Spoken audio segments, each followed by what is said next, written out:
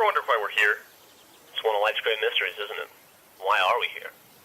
I mean, are we the product of some cosmic coincidence, or is there really a God watching everything, you know, with a plan for us and stuff? I don't know, man, but it keeps me up at night. What?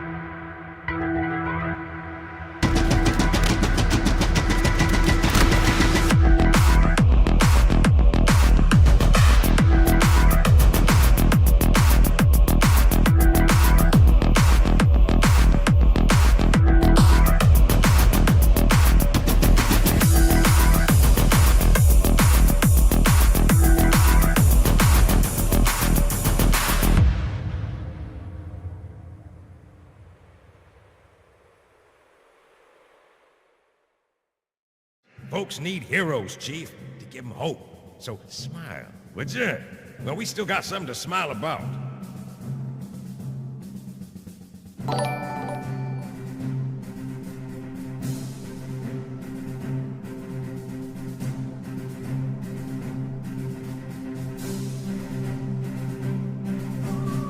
They let me pick. Did I ever tell you that? Choose whichever Spartan I want.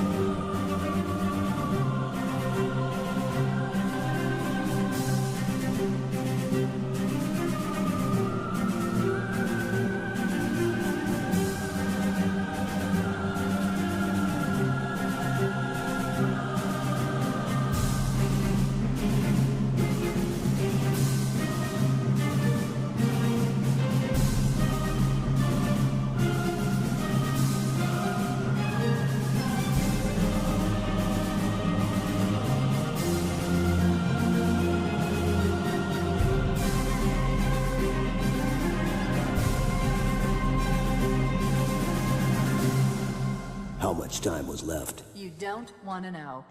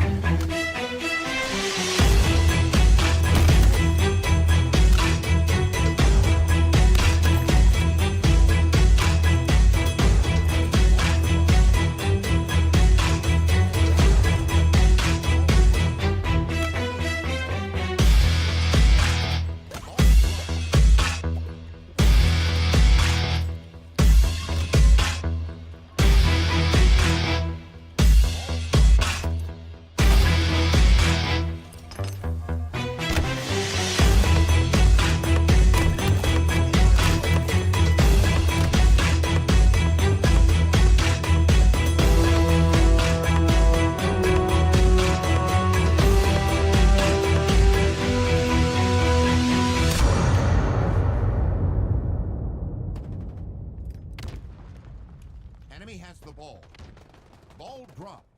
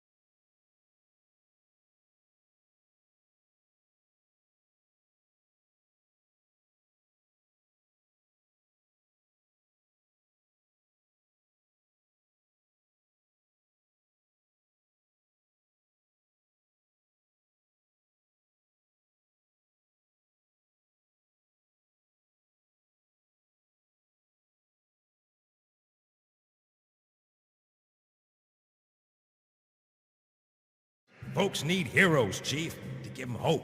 So smile, would you? Well, we still got something to smile about.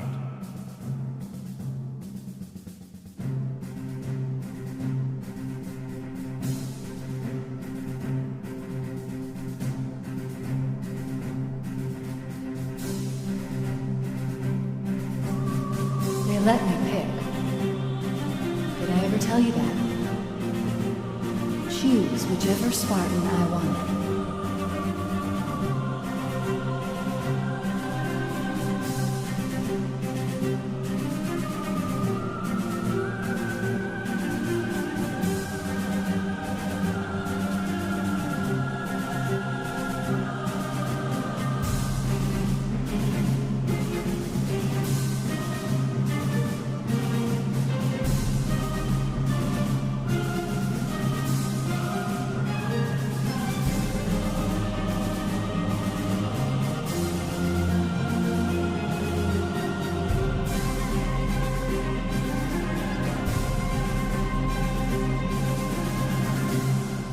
How much time was left? You don't want to know.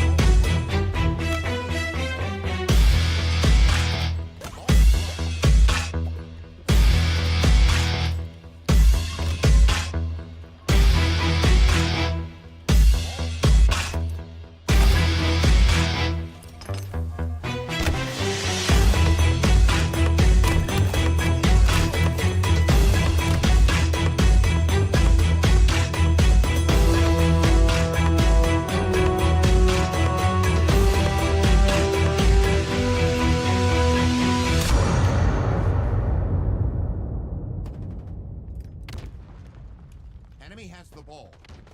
Ball dropped.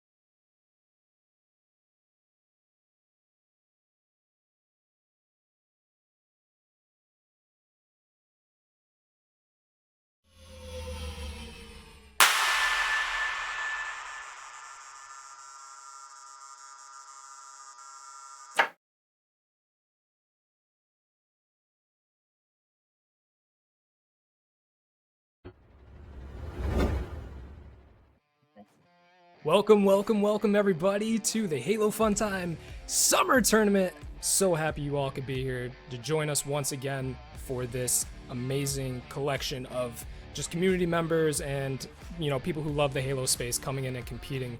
We are so excited that we can throw this again. So excited that you are here.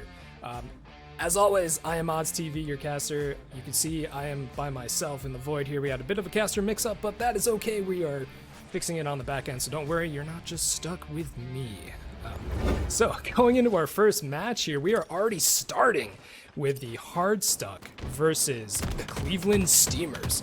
Starting out on a best of 3, we are playing Strongholds on live fire. So coming on board with Silver Fox here, as you can see, we already capturing B and already capturing A, so coming up to a very quick start here. Let me see, other than that, yeah, Cleveland Steamer, okay, so yeah, we are correct here. Silver Fox trying to get the kill onto top B, he gets the B, gets the assist. Lil Barry Vert also picking up the kill, so that is 2 down for Hard Stuck. Looks like if they can capitalize on this, they do get A and B. Silver Fox getting that dislocator going. Smega with the sniper rifle looking to just keep them pinned down at C here. 3 members of this team over on the A side. Silver Fox getting a 1v1 with OG Alien up on pillars. Clammy Hands coming up onto Nest side. It looks like Alien's just gonna fall back, let Clammy get some shots in here. Oh, he's getting stuck though. Fairy Vert up in the top mid on the way wall. He gets taken down by Clammy Hands, but Silver Fox pushes the 1-shot. And down he goes, teleports back to back B. Risky and OG Alien back on the pillar side, but they're getting collapsed on from White Wall. Oh my, what a snipe from Smegatron LS. 3 members down for Hard Stuck as Megatron is getting the last guy up on A. So it looks like a very good push from Hard Stuck, but being shut down by this team. And now sniper rifle is out, but look what they're doing. They have the triple cap, but they're not really going for spawns. They're sending 1 guy up through mid to C, 1 guy sitting in top nest, and Smegatron is holding his team's backline at A plat. Lil Fairyvert coming in with the help. You see another member in the back B, and it looks like the last member also spawning in back A. So this game is still just going in their favor. 79-0, crossing that 80 threshold. If you are Hard Stuck right now, you want to get together. You want to find the weakness, the hole. As he gets the killing spree, last shot on Ubanek. Smegatron absolutely popping off here, 5-0. You want to find that weakness. Camo coming up in 15. Can they make the push onto A? They need to get just a fantastic team kill here, or team wipe. Ubanek up onto Nest, has to get back down by Smegatron. Staying alive on Training Bridge. Can he get it? No, he misses the melee Smegatron, and that is a trade. If you're a Smegatron, that is actually perfect, because 2 members of Hard Stuck spawning into back tower, and that trade right there pretty much solidifies their hold. As once again they pick up A, and some points on the board for Hard Stuck, but maybe not enough. They gotta keep the train rolling here. Ubanek getting taken down. Silver Fox 1v1 on OG Alien. OG Alien. Silver Fox backs out and he gets taken down. Then it's 2 members down for Hard Stuck. As it looks like Cleveland Steamers are just staying on top of their game. They're not pushing forward. They're giving respect to Hard Stuck. They're staying within their lane. They're not pushing forward to overextend their lead here, or to try to get these kills where it might spawn their 1 or 2 members down into a disadvantageous position. English is hard. OG Alien coming up onto Training Bridge. Ubanek in the back dirt trying to get shots onto Silver Fox, but Silver Fox has help. Risky with the melee onto Dremora. It looks like they're starting to swing towards this camo side, which I like to see. They've been fighting over this B and this Nest side for most of the game, and the Steamers have just been able to just stop it completely with 1 member usually on back B. As you see, Silver Fox getting a kill onto Risky, but Clammy Hands get a kill on Smegma, while also the rest of their team is sitting in the top A plat, so they're kind of just making a kill zone out of this B hill. Silver Fox trying to get some sticks on CZ, gets the stick, but he gets the trade. Clammy Hands getting taken down by Dremora. That is 3 members down again, once for Hardstock. OG Alien, he is in between a rock and a hard place, and back B as Dremora is trying to get the kill, but no! Alien takes him down, and it looks like Lil Fairy Vert's going to be able to take the kill onto OG Alien, as the members of Hardstock have actually split the spawns on this live fire strongholds. They are now controlling A, but it might be a little too late, as Cleveland Steamers are now crossing the 185 score threshold to 6. Hardstuck, this is probably going to be some of your last chance to just get together, try to force the team up. It's Smegma and his teammates crushing into Clammy Hands on the bottom mid. Lil Fairy Vert getting the snipe on an Ubanek, and Smega is trying to get this last kill on bottom mid. His teammate is trying to flank through camo, but it looks like he got taken down. He gets picked up.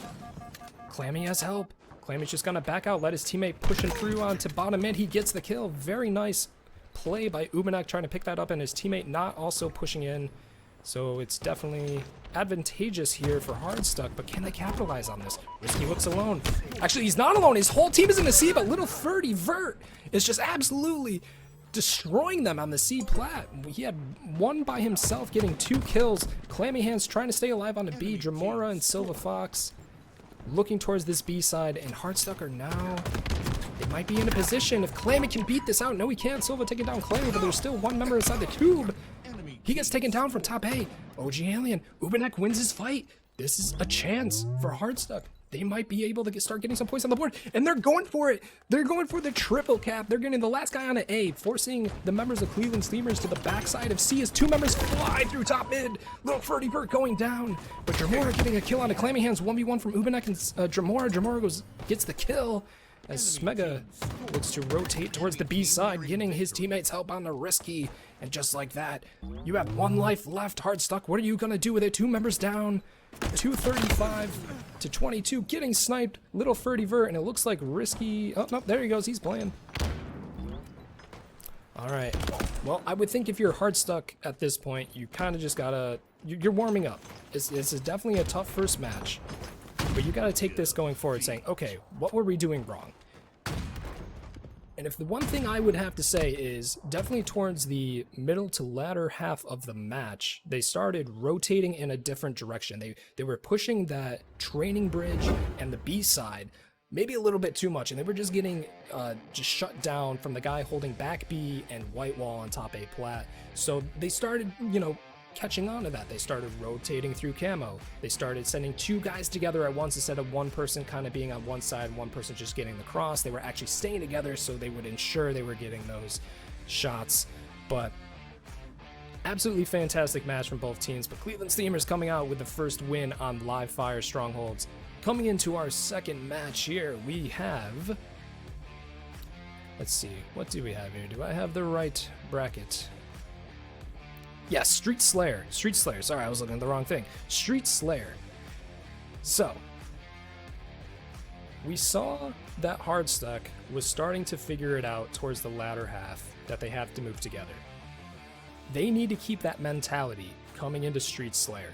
This map is so snowbally. If your team is rotating together, getting the correct shots, you don't always need to have somebody on the cross. It's actually kind of hard for teams to kind of create this dynamic where 2 or 3 members push together and one guy's kind of flanking on the cross shot. But if Hardstuck can do what they were doing on the later half of the live fire match, stick together, and then they might be able to pull this out. Definitely get Cleveland Steamers sweating a little as you see the scoreboard on your screen now. Definitely Cleveland Steamers, look at that average lifetime and the objective time. A little bit more going into this, but let's see, 250 to 22. You know, of course, being a best of 3, you don't want to knock yourself out or bring yourself down in just the first match. Like I said, usually the first match going into a tournament is the warm-up match. You're kind of getting a feel for the game, you're getting a feel for your opponents on the other side, but you're also working with your teammates in an actual tournament setting. So the longer you stuck can figure out Street Slayer, if they can stay together, if they can get these team kills. They were doing a fantastic job of swapping out with each other. You saw it between, I think it was Risky and Clammy on the scoreboard Hamo side. They were just swapping each other out. Clammy was getting shots onto one guy on Keydor. His teammate dropped down from A plat and chased the guy into Keydor while Clammy just, went into A. He didn't have to chase that kill down. He didn't have to potentially put himself in a bad position where he's going to just give up a free kill for a trade. You don't exactly... I mean, at that point, 200 to 22. But here we go, going on board with Little Ferdy Vert in our second match of the series, and it looks like we're going to have to do a little bit of a reset. But in the meantime, Dr. Slopfingers, thank you so much for that subscription to the Twitch channel.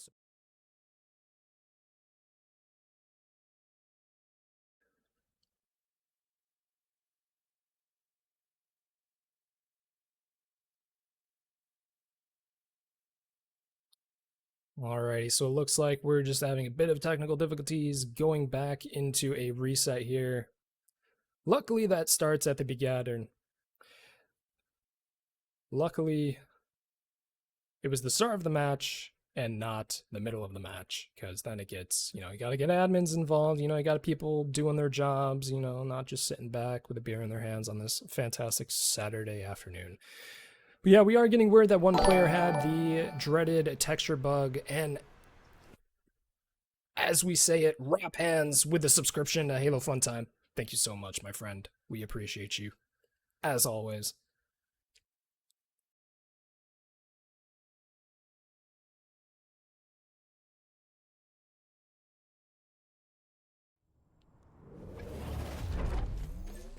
And back into it to go. Okay, we are on board with Dremora. He's already flying out to the arcade side. He has one teammate behind him.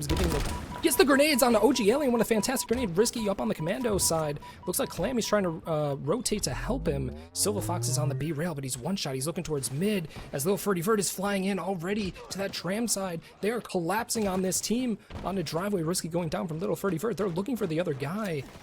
It looks like Ubanek is stuck in back PD. He's going to need a police officer in a second because here comes Dremora getting the kill on to...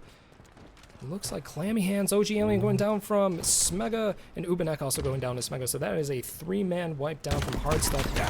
And it looks like Cleveland Steamers are just not going to let off the gas. Dremora with the red gun. He sees the camo. Oh, that's teammate camo. I didn't see the name. OG Alien, Ubanek on street side. He's trying to stay alive. He gets the kill, so that shuts down the red gun. Smega and his teammate. Smega staying up onto the nest side. Going a little Ferdy Vert. Vert's got to back out. Alien with fantastic shots on the Smega. Ubanek taking him down, but it looks like it's a trade. Ubanek trying to win out. No, he cannot. Silver Fox getting the headshot. Dremora just waiting for his shields, looking to see where the other team spawns, and it looks like they're going to spawn tram side because most of the Cleveland Steamers are sitting on the BPD side. Oh, that's a 4-man spawn. Ferdy Vert throwing out the... Smega gets the kill on the Clammy Hands. OG Alien gets on to Dremora, so it's still a 1-for-1. Or no, it's 2-for-1 trade. Smega, can he get the kill on Ubanek? Yes, he does. The Silver Fox picks up the kill on OG Alien. And just like that, the tram hold is broken. A little bit of a scrappy fight. 2 to 3 members going down. And just like that, the spawns flip to the PD side, and they're already on them. They are not letting off the gas. It is 15 to 6. You are seeing they're giving them no respect like they were on that live fire strongholds. They're saying, we get the kills, we flush them out of their spawns, we instantly 180 and catch them again. But it looks like we might have a split spawn here. Dremora getting stuck in ATMs. Little Ferdy Vert picking up his assist. He's trying to get out. He's getting chased from behind. He's got 2 shots left to his name. With the chase, can he get this trade? Yes, he does. Risky. Staying 1 up, and if you're Cleveland Steamers, being up 18-9, trades like that are perfect. You just want to keep going 1-for-1 because you know what they say. Slayer does not start until 30 kills. Everything is irrelevant for the most part until 30 kills. That's when the game starts. As when you see Clammy Hands working with Ubanek. I think Alien just got a double kill. Ubanek going down. That's 2 members down for Cleveland Steamers, but also 2 members down for Hardstuck as OG Alien works with his teammate to get the kill on a Harry Potter. They're trying to find these spawners. OG Alien is in the thick of it. He's 1 shot. Clammy Hands trying to get the shots on him, but no, somebody drops down on Oscar's house, and Smega with a shotgun takes down Clammy Hands, and just like that, the attack from Hardstuck on the tram is shut down. Dremora getting the assist with his teammate up on a B rail, and it looks like all 4 members of Cleveland Steamers are on the tram side to streets. and they know the rest of the members of Hardstuck have to be towards Cafe side. They're getting split. Dramora goes right up the middle, goes right behind OG Alien, and in a 1v1 gets the melee off. It looks like his teammate gets the kill. Silver Fox got the kill on the PD side, so just like that. Cleveland Steamers, they're staying together, but the thing is, they're getting these 2 kills at a time, and then instantly turning around and looking for the spawners. The communication has to be there. They have to be on top of every single move they're doing. They say, okay, we get these kills, and I guarantee the comms are probably saying, spawning PD, spawning Vine side. And they're all just kind of flowing in on it. It's like, you've been not going out for the kill on Dramora, but he gets taken up. Killing spree and double kill for Smegatron. That's 3 down for Hardstuck. As we have just crossed the 30 kill mark. It is 31-15 with 8 minutes left in this game. Smega picking up Clammy Hands on the bottom ATM. He's got shotgun. Tries the op to go for the optic camo. Picks it up, gets an instant pop on it. Rescue on Silva, but Ferdy back on Ubanek. And look at this. This is just a scrappy game. Member for member for member of each team going down. Alien waiting on the street side. He has help from his teammate, but he has to back out without getting any damage out. Can Ubanek and OG Alien win this 2v1 before the rest of Cleveland Steamers kind of come in? Smega with a kill on Clammy Hands. Oh, but they had a member on back. Commando. OG Alien. Ubanek is taken down, so OG Alien has to back out. He's trying to stay alive. He does the jump up to Commando, but he doesn't realize he has an enemy sitting up in top. Commando, what a fantastic play, but Silver Fox read him like a book. Ubanek. Oh, that would have been sick. Ubanek gets the kill on the Dramora, but gets taken up by Lil Ferdy Vert, and already the ping's coming out. Lil Ferdy Vert's just looking for that guy that's on Cafe side. Look at that keyboard and mouse coming into action. And trade, that's exactly what you want. Coming up 42-22. All the trades in the world matter here. Cleveland Steamers are just going 1 for 1 for 1 every single time, getting closer and closer to that 50 kill mark to close out this series against Hardstuck. All 4 members. Hardstuck on the B side. Ubanek gets a kill. Dramora trying to get the stick on a Risky. Gets the melee on him. 6 kills remaining, 44-25. OG Alien with a red gun. Ubanek trying to win the 1v1 against the member in Lightning, but it looks like he got traded for Clammy Hands. Can he get the kill on Little Furry Bird? Yes, he does. Hardstuck. Don't allow the steak. Don't allow the delicious steak, and it looks like Cleveland Steamers are just kind of, they're breaking off a little bit. They're sending 1 member at a time against the 4 stack on B on PD side. Little Ferdy Vert, he's caught in bottom mid, but that's not the worst position. He has a teammate on Tram, but Clammy Hands picks up the kill from B Rail. And look, all 3 members of Hardstuck pushing into Tram. This is exactly what you have to do. Hardstuck is finally figuring out getting the fantastic flanks. They push through 30 kills, 48-32. Clammy Hands absolutely popping off here for his team. Looking for Ubanek. Ubanek has camo. Clammy has to stay alive. Let Ubanek just kind of play his game. Get that intel. Get the shots on people. Pick up the kills if you have to. Fantastic melee by Ubanek. But now they know where that camo is. And it looks like the rest of Cleveland Steamers are trying to hunt out this last kill. And there it is. Cleveland Steamers picking up 50-33. 2-0 in this series. They close it out against Hardstuck.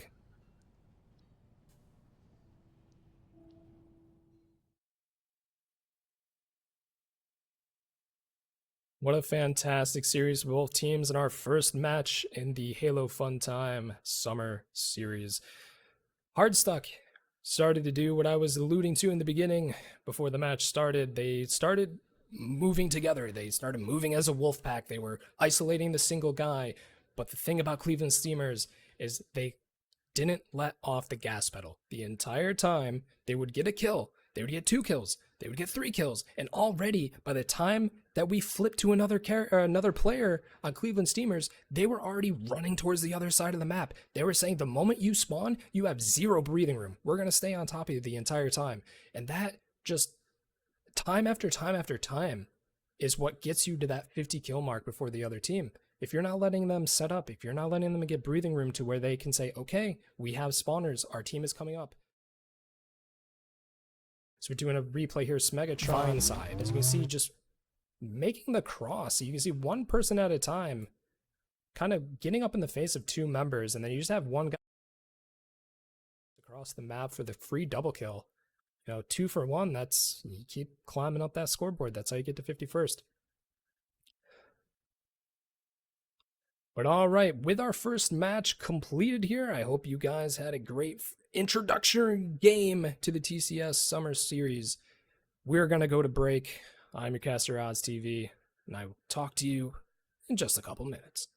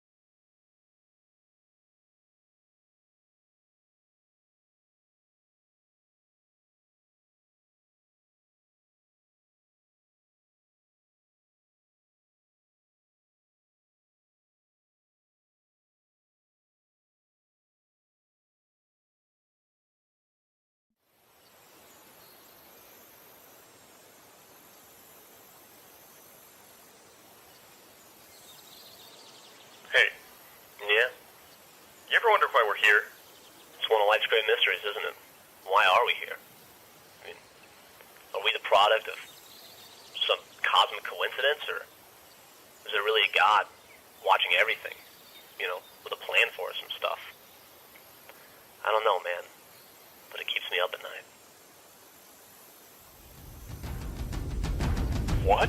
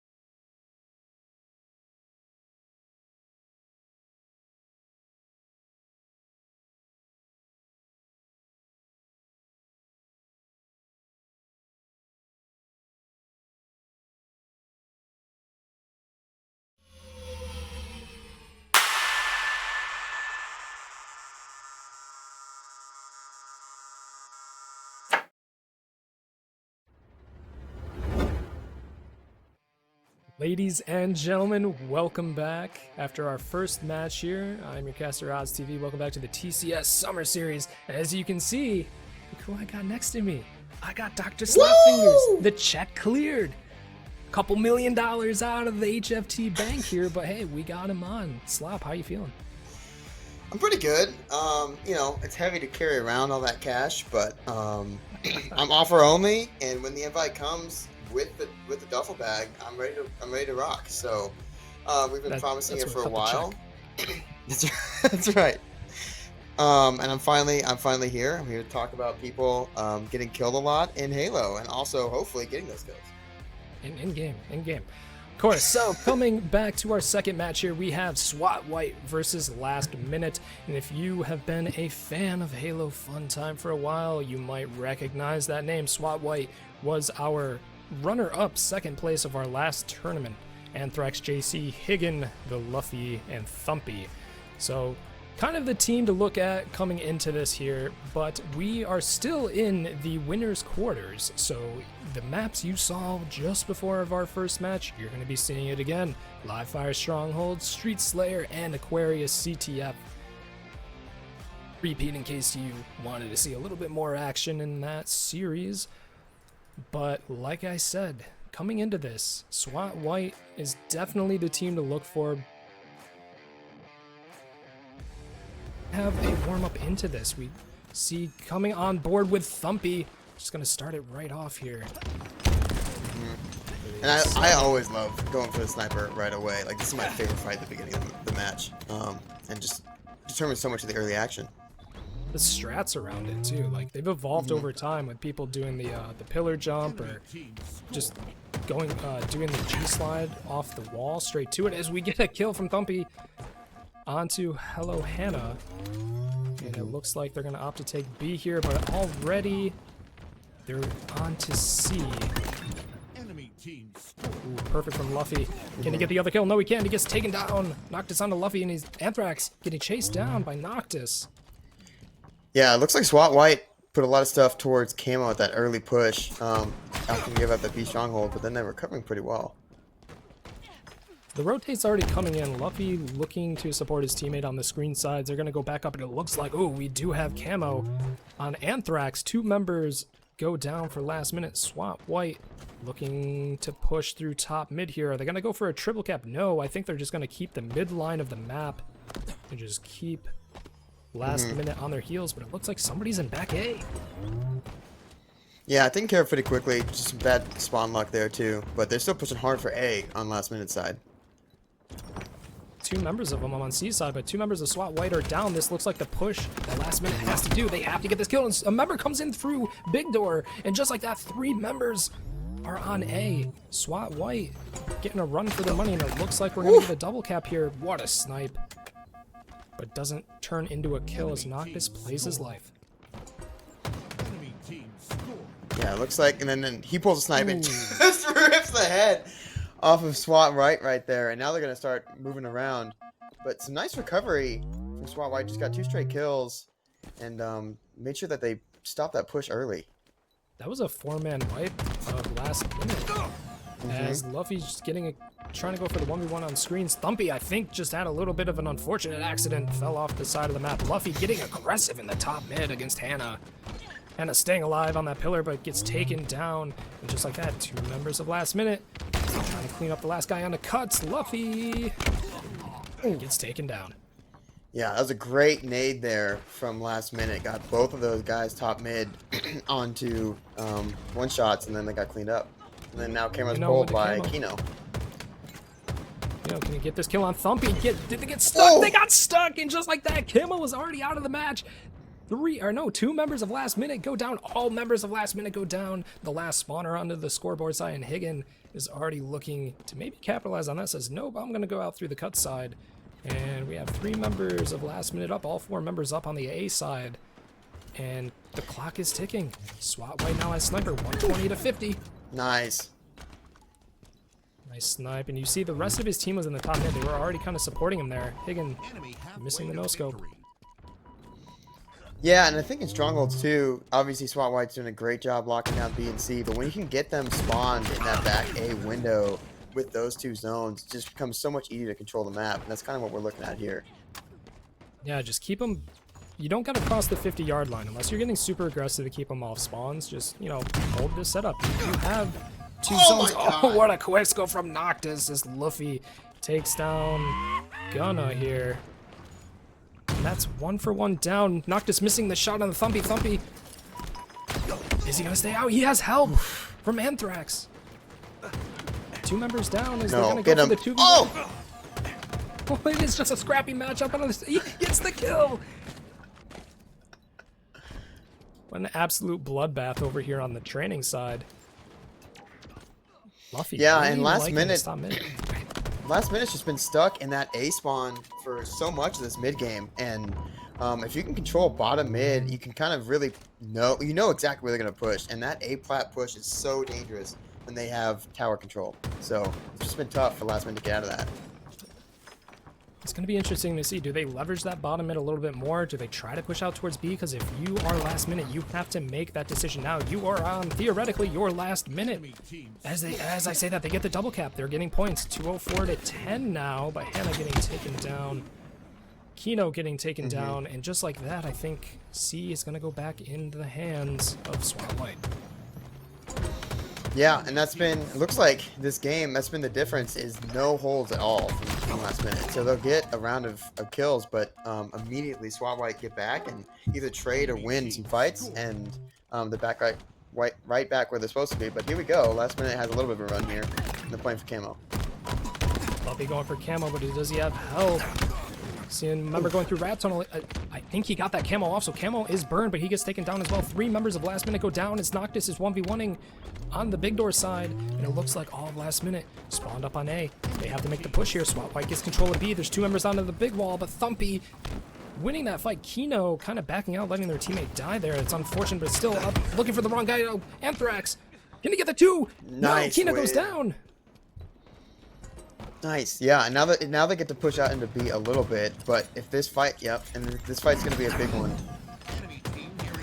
Might be the last chance of last minute here as 2 members spawn on the dirt side, and it looks like somebody's still alive in the back B. Thumpy trying to get shots from bottom mid, getting chased down by Kino. Kino staying alive, but all just like that. Even though 2 members of SWAT White go down, they get the double cap. Last minute, gonna have to make just a fantastic hold here. What a snipe from Luffy. God! Yeah, that's a good way to get some map control back too. And SWAT White's done a great job prioritizing sniper every time it's come up. Nice shot. I think they've gotten it almost every time. I mean, last minute might have picked it up off the dead bodies. 3 members go down, and the snipe for the 4. That's all she wrote. And just like that, and now they're capping B. Sniper Luffy going up. Oh, what a spawn. They're spawning training side. Oh my Luffy God! just popping off. Get that triple kill. No, he misses. It gets the triple anyway. There it is. For the highlight reel, there it Unbelievable. is. And And you know just what? like It's that. part of that's because of that great skin. That's a great sniper rifle skin. Oh, That it's always helps. I fantastic. feel like that's what 10% accuracy boost. You know, when people got skins like that, I'm not looking where their crosshair is. I'm kind of just looking at the sniper. I'm just kind of like ogling it with my eyes because I just think it's just a fantastic weapon. But just like that, we're seeing SWAT White picking up the map, live fire strongholds.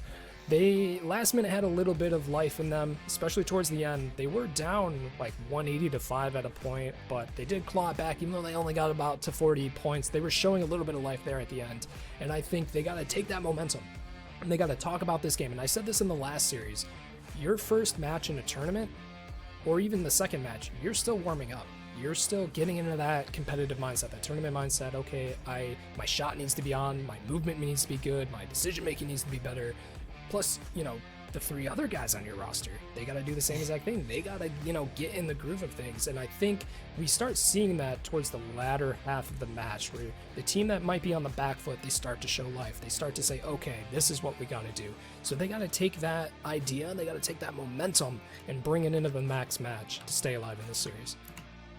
Yeah, and to your point too, I was just doing a little bit of scoreboard watching, which is never recommended, but here I am. And like, Kino spent a decent amount of that game going 0-4 with some nice assists, but just in the last few minutes there, went from 0 to 4 or 5 kills. Like, that's the kind of stuff too. Maybe it's just a warm up thing, maybe it's nerves thing, or just flow of the match once you learn the other team. They can kind of take in that next game where if you're quiet for a lot of it, but you start building that confidence in those 1v1 wins at the end.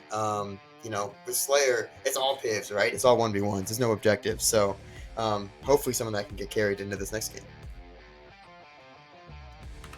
Especially Streets. Streets definitely rewards teammates staying together, kind of being aggressive, taking those pivots, as you said, as Thumpy comes into the SS Gunna trying to stay alive, but doesn't have help from 2 other teammates from behind. Thumpy stays alive with the red gun, and just like that, like the explosive start of the match, SWAT White already up 3 kills to 0, as last minute finally gets a kill on the board. Yeah, and like you said, same thing we're seeing before, SWAT White getting those guns, right? Getting those power weapons every time they can. Stalker early, win the B fight, and then you're well set up. But here we go. And they Last had minute. shotgun there at the end as Stumpy gets a kill onto Hannah. 2 members of SWAT White down. Higgin controlling the back tram side. So gonna force spawn his team usually over on there, and it looks like all members of Last Minute are in PD A side as SWAT White is just closing in the noose. They are just flooding into PD side, trying to get those trades. Thumpy onto Noctis. And just like that, SWAT White dislodges them out of A. Yeah, and then also got the camo shotgun mix now. So Thumpy's going to run towards C with the camo shotgun after that fight. You're going to see another chokehold, like you said. They're already just flying towards spawns. We're seeing a bit of a replay of that last series where one team starts getting 1 or 2 kills and then instantly turn around. As you see Higgin getting in the 1v1 onto Cafe. He's going to back out and let Luffy come up. But Luffy, the sacrificial lamb. All 4 members of Last Minute are onto the ice side looking towards the Cafe. And the P Street, Anthrax coming in behind. He's trying to sniff them out. He goes, where are they? He finds one as another member of Last Minute spawns into the back PD side. And it's just scrappy. Yep. 2 members go down. That was, yeah, and just staying alive that long in back A allowed his teammates to come, and then he could basically choose his fight. And that's what happened, right? He chose the right fight, hit switching, they win. Another engagement. That's the whole thing about Slayer. If you come out on top with more men alive than more men dead, closer to that 50 kill mark as Higgin gets the kill on the Noctis, but he gets taken down. Thumpy trying to play his life. Can he get out? Yes, he does. Thumpy just doing an absolutely fantastic job of staying alive in time for his teammates to kind of make plays, because you see Anthrax now has the camo, and he's just on the hunt.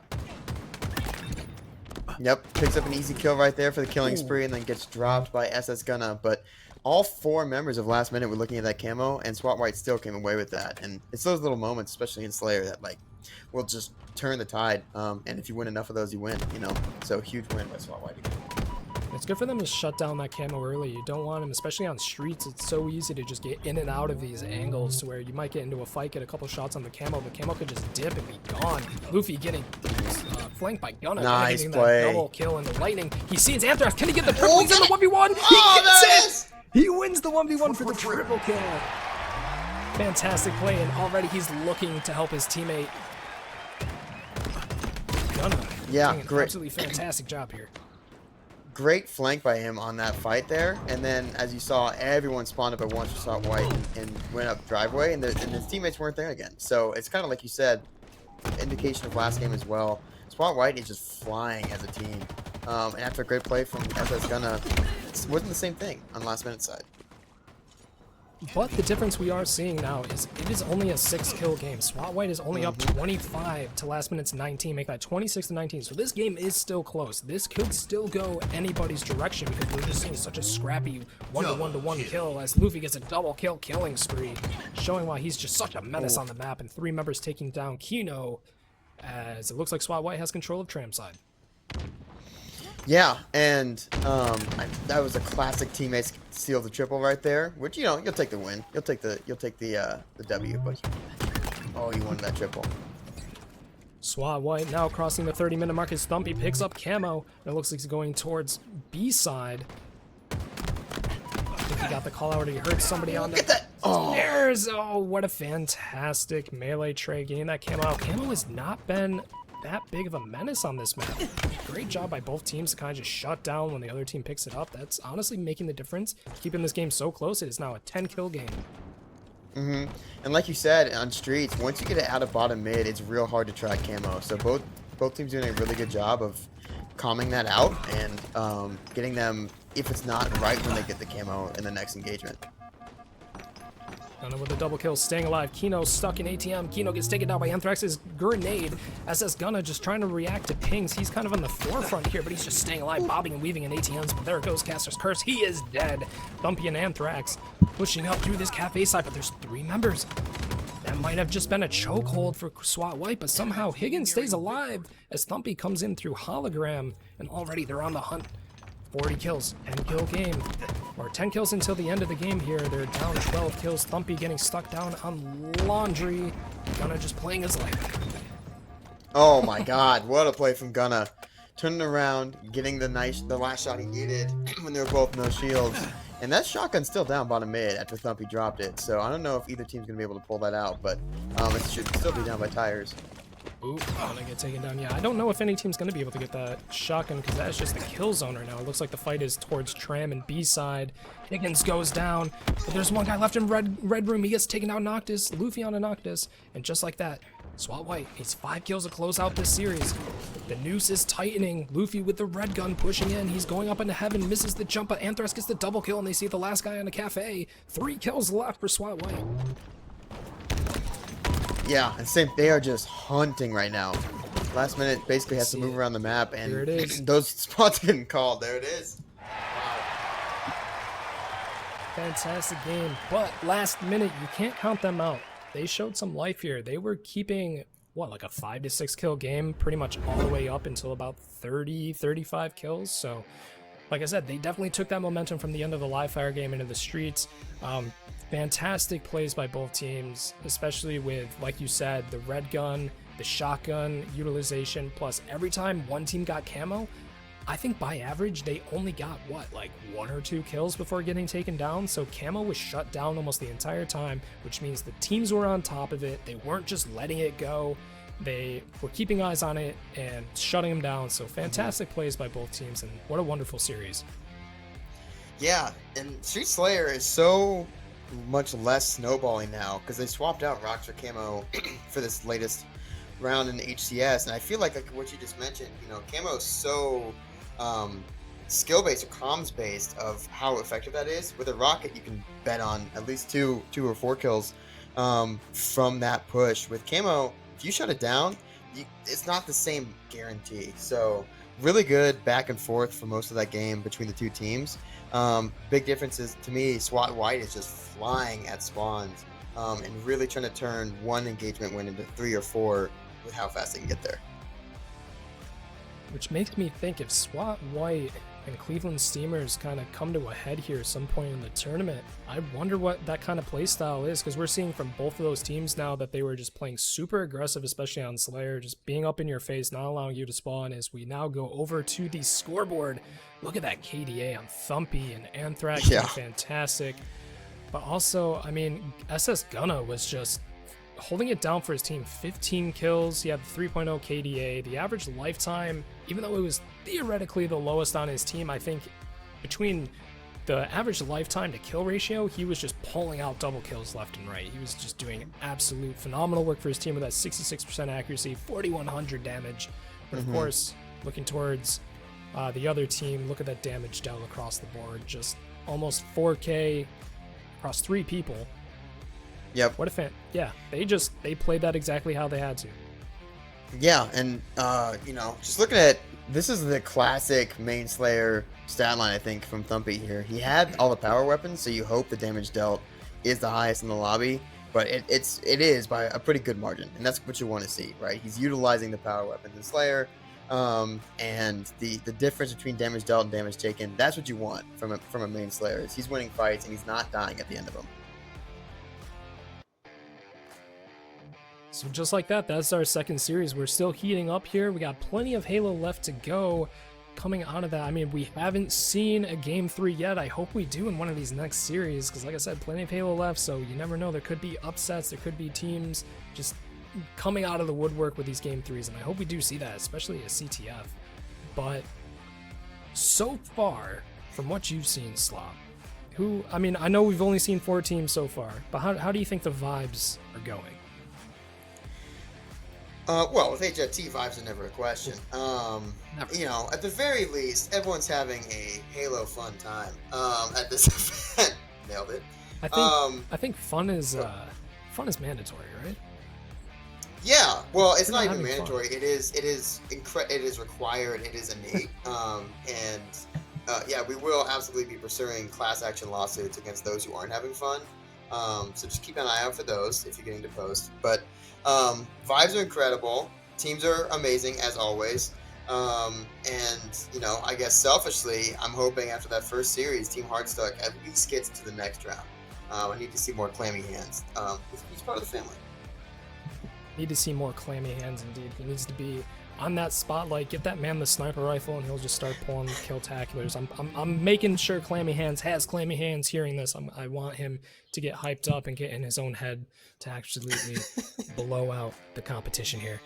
But yeah, like you said, my people will be talking to your people if you're not having a fun time. That's how we do it. If you are new here to the stream, thank you so much for everybody for tuning in and for the subscriptions. We're seeing the chat absolutely blow up. Thank you so much. If you are not part of the Halo Fun Time Discord, what are you doing? Join up. There'll probably be a link. You can go to, I think it's halofuntime.com. I think we still own that. I don't think it's been stolen from us yet. halofuntime.com. Probably going to be putting some links in the Twitch chat here too, but get in. If you are a competitive player, if you are a casual player, if you like playing Husky Raid, it doesn't matter. Join up. You will find a community for all these kind of different game modes and just a general fun time with Halo. Yeah, and if you do join up, please make sure to message Debo or Captain Punch and just say you made it. They love that every time. It's a blast. Like you said, it's not about the type of Halo that you play. It's just the fact that you like to play Halo, and that's the main thing. So it's always been fun. HaloFunTime.com, and whatever you like, we like it too. As long as everyone's having a positive time. It's all about having fun. Fun is mandatory. That is our motto. So. And first of all, let's also shout out, I saw this in the chat too. Shirt game, uncoordinated but on point. Dude, I just noticed that too. I just saw it like, oh god, man, the button up with the interesting pattern. I'm wearing a Black Rifle Coffee Company shirt here. I think you got that with the floral print going. Yeah, this is pure Tommy Bahama. This is a Tommy Bahama silk shirt. A little bit warm out today, but nice and relaxed, of course, on my torso. Thank you. Shout out Tommy Bahama, really good friend of mine. Sponsor me, maybe. I mean, it's the summer vibes, right? It's TCS summer. We got the button up, sun's out, guns out. You know, you got the Halo Fun Time merch hat too. Yes, kind of absolutely. pulls it all together. I love it. Yeah, and I'm trying to rush order some tiki torches. So at some point, if the lighting changes in my background, it'll be great. It's a fire hazard, but I think it's worth it for the it's all about for vibes. production. Yeah. Of course. You got to put the blinds down, tiki torches in the back, you know, chanting in the background, stuff like that. Yeah. I'm trying to call Jeff Probst a little bit too, so he can vote some teams off the island when they lose in losers bracket. But he hasn't returned my calls for a while because I think I did that too much, and he doesn't like when I reach out like that. So we'll see. Why don't we do HFT Survivor? Well, stream ideas are live. This is brainstorming. We need that. Yeah, we need those stream ideas. So HFT Survivor sounds great to me. If anyone in chat has further, we're just kicking off with those words. If you have further ideas, let us know. I mean, it would be perfect with this production. Again, shout out to Sozer in the background. Everything you were seeing on your screen here is being coordinated and created by him. Fantastic overlays. He's on top of everything with the scoreboards, the overlays, the videos you see, the next match coming up. And if you've been watching these tournaments, you've been watching these streams, you've probably noticed every single time it's only gotten better. He has learned, he has taken the data from the last ones, applied it to the next, and just the stream gets better and better and better, and it's just fantastic, super easy. So everyone clap in Twitch chat for Sozer. Got a shout out to the man pulling the strings, the puppet master in the background, of course. Yeah, he makes it real easy for us just to makes it really easy for us to just get on the mic and start talking nonsense because everything else is incredibly smooth. So shout out as always. Let's see here. So we already have 2 teams getting knocked down to losers, and just so everyone is aware, it is a best of 3 series through quarters and semis, and then it goes into a best of 5 at winners finals and losers finals and grand finals, of course. So the matches are going to go a little bit quicker this time, but definitely once we start getting in towards the finals, when we start getting those game 5s, the hype is going to be real. These teams are going to be fighting for their life on top of trying to... I just really hope we get to a game 5. I want to see more Halo. Isn't that all we're here? And well, game 5s are like you said, and Game 5 Slayers, of course. It's just, it is what, I don't know. I grew up on MLG. I grew up on, like, Final Boss. That's, like, what, it just feels right to me. So, you know, we keep saying we're hoping, but we also can get our fingers on the scale, no matter what. We can throw some broadcast in there at the end. If we don't get a Game 5 odds, there's at least 4 of us in the production team. Let's just make one. Let's just make our own. We can do that. Yeah. Just make our own game 5. I haven't played in a while, so I'm a little rusty. So it could be anybody's game at that point. So, just saying. Yeah. If you Absolutely, and I've never played mouse and keyboard. I don't have a controller in front of me, so I'm playing mouse and keyboard. Game 5, first I'll try. play mouse and keyboard. I got it right here. I'll do it. Nice. Well, there you go. We can make it happen. However, I hope we don't have to. And as that's the dream of the bracket, right? Is as you get further along, the teams should presumably get closer and closer, more and more warmed up, and you get some great matches at the end. For sure. So a little bit of a peek going into the next couple of series here. We don't exactly have the games are still being played out, so I can't give you what teams are going to be going against each other 100%, but I can tell you what maps and modes we're going to be playing. Of course, you just saw 2 series of Live Fire, Stronghold, Street Slayer, and Aquarius CTF, but depending on what we're going into next, you might be seeing some CTF, some Aquarius, kind of doing a little bit of a mix-up here. This is what is actually going to be next. Empyrean CTF. We are starting off with a CTF match. Fantastic. That is what I love to see. Followed by Aquarius Slayer. And if we get that fabled game 3, it will be Recharge Stronghold. So honestly, these are probably the 3 scrappiest map mode combinations we could hope for, especially with Empyrean CTF and Recharge Strongholds. Those are going to be just back and forth slugfests. Yeah, I mean, talk about, like, to me, CTF Empyrean and Strongholds Recharge of those game modes are the 2 that are, like, all about spawn control, right? We've been doing Pit CTF for 15 years or whatever at this point. Like, exactly where they need to spawn for you to pull those flags. And same with Strongholds Recharge. To me, that type of Strongholds is so much about spawn control. And if you can get that BC hold with the top gold, that's the goal, because you know exactly where they're going to spawn, and that makes everything cleaner. Like you said, Aquarius Slayer, oof, so scrappy.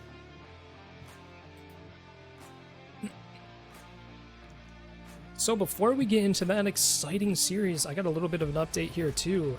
This is what's going to be coming up next. Just to throw a curveball at you, you're thinking, oh, all the possibilities, all these different plays, and who's going to take the map and mode? Well, nope, we're going to subvert your expectations.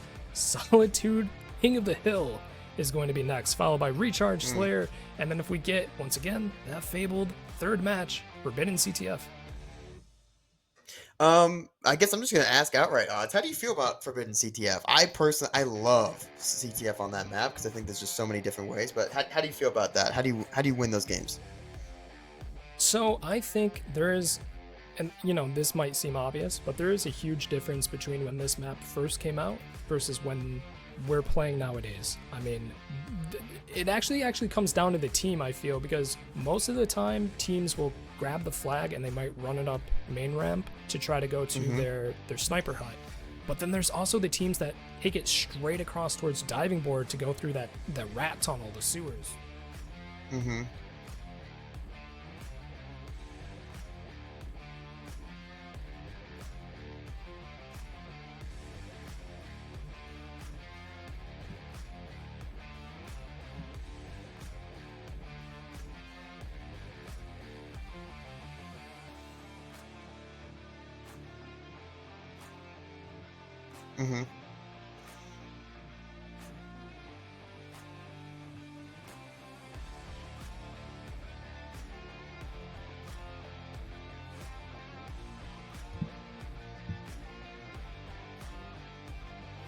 Yeah, and I always like to go in the rat tunnel. I'm a little ratty player. I like to go underneath. But starting off here too with Solitude Koth, another newer map into the rotation. And this one is all about scrap to me. And here we go. Moving on board with Nikki Nobody looking to fight Ubenik off the camo. Camo staying alive. Ubenik just staying in top mid, not showing himself just yet as Nikki gets back smacked by Clammy Hands. No one's really got time on the hill yet. It's going to be a scrappy just trying to slay out, and it looks like Ubenek's got camo on the hill, taking Delta Echo, our resident HFT codecaster, playing the tournament as he's with Nikki up on the light rifle. Yeah, and as a heads up too, I think the names are swapped in the overlay, so I think Hardstuck is the Clammies, and Platinum Clammies. is Toby McFatduck and team. So as a heads up, those are swapped right now. Speaking of Clammy, he's getting the kill on Delta Echo as Upanek is getting the kill on a Tubby McFatDuck. As all 4 members of each team are up, but still hard stuck about halfway through this hill. Alien, fantastic assist on a high key chaos. Upanek taking out Nicky Nobody, and it looks like Hardstuck is just running away with this first hill. Yeah, and once again, they're flying at spawns. We saw this in the last series too, but turning 2 kills into 4 kills into a spawn wipe, just knowing where they're going to be and getting themselves in a position to make plays. Good plays by Clammy. Clammy could stay in that hill and just try to force a little bit more time, but Clammy's touching the hill, getting out of the hill, because if he touches in the hill, the other team knows somebody's there, so they're going to look to get shots on him to kind of get him out. But then he just instantly rotates out of the hill and catches them off guard. And just like that, I think 2 or 3 members of their team went down. Alien onto Tubby McFatDuck, as it looks like their team is split, and Hardstuck up with the first point. Yeah, almost uncontested in that first hill. And so much of this too is how Hardstuck likes to play this game. I just happen to know, Clammy and OG are going to flank every time they can, and that makes it harder for the other team to find him out. And Clammy does a great job of juggling what he needs to do at the right times. Definitely with some good heads-up plays that kind of keeps your team into it as Tubby McFatDuck is taken down in the bottom mid. Ubanek coming back to the hill to help his teammate out, who gets taken down. Nicky Nobody with the kill, but Delta going down, getting shot in the back by Ubanek, but has help. And just like that, without a single point on the board from Platinum Passion, Hardstuck is about to go up 2-0 in this match. Yeah, and with the hill placement in Solitude, getting the first 2 hills at the same time is so nice, because then you're already pretty well set up for this third hill. You're seeing, like, it's not that far, so if you get the right spawns, you can try to carry that momentum. This third hill is probably would be the hardest, because you're in a small little section where there's not too many places to go, which makes you still a threat on the map. Like, what are you gonna do? Drop down towards truck or go back up towards cafe? Like, you're blocking off your line of sight to kind of shoot back at people. Ubanek up on the top goal, getting the kill on the high key chaos. He gets that perfect killing spree, and he's gonna lock down light rifle, but Nicky Nobody is gonna get the cleanup. Yes, they do. Nicky and Delta going up in the top gold. Alien holding it down, and already Hardstuck halfway up on the point. Yep, and then we're seeing Nicky try to get out of garden here, or yard as you want to call it, and finally has some help, but that's a hard push to do on your own. I think if you're Platinum Passion, moving through cafe is not helping you here. I think they have to kind of swing to the other side of the map, but they are lucky. They're getting spawns on this last hill. Clammy Hand's already coming up in the back tram side. Did Nicky see Clammy? No, Nicky did not see Clammy doing a kind of desperate grenade, but Clammy has to get backed off here. Nicky's gonna get their health back. Alien with the 1v1. Oh, there's the piv. And that's that loop fight is so weird in terms of angles. That it's just, I think the best way to do that is a 2v1. But here we go, Hardstuck again on the hill right away. Repeat of the last 3 right now. Delta on the Ubanek, another member goes down. 2 members down for Platinum Passion as they get the kill on the Alien in the bottom mid. 2 members down for Hardstuck. This might be a chance for Platinum Passion. If they can get the spawns, they can keep Hardstuck on the back foot here as Risky is soloing in the hill. Tubby McFatDuck, did you see the person top mid? Did he call it out? He might have, but look at him. He's going solo behind Ubanek. Just shoot Ubanek. He's one shot. Get the kill. Oh, he gets it. OG Alien is alone against Delta Echo's High Key Chaos. Is also coming through loop side. Tubby McFatDuck getting in the hill. Perfect play by Platinum Passion. They had 1 person pushing through yard and then 2 people pushing on the loop side and kind of just tightened the noose on the Hardstuck roster and are getting points on the board. And then also force them all here to spawn bottom mid, which is, I think, the hardest way to push into that too. Just so much open space for them to get picked off before they get in here. But Risky with a great grenade, and now they're kind of back into 1v1 fighting, so not as utilized as I'd like it to be. Tubby, I love that play. I love that aggression, but Clammy just kind of sniffed it out, knew that, okay, the only place he's really going to push me from is the tram side as Clammy gets the kill onto High Key Chaos. Hardstuck. The score is a little bit going in the favor of Hardstuck on this hill specifically as Clammy falls down. 2 members of Hardstuck in the yard, actually 3 members are on the hill here. Tubby alone pushing in, trying to get the cleanup kill on Ubanek, gets the one but gets taken down by Risky. Yep, and I think that's exactly why they wanted to double stack that hill, or triple stack that hill, is at the very end, you just need that time. So 1 might go down, 2 might go down, but as long as the clock keeps ticking, you win 4-0. Fantastic plays by Hardstuck there. They were kind of utilizing their slaying potential with staying in the hill. They had one guy coming in and out, but then when they got the kills, when they were 2 or 3 kills up, one guy who was next to the hill kind of rotating out like we saw in the beginning with that bottom mid hill, instantly went back in and was just capitalizing on as much hill time as possible. So really great plays by Hardstuck. Yeah, and we know that team too. I guess just the personal experience. I know that team on COD is always going to be looking for those flank routes, and I think to me that's the best way to have success on King of the Hill. Is not necessarily looking at where the hill is, but where you can pick people off as they go towards it. So well positioned for a good 4-0 there, just based off of play style and map style. But Slayer Recharge, a little different, just a little different. Little different because it's a little bit longer range. You have a little bit more open of the map, so even if Hardstuck can get the kills on a Platinum Passion are going to be spawning pretty far away on the other side. So that's going to give them a little bit more leeway, a little bit more wiggle room to get members up and start pushing as a team. And that's what I want to see out of this Platinum Passion. I want to see them, they were kind of doing it a little bit, but it seems like they were kind of going 1 for 1 on these kills and just going for hard trades. You can't really do that in Slayer until, I mean, trades in Slayer are great, but if you're just pushing one guy at a time, it's not sustainable. So I want to see Platinum maybe stick to, like, hold one side of the map. They don't need to push out. They don't need to get aggressive and push, like, power positions to kind of dislodge Hardstuck. I want to see them kind of just hunker down, get team shots together, and just rack up the kills. Let them come to you in a sense, but also control the camo in the bottom mid. I think camo is going to be a huge factor to this game.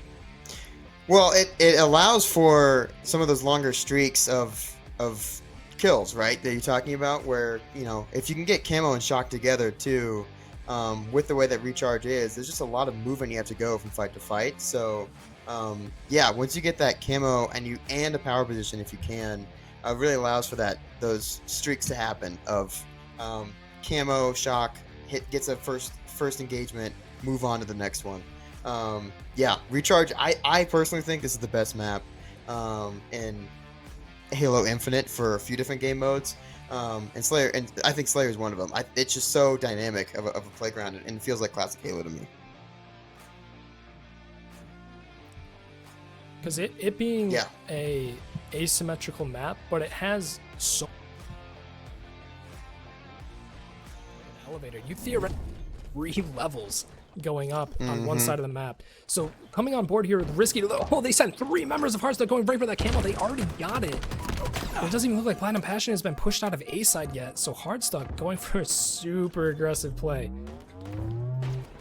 Yeah, and I don't think Passion went too far past A, and they went into pipes. So, you know, on one side of fight for camo, easily came away with it is Ubanik, and now they're going towards that C fight. Looks like Platinum Passion's going to try to fight in control here. Already Platinum Passion going 4 members towards tower side. Delta getting picked up by OGL, and Ubanek has the shock rifle on the Tubby McFacto. Do they? No, they don't see the member in the backside. Nikki, can you get the double? No, you can't. Risky taking down Nikki Nobody. But it looks like most of Hardstuck are spawning in the seaside, so now Platinum Passion spawning in the gold as Clammy Hands going in for the solo dolo run. Yeah, and, you know, classic clamming move. Because he's gonna go in there and they're just gonna rat for a while. And here we go. And now his teammates are here, and gonna be a big fight here on Gold Steps. Just making sure they can't get their shields There back. it You is. see that? Yeah, High Key Chaos pretty much was one shot. Delta Echo was one shot trying to play his life into gold stairs. Risky spawning his teammates into top gold. And already we're kind of seeing a repeat of the last 2 Slayers that we've seen in this, the last couple series, where they're just keeping on the gas pedal. Just the moment kills go down, you don't even wait. You just push into the team spawn, try to keep them on the back foot. And then we're seeing it right now. Tubby McFatduck is alone in bottom A, doesn't have any help from the tower side. It looks like one member of Hardstuck in the top tower, kind of slowing him down while Risky comes in, maybe getting the kill onto him. No, those are trades. Good kill. Great job by High Key there, getting a 1.5 for a 1, right? If you can get a kill and shields down before you go down, makes it so much easier for your team to try to clean up some of that mess. I like this play from Nikki. Nikki sitting up into attic, looking through glass, saying, okay, there's somebody on the elevator door there, bottom A, OG Alien getting taken down by Delta Echo, but oh, the grenade from down. Nikki Nobody and Tubby getting taken down by the Camouflage, who's now up, and it looks like Delta and his teammate, do they know Camo's here? Where did Camo go? I think Camo backed off towards C. Ski and Clammy into gold. And this is going to be nice job by Delta getting damage on both those people, but with no teammates there, no trades come in, and I just get free gold for Hardstuck for that fight. So great damage, but just didn't lead to the actual members down. Damage is good, but if you don't have somebody to clean it up, it's like you never did it at all, because they're just going to get their shields back. We see Nikki Nobody going on to Clammy. Now, ooh, I like that Shroud play. Kind of cutting off the front tower, but it looks like it doesn't matter, because Hardstuck is pushing in through long. Clammy hands up on a secret. Nice. Hikey Chaos on the Risky. Good live. See, oh, I think we just saw a body punch there. Oh boy. Nikki. Onto Ubanek. Ubanek has a shot. Oh, Ubanek gets the kill. Oh my god. Hikey trying to kill Ubanek. He got it. Hikey has been doing a great job in this backseat fight, just staying alive, and you can see how powerful that is, especially in Slayer. Even if you're not doing damage, even if you're just staying, out of sight, 2 seconds out of the fight is a lot bigger than 10 seconds out of the fight. So doing a great job of just keeping that alive as long as he could, and he got a few kills out of it. Playing your life is probably the most important part of Halo. That is one concept that is easy to hear about. I'm not going to say easy to learn or hard to master or anything like that. People will say play your life, but not a lot of people understand what that means. I think we just got a fantastic description of it in that back tram side, or the back recharge side, as Clammy Hands gets a kill onto Tubby McFattuck. Risky pushing into bottom A. Sees Hikey Chaos up on top of Heaven. Ubanek getting taken down, but he gets the trade on him. Risky getting taken down by Delta Echo. Delta Echo getting the teabag in. There it is. You'll love to see it. Yeah, from across the pond. Teabag is appropriate for Delta's country of origin, and we are moving along still with Delta, who's doing a great job. And can he get a 1.5 there? He stays alive. Wow, that's great job. And that's why that melee is so important. I was gonna say, even through the broadcast, I could see the hints of a camo on Dorito there. Ubanek staying alive on top A. He drops down. No way! Trying to reload. He gets that melee on him. Nikki Nobody trying to chase the kill down. Ubanek already has shields back, so Nikki Nobody's gonna have to get the full kill here. Sitting in bottom tram. Is Hardstuck gonna come to help him? Ubanek backs out. I think they kind of just left Nikki Nobody here in bottom elevator, as it looks like they're are they looking towards Nikki? Is Nikki gonna stay alive? No. Risky takes down, or one of them took him down. There you go. Yeah. Yes, the counter teabag. We love to see it. Yeah, does not need encouragement to make that happen. And that was a huge A clear. They just took all of it out, and now they're in a good spot for these upcoming engagements. And looks like they went high ground immediately. So they're in gold. They're in top elevator. And Hardstuck is now trying to. I guess they didn't even push the spawns at all, actually. To me, that's why they kind of backed up after that win. They're staying together, which is a good sign, but I wonder if they're kind of trying to formulate a plan, saying, okay, this is where we're going to go, this is what we want to do, or if they're just kind of holding their angles until Camo comes up, and it looks like that is right. Delta just going straight down for Camo, fighting Clammy Hands on Trippy Box. He gets the camouflage, fantastic. Even if he goes down, that is a huge power equipment out. Risky with a kill on Nikki Nobody, as Ubanek is sitting back into pipes, getting the shots. On to Hikey Chaos, and just like that, Hardstuck only needs 4 kills, maybe make it 3. Yes, and make Camo it 3. out. Wow. And Ubinek's having an incredible game. 17-4 in Slayer is what you want to see. That's wow. Yeah, that's dominance. 18-4 now. He's making Recharge his playground. Unimpassioned. Get the 4 kills before they get the 2. Caster Chris, I can't say it. I want them to not get stationed just like that. Double kill, killing spree coming out of Ubanek. 50-26, going in favor of Hardstuck for this series. Yeah, wow. Yeah, 20-4 is an incredible stat line, and that's a nice clean 2-0 there on Solitude and a Recharge Slayer. Great job by Hardstuck after a brutal first round, moving through the losers bracket here. And stuff made of Legends? Can we see a carbon run out of them? Do they have it in them to go all the way? And I think they might. They're Ubenek with that shock rifle. A lot of double kills, 1v1s coming out where they were winning, being shots down. So I think Hardstuck still has some game left in them. They want to make this losers bracket run and make it interesting, and I think they got it in them. As you see here, Solitude King of the Hill ended up 4-0. Slayer Recharge, as you just saw, 50-26, and I think that makes Platinum Passion out of the tournament. Yes, yeah, one of our first double eliminated teams, which we do appreciate the passion always.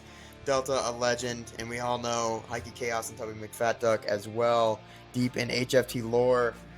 Shout out Tubby McFatduck with the longest stream record in HFT. I don't remember if it was a month, but it was close to it. Unfortunately, his stream record today was not as long, but we appreciate everything they bring to this community. We see there Ubenek had a 20 bomb in that match. He had quite the high KDA, had the highest life, and I think Ubenek, like I said, I was giving props to his shock rifle kills. He was just licking it there on the bottom tower over towards Recharge or Hydro side. So fantastic plays out of him. He was the MVP, I would almost say, for sure. No, I As we think see, 20 Ubenek kills is and the 4 MVP of the deaths. series. Yeah, that's the MVP I give that to for him. sure. I give him a clap. Well, Very good, I Ubenek. know Very for, good. I cannot give it to OG. Just, there's some personal beef there. So the options are either Clammy, Ubenek, or Risky, and 20 bomb guarantees it. You got to. I've done a 20 bomb a few times in Slayer, but only on the D side, never on the K side. So I appreciate that he flopped those. I've done a 420, 4 kills, 20 deaths, but that's not as great in Halo as a 20 and 4. Yeah, it's respectable. Memes aside, 4 and 20 is not the worst. I mean, you hop into a social match and you got kids going 0 and 50. I mean, is 4 and 20 even really that bad? No, you got kills on the board. It's fine. But anyway, Well, that rounds off that match. I think from that, what I did, and this is a single-handed crusade, but I made it happen, is I took Catalyst out of the running. I died at least 15 times every time I played ranked Catalyst Slayer. Something about that map just made me, I don't know, I fell in those chasms. I ever Palpatine myself so many times on Catalyst that I just told Tashi, you can't have it in here anymore. I can't do it. So that's how we get some of those new Slayer, fresh maps, and I'm not going to apologize for it. You're welcome. You're welcome. No, you're doing this the world a service, especially when you got the direct line to Tashi and you're like, hey man, listen, this ain't working out. You got to do something, and it takes a little bit. He doesn't like to listen to the words coming out of our mouths sometimes, but I think that one got through. So thank you so much. You are a saint. Thank you. And it took me 2 games to make this broadcast about me and how great I am, so I appreciate my... I kind of held back a little bit, but we're finally in there, which is great. It's natural. It just comes forward. So effortless. I am so frustrated because I really want to see Forbidden CTF in this at some point. I think that is such a fun game type to watch, partially just because those 2 maps so gloomy. You can see the UNSC try to fight through Solitude and fight through Recharge. Not fun, but Forbidden, it's sunny, it's outside, there's plants, Having a good time. I don't know. Yeah. Having a good time. Delta Halo vibes. Delta Halo. Oh, man. Those were the Well, days. good job, Hardstuck. Yes, fantastic Hardstuck, keeping alive in the losers' run of their life here. Again, Ubenek definitely staying on top of the team. I've said this from last tournaments, and I haven't really focused on it much this time around, but last tournament I was thinking, who is being the shot caller? Who's kind of being the team leader? Who's taking it upon themselves? Because we can't do a listen in. We don't have the Astro listen in, unfortunately, but we can kind of make some assumptions here that somebody on the team's got to be making the calls, got to be kind of saying, all right, this is what we're doing. Maybe not, being a royal behind the mic, but I would hope that somebody is directing these teams, and I think they are, because when we see, especially on these Slayer matches, like I said, where they're getting the kills and they're instantly turning around and the teams are converging onto one point, and I do think that somebody's definitely taking control of these teams, which you love to see. It just makes the competition so much better, so much more enjoyable to watch instead of just people running around punching each other to death. Well, Oz, when you were competing, were you IGL, or when you were in these tournaments, were you doing IGL for your team? I was. Okay, yeah. So it how would was- you like? Some of it, I feel like you can be a little passive about that, especially if you have teammates that are really proactive with where they're going to go, and some of that is kind of you coordinating some of those, like that push. But the other side of that is there's teams that work too, where a lot of it is hearing the call from one person and everyone like flows with that. So there's a few different ways to do it. But when you were IGLing, did you like a more like active role and making calls, making shots all the time, or did you like more of a coordination role and just making sure people in the right spot to support each other? So I would actually do it both ways. In the beginning, like in the pregame before the game started, when we're kind of like, all right, match is about to start, we're getting in the zone, I would just do a general idea. I would say, all right, where are we going? People would say, I'm going here, I'm going here. I say, okay, when we make the first opening play of the match, let's look towards this. I would kind of just put a general framework, a general idea of what we're going to do, and then kind of adapt on the fly. And like you were saying, it comes from like a big overview into tactical on-the-fly decision-making. So, I would let people play their game. We would all make call-outs. We would react to it. But then I would identify situations where I say, okay, like when I was teaming with Bud, I'm like, Bud, you're on shock rifle. You're on C-plat of Solitude. Like, I'm looking at you going towards posters. Push that. So when you get every IGL is different, but I kind of liked playing it a bit like chess. I would give the general idea of the flow of the match, but then I would also take the individual players on a frame by frame basis and say, okay, this is our next move. Kind of keep people on the same page, so we're not just getting into this passive mindset of I'm playing my own game, I'm calling somebody out, and I hope my teammates respond. And I hope their game revolves around that. It's like, yeah, you're going to get some of that, but at the same time, I want to keep people on track. I want to keep them moving, flowing with the plan, keeping us together. And I think it worked out pretty well for us.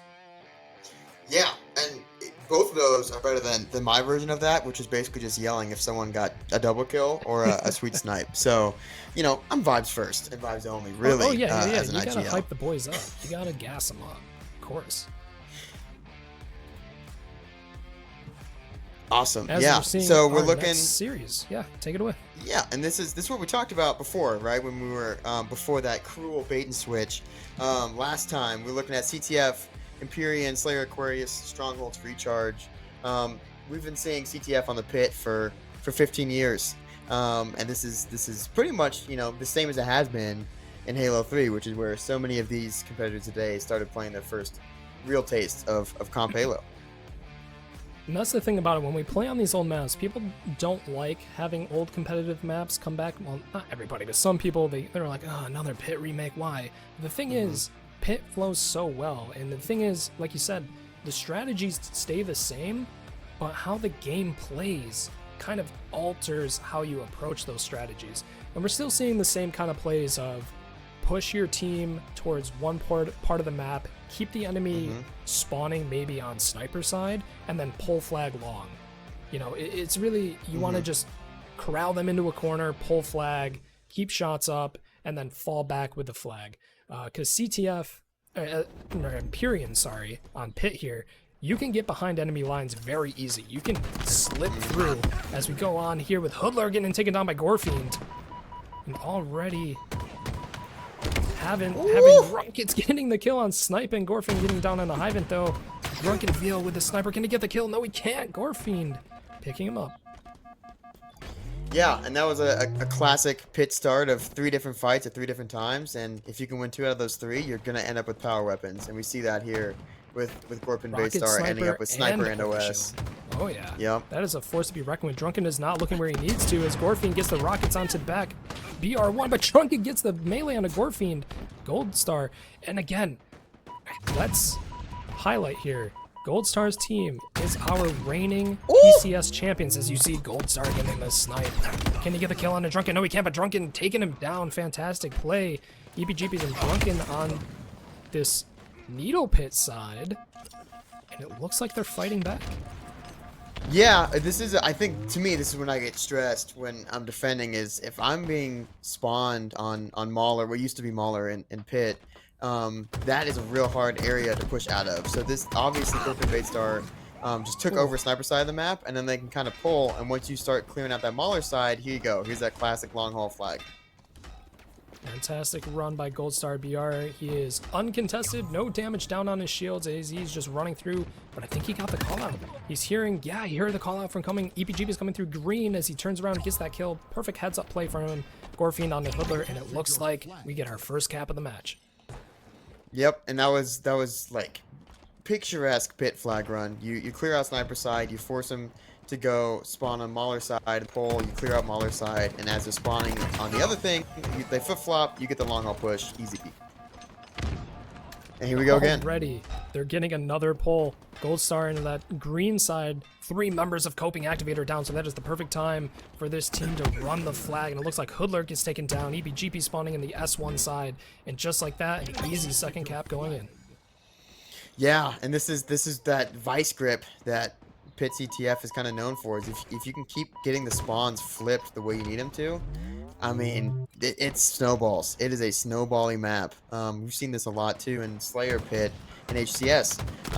You know, if you get the spawns you need, it's all about spawn control. So, real easy second cap. We're seeing here the teams are pretty scrappy. Coping Activate is on the back foot here, but they're able to get a few kills. But you see the moment that 3 or 4 members of Coping Activate go down, Gold Star's team is already pulling flag. And it looks like Coping Activate can't even get any damage on the flag as they're running it. This might be the 3rd cap already. 2 members sitting up on the training side, and Gorfiend puts it in. 3-0 victory. Gold Star over Coping Activate. Yeah, you know, Oz, what are we even saying when I'm watching games and I'm just thinking these guys are just so much better than me. I have no idea. I have no idea how I would fare in that same situation. That was just clinical. Clinical. So, you know, I can't give you too much analysis or backup there. Just looked really cool, and they did a really good job. Yeah, the cool factor is definitely there. I mean, like you said, it's clinical. They knew what to do. They were pushing most of their members through long and green side, getting the kills. They were kind of forcing Coping to spawn on Mauler side, and then we get the 2 to 3 free kills and then pull flag towards long. Every single time they pulled flag long. And like I was saying, Coping couldn't really counterattack. They weren't getting any shots on flag, which it's tough. If you get put into this spawning blender where they're just pulling flag against you, some teams would say, okay, well, let's push towards Pit side. Let's push towards Plat. Let's try to get some kills. Even if they cap, we can start doing a counter push.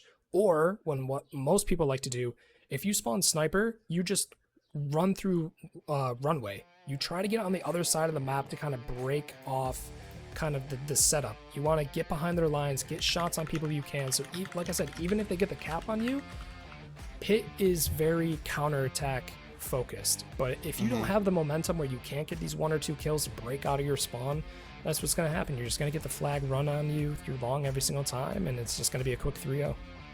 Yeah, I mean, even just looking at that damage, it wasn't that different from looking at the score and how quick that game went. The difference is, you know, the damage that was finished for CTF, once you get the Pit run, they got the exact kills they needed. So if you can get the people who are on the farthest line of defense out of there and just time those kills right, it becomes a real easy flag run, because once you get past that halfway point long haul, really hard to contest if no one's already on the other side of the map. Exactly. Coming into the second match, it is Aquarius Slayer, and I think we might see a little bit more of the same of Gold Star's team. I'm going to suspect they're going to push most people towards one side. I mean, it is Slayer, so the spawns can get a little wacky because, you know, you're not held down by CTF spawning rules. Already Gold Star, no, it looks like Coping Activate. Drunken went for the overshield, but got taken down. Hyven getting taken down from the guy behind him and outvading Gold Star. And already 3 members down for Coping Activate, and Gold Star has overshield and Heatwave. Yeah, you know, in my head, Halo's a kind of a simple game, and we're seeing this stream out the same way every time, where it seems like on Slayer, the people that get the power weapons and power tools the most often will have a really easy time of it. And you saw Gold Star using the OS and the Heatwave immediately. You to get both. Heatwave is the power weapon on Aquarius right now, so just using both to great effect here. A little bit of overshield left. He runs into the util side, gets the kill on the EPGPs as 2 other members of Coping Activate go down. And I think if you're Coping Activate, if you spawn, you have to get together. You have to get an idea of where are we looking, because they're just kind of getting picked off. We've seen time and time again. One member, Hoodler, in the 1v1 with the Gold Star. Can he get it? No, he can't, because his teammate's coming in. But Drunken Veal gets the trade. But as I was saying, they're kind of just getting shot in the side. They're getting shot in the back. They're not looking where they need to. They're not pushing where they need to. And Gold Star's team is just kind of running them over here as we get another spawn flip. Yeah, and it's kind of the same thing too as we just saw in Empyrean. It's just a little bit of a smaller arena, but Aquarius is the same thing.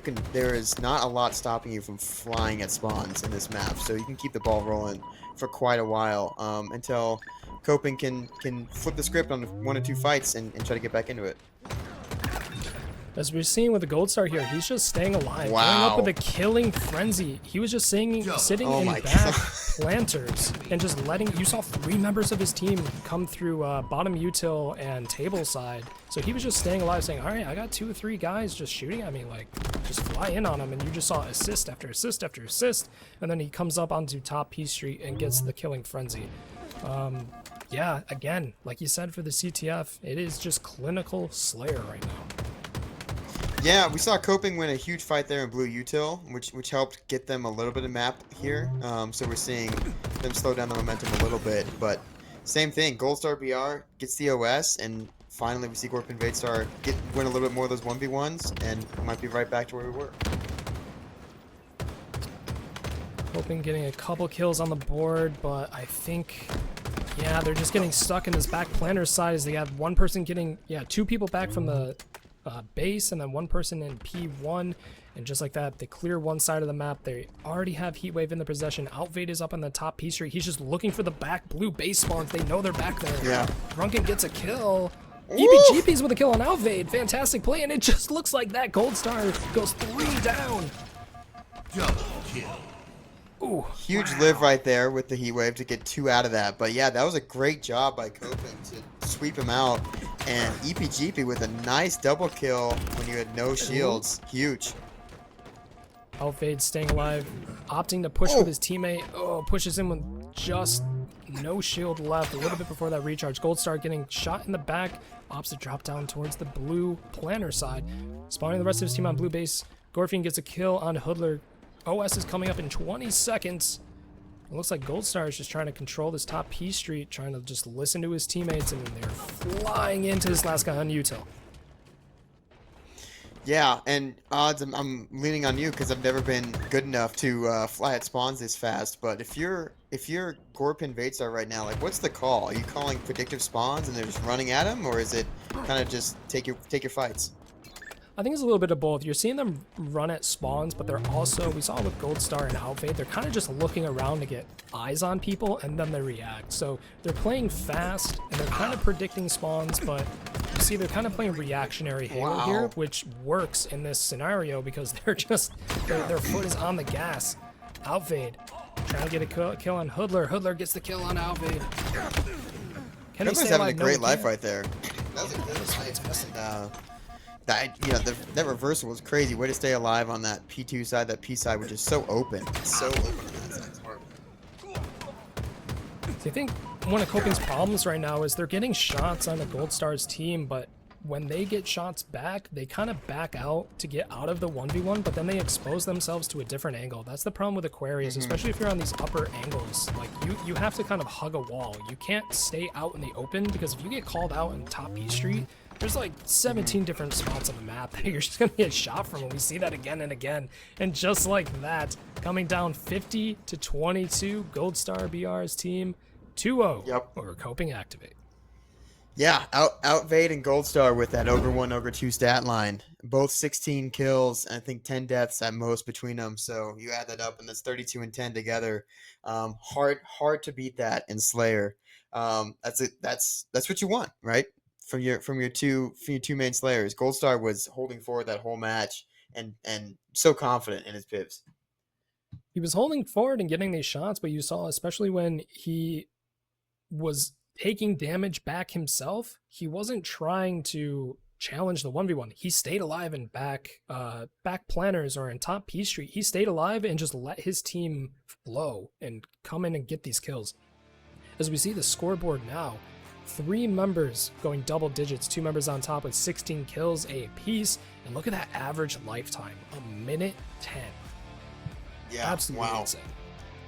Yeah, and if I ever get anywhere near 72% accuracy in any sort of ranked Halo game, it's because I'm on the Ultimate Alt account. Like, I will never get anywhere near that. Almost 73, yeah, that's crazy. Yeah, that is wild. Great job there. It was clinical CT up and out. That was clinical Aquarius Slayer. They had the momentum. They kept it up. They were staying alive. Aquarius is pretty easy to stay alive with the amount of angles there are. It gets a little weird, but like I was saying, Coping Activate, they would try to stay alive, but then they would expose themselves to a different angle that Gold Star's team was just already holding. They were listening to callouts perfectly. If one guy was up on P2 and he was trying to stay alive, he would rotate out from the fight on planters, but then just get shot from the util bridge side. So not much you can do there. Unfortunate for Coping Activate, but fantastic match for Gold Star's team. Yeah, I would be remiss if I didn't use my one and maybe only time on Mike to say that Aquarius is really the only midship-esque map I've ever liked in Halo. So I'm gonna get flamed for that, but that's the midship staple, right? Is there are no safe spots. There's angles everywhere, and yeah, you need to really, if you're gonna try to rat and people are pushing on you, you gotta group up in one spot that you know they can't see you. Some spots, maybe that's base, maybe that's back P1, maybe that's a util, but you're gonna get, if you're anywhere else, there's eyes on you, and it's real hard to get out of that because those crossers, if you're coming into every fight with half shields, hard to win. Hard to win. You're just going to get taken down by the guy who's full shield, or you're already putting yourself in a position where you're just going to get team shot. So fantastic way of playing Aquarius, and like you said, it is kind of similar to midship actually. There's a lot of like sharp angles, but the thing is, it's so open. You can see pretty much across the map, so it's hard to hide unless you're already in the position where you can, like in the back base or planner side, but you're just going to get naded out. So fantastic Aquarius Slayer match. It was textbook. Let's just say that. Yeah, Gold Star is just fun to watch, man. I mean, I've seen him in NHCS streams too, so I'm glad he's gracing his presence with the HFT streams. And it's fun to watch him shoot his gun. It truly is a Gold Star BR, and that's a delight with Slayer. That's the whole thing. So they are the reigning great champions matches. currently. That's They right. are. Reigning They're champs. the #1 team. So, and they showed it in this 2-0. They showed why they're in the running to defend their title, defend that belt, the coveted HFT champion. That's But- right. And still in still in the winners bracket, so they have an inside track. Just breezing through. It's just a nice breezy summer day. Nice little Saturday. Just another day playing Halo, Alright. you know? Just another fun day playing Halo for Halo fun time.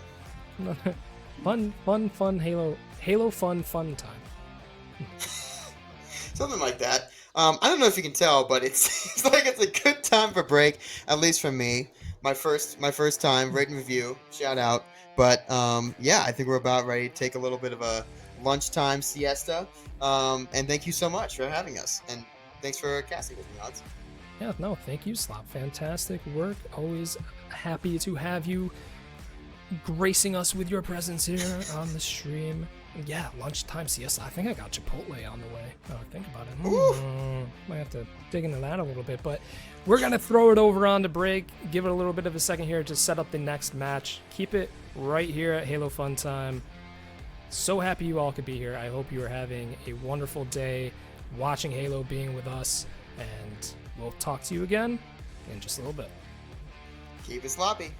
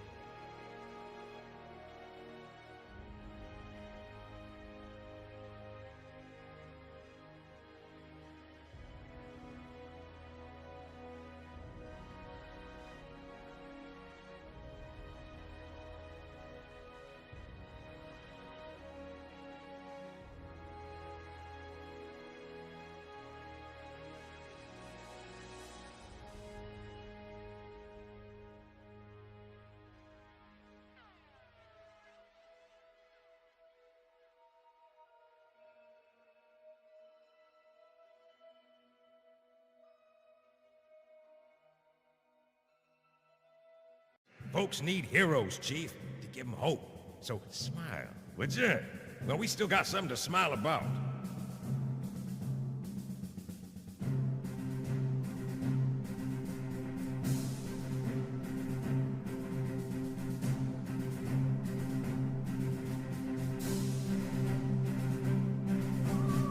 They let me pick. Did I ever tell you that? Choose whichever Spartan I wanted.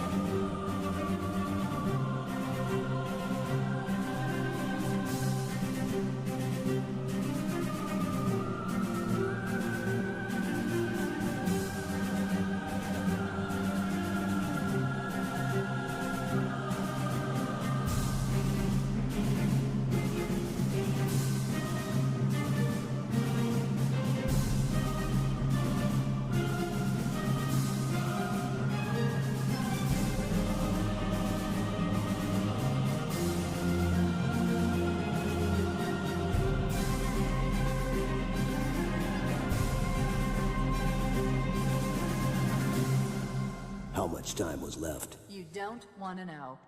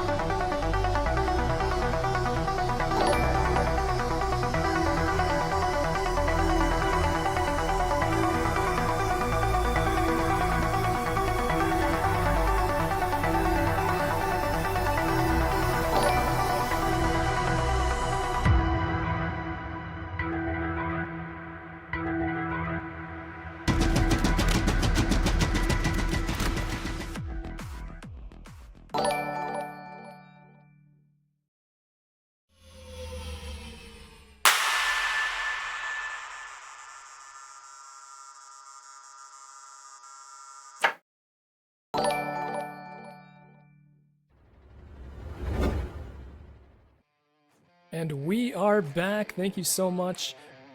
As you can see, we like to keep things fresh. We like to keep things entertaining. As you can see off to my side here, we have the one, the only, you've probably recognized him before, Delta. Yeah, hey, I'm looking forward to getting a game or two in here, you know? And this winner's final is going to be a hell of a one to cast with the odds. Always a pleasure, of course. Yeah, and coming in, we're going to see SWAT White versus Gorpin Vadestar. The rematch from the grand finals, as you told me just before we went live, and we're kicking off on Forbidden CTF. Coming right in with Sniper here, he's going up main ramp. Might have teammates behind him. Anthrax, he has one team with him, already going for that overshield as fast as they can. They're getting the first kills. Higgins not looking towards the right way. Anthrax almost getting that triple kill, but 3 go down. But oh, another member goes. There's only 1v1. Luffy versus Outfade. OS is still down. Just gonna play for it. The sniper's watching over. Oh, here he Oh, he gets the perfect. Unlucky. Yeah, but he goes down, and Luffy there was in a position, but oh, sorry, that was Thumpy. My bad. Was in a position to maybe capitalize, but that overshield is now in the chest of Gorfine, and that is not someone you want to see coming at you with a white old shield, because he has been putting it down so far this tournament. Putting in absolute work, absolute work. As he's missing the shot on the top mid, he does have a teammate with him here in top ramp. It looks like they're just trying to play for picks. 2 members of SWAT White are down. 1 comes up, and it looks like they're trying to make a setup here. A little bit of SWAT White is spawning on the backside of the base, while Goldstar is getting a kill onto Higgin. Gorfine's just looking to pick somebody off here to open up the potential for a capture. As Luffy goes down. Yeah, but they're like, where is everyone, right? And they're starting to run the flag, but the problem is all of them have gone sewers and completely were unknown by all members of Gorpin Vadestar as they just completely wipe the other team. Oh my god, that's just a fantastic play there from SWAT White. I saw them running down sewer, and I was like, how is this going to play out? Well, they've shown me just how, and yeah, they're already on the track, going up their ramp with the flag, and yeah, Luffy here now, just doing work, making sure his body can nice and clean. He gets, but a grenade takes him out, and this is a problem now. Oh, what a snipe. When it's so close, there's going to be so much desperation in the air, and a great snipe from Outfade, and this could be a very back-breaking moment here for SWAT White as the flag gets on the move now for Gorpin Vadestar with the goal line stand by Outfade. We're seeing some absolutely cracked sniper plays this tournament. I think every single time we've gone on board with somebody having a sniper, they're just hitting amazing shots. And yeah, SWAT White, they were able to pull that flag all the way back. They had 4 people down on Goldstar's team. They brought that flag all the way to the cap, but got stopped at the fucking last second there. As Anthrax is trying to stay alive on S7 sniper. They're trying to get it in. Thumpy with the shots on from Hut. And can he get it? Yes. Can we get our first cap? Yes, we do. Man, that was fantastic work. And, you know, like, with such a great opening, SWAT White is going to be kicking themselves because they were in a great position there, wiped the entire team. But it looks like Forbidden's kind of shaken out to be one of those where you need 1.5 rounds of slays before you start getting that flag into the base. So we now have 3 members down of SWAT White. Another one come up Outfade with a sniper in his hands again. Has to reload 4 bullets in the chamber. 1 full mag. He's making sure nobody's going to be on his bottom snipe dashboards. Oh, he gets stuck by the guy sitting in the corner. The Luffy gets taken down. Oh, yeah, no, he was going for the sniper. Okay, I thought he was going for a bit of corpse love there. But unfortunately, no, it does get taken out. And things have kind of reset a little bit. But Gorfine now, just around the back of his base, looking to kind of dissuade any pushers here, but Anthrax is able to get him. Hygan is not going to be able to provide too much support for a couple of seconds here, and Thumpy now, already the first player falls, and Thumpy is running down sewers. The only problem now is that they are down. Higgin was in a perfect spot. This is what I was saying with Slop. When on this map, you want to have one guy sitting up on the hut bridge, especially where Higgin was with that sniper. When they pulled flag, the guy who was right behind the flag carrier, he wasn't shooting flag. He was stuck looking at the sniper on the hut side because he knows if he looked away and didn't get shots on that sniper to descope, he was going to catch a bullet to the mouth. And they were able to get that flag run pretty far here as Goldstar is staying alive in top mid. Luffy with a teammate back on bottom. Gets taken down. Goldstar looking to just keep control of top mid, but he's getting shot in the back. Thumpy now getting shot by Gorfian. This is just a scrappy 1-to-1 match. I think no team is really getting any headway here to take enough people down to get a potential flag run as Sniping gets in a 1v1 with Anthrax. Anthrax not picking up, both kind of just opting to back out. I was just going to say, Sniping did a brilliant job of surviving there. Unfortunately, he is taken out with the grenade, but yeah, wow. Great analysis there, Odds. Yeah, definitely things are shaking out quite well here, because we saw a fast cap from both sides. One was a counter, and one was a full-on just team-wide push, right? So we're seeing all kinds of stuff here from both teams. And yeah, we'll see now who's able to take those first few steps over the 50-yard line. I want to bring your attention, look at the kill feed right now, or look at the kill numbers. Both teams are pretty much even though you would say obviously it's 1-to-1, and it looks like we had a tie. Somebody might have lagged out here. I believe somebody has crashed, but luckily it's a 1-1, so... But yeah, as I was saying, if you looked at the kill feed there, even though it was 1-to-1 on flag caps, it was also pretty much 1-to-1 on kills. So both teams are just being scrappy back and forth. It doesn't look like one team really had an advantage over the other. We were seeing phenomenal plays with a sniper. OS was being used to its best potential. Cleanups were there. Team shots were on point. Positioning was on point, especially with Higgin with that sniper rifle up on top hut. Covering, I think it was Anthrax pulling the flag down towards sewer side. That's exactly how you want to play this map. Oh, definitely. And you know what? These two teams are not disappointing. Coming into this game, like, I think all the viewers here, you know, there have been a few squash matches, but that's okay early on in a tournament like this, you know? And I wouldn't know much about it, but, you know, I heard there were some others that maybe lost on stream, pretty heavily, but, you know... Who would that be? I'm not sure. I have no idea. But, you know... we persevere, and these two teams, I mean, they're very high class opponents here, and yeah, as I say, I wouldn't be surprised to see these guys in the grand final again, you know. But you know, there are a couple of teams coming through the losers bracket who might have a good shout in on it, so you know, we'll see now which of these two teams is gonna drop to lowers. And yeah, I mean, from what we've seen so far, it just looks like it's gonna be an absolute banger of a series. If I had to guess, we might actually go down to overtime, and I hope we do go down to overtime in CTF, because especially with we have the reigning champions versus the team that they beat, so the second place team of the last tournament. So the good thing about them coming to a head, kind of not near in the grand finals, but coming to a head at this point, if one team gets knocked down, that's just going to set a fire in them to where if they do see them in the grand finals, that's just a better storyline all over, you know? It's going to be that redemption arc. Can they come back from the losers bracket run, whoever gets dropped here, to take it all? And I think it's going to, like you said, it's going to be an absolutely fantastic match. It's going to be a fantastic series, and when we get down to it, I think it's going to just be fantastic rivalry. Yeah, no, definitely. And, you know, I'm glad to see... Okay, both teams will need 2 points to win now. So we are going to take the 1-1 into account as we reset, as we were pretty deep in that game. So it makes absolute sense here that they will want to kind of keep the max score down a bit here. If the thing is, coming into this one, I'm going to say if you're Gorpin Vadestar, after that first stop that they were able to get after getting wiped and get that counter cap off, like, they're going to be the ones who are feeling maybe just a little bit hotter. Oh, what a snipe! Double kill from Outfade!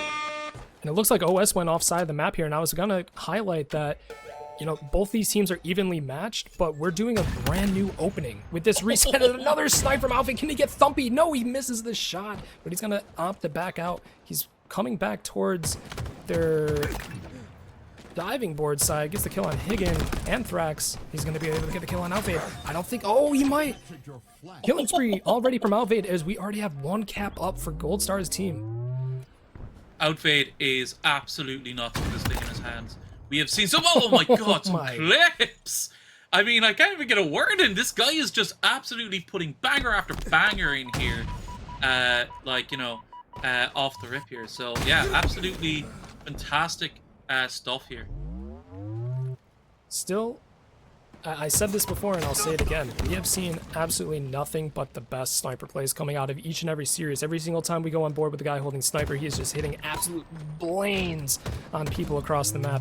As we're running on board with Outvade here, one member going down on each side of the team. Outvade up on his hut side. Has Gorfin off on to his left, but I think he's going to listen to the call out on their courtyard as Luffy is stuck, gets naded out. Higgin with a kill on Gold Star BR. And just like that, both teams just going hit for hit.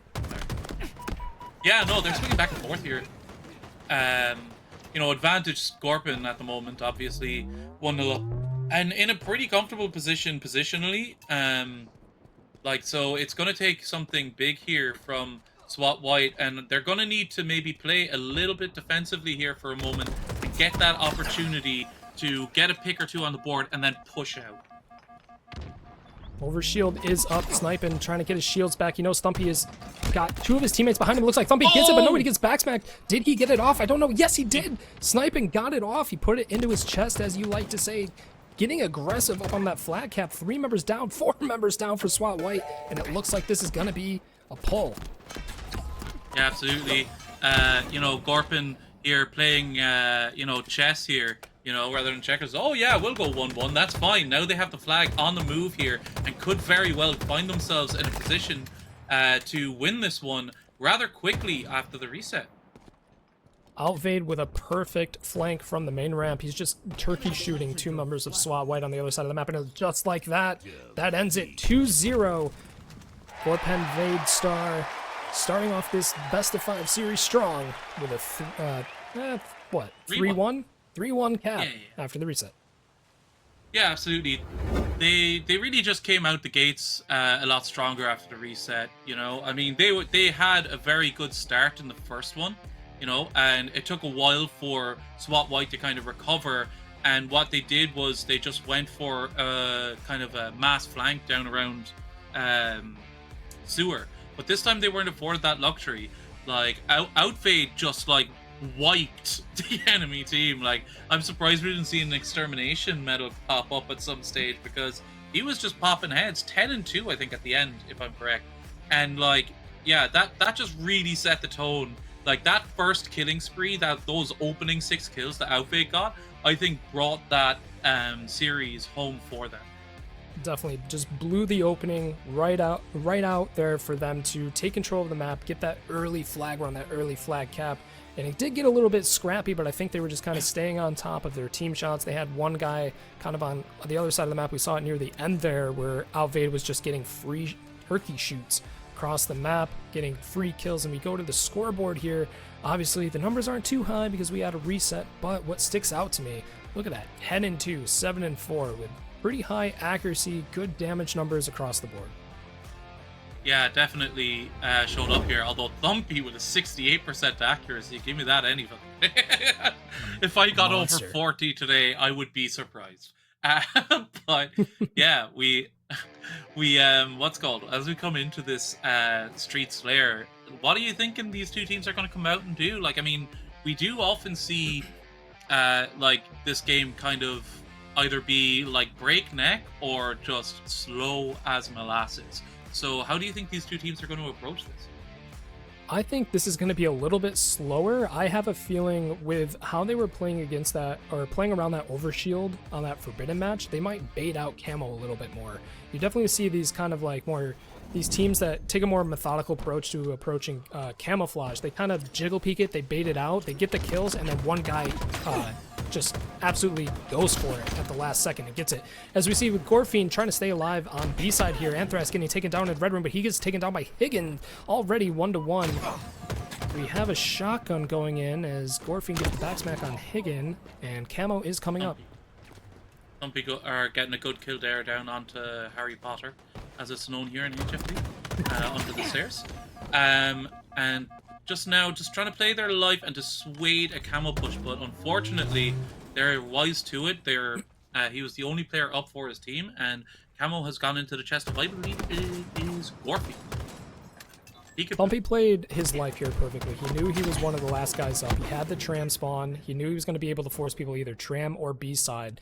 and he knew they had camo, so he looked towards the Ivy stairs, got the shots on the camo, even though it didn't really amount to much, as Thumpy is now the last one alive. Higgin coming up.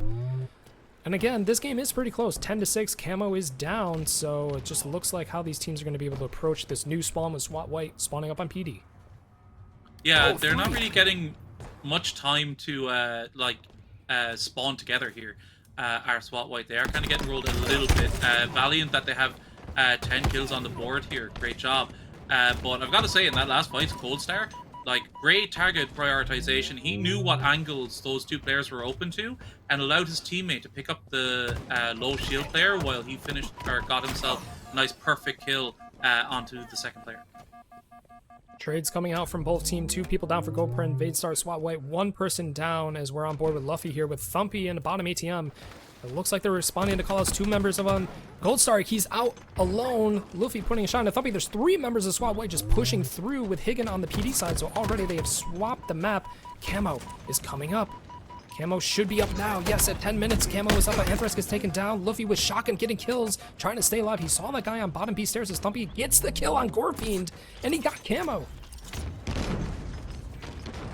Oh my god, what a fantastic job here by SWAT White, really swinging their way back into this game now. They're feeling themselves after an opening that was maybe kind of dominated a little bit by Gorp and Vadestar. But now, definitely, unfortunately, the curse of the commentator will never fail. However, they are still in the lead despite going momentarily 3 down.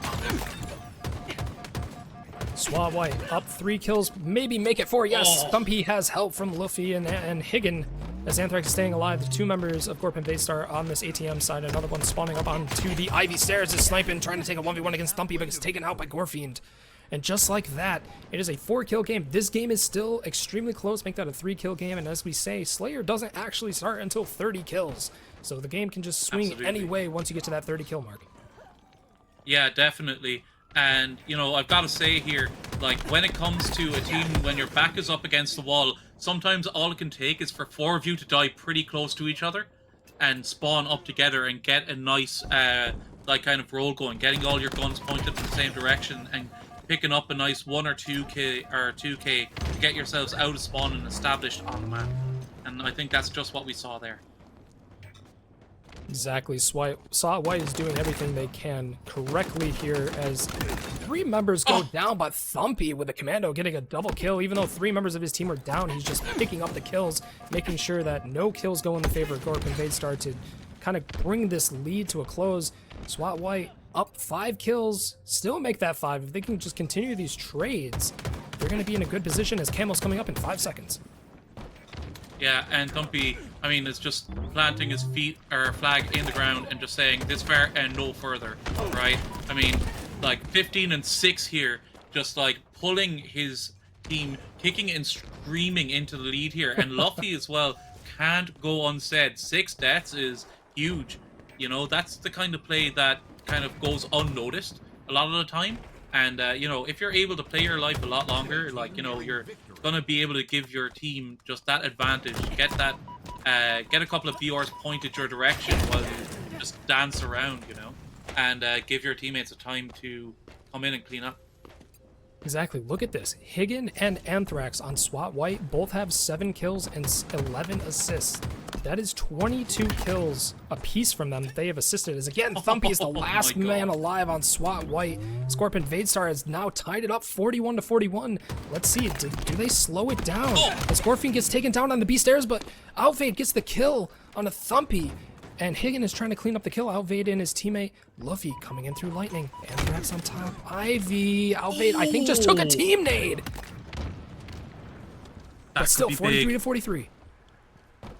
It is, and, you know, we see 2 players in C for SWAT White, as they are, all 4 actually. They're now making their way up B and are going to try and capitalize on this damage on Gorefiend, but they have to be careful because he's not alone.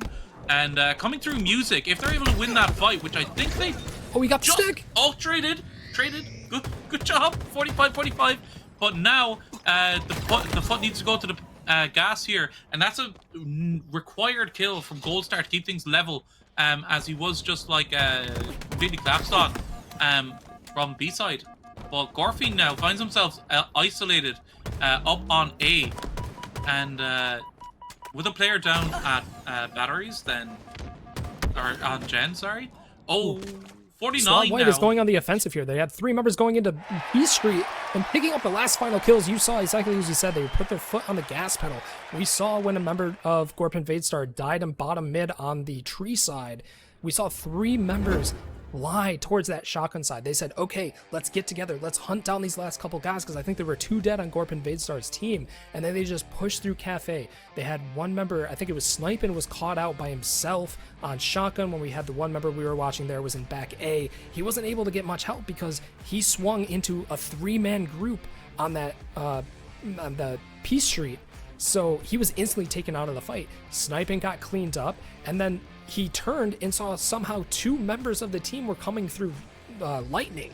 So they were just getting cut in half right in the back of A there, and they just tied the noose and closed it out.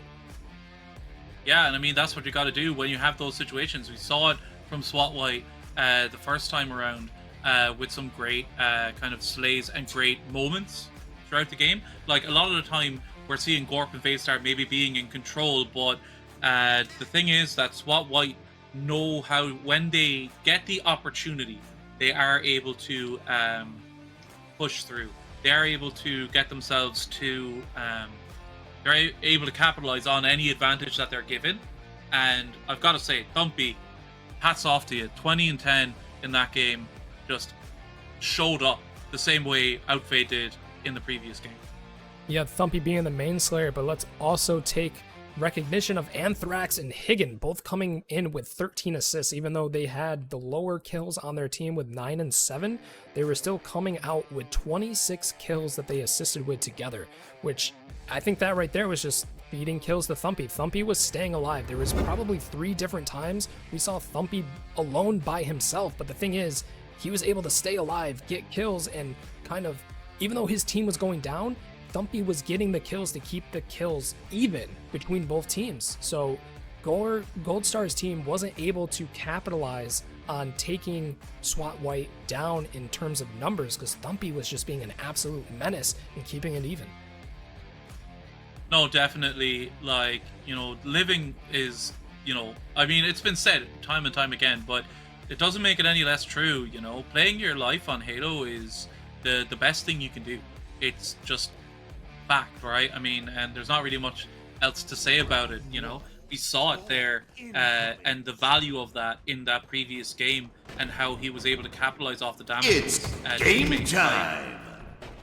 Being being on the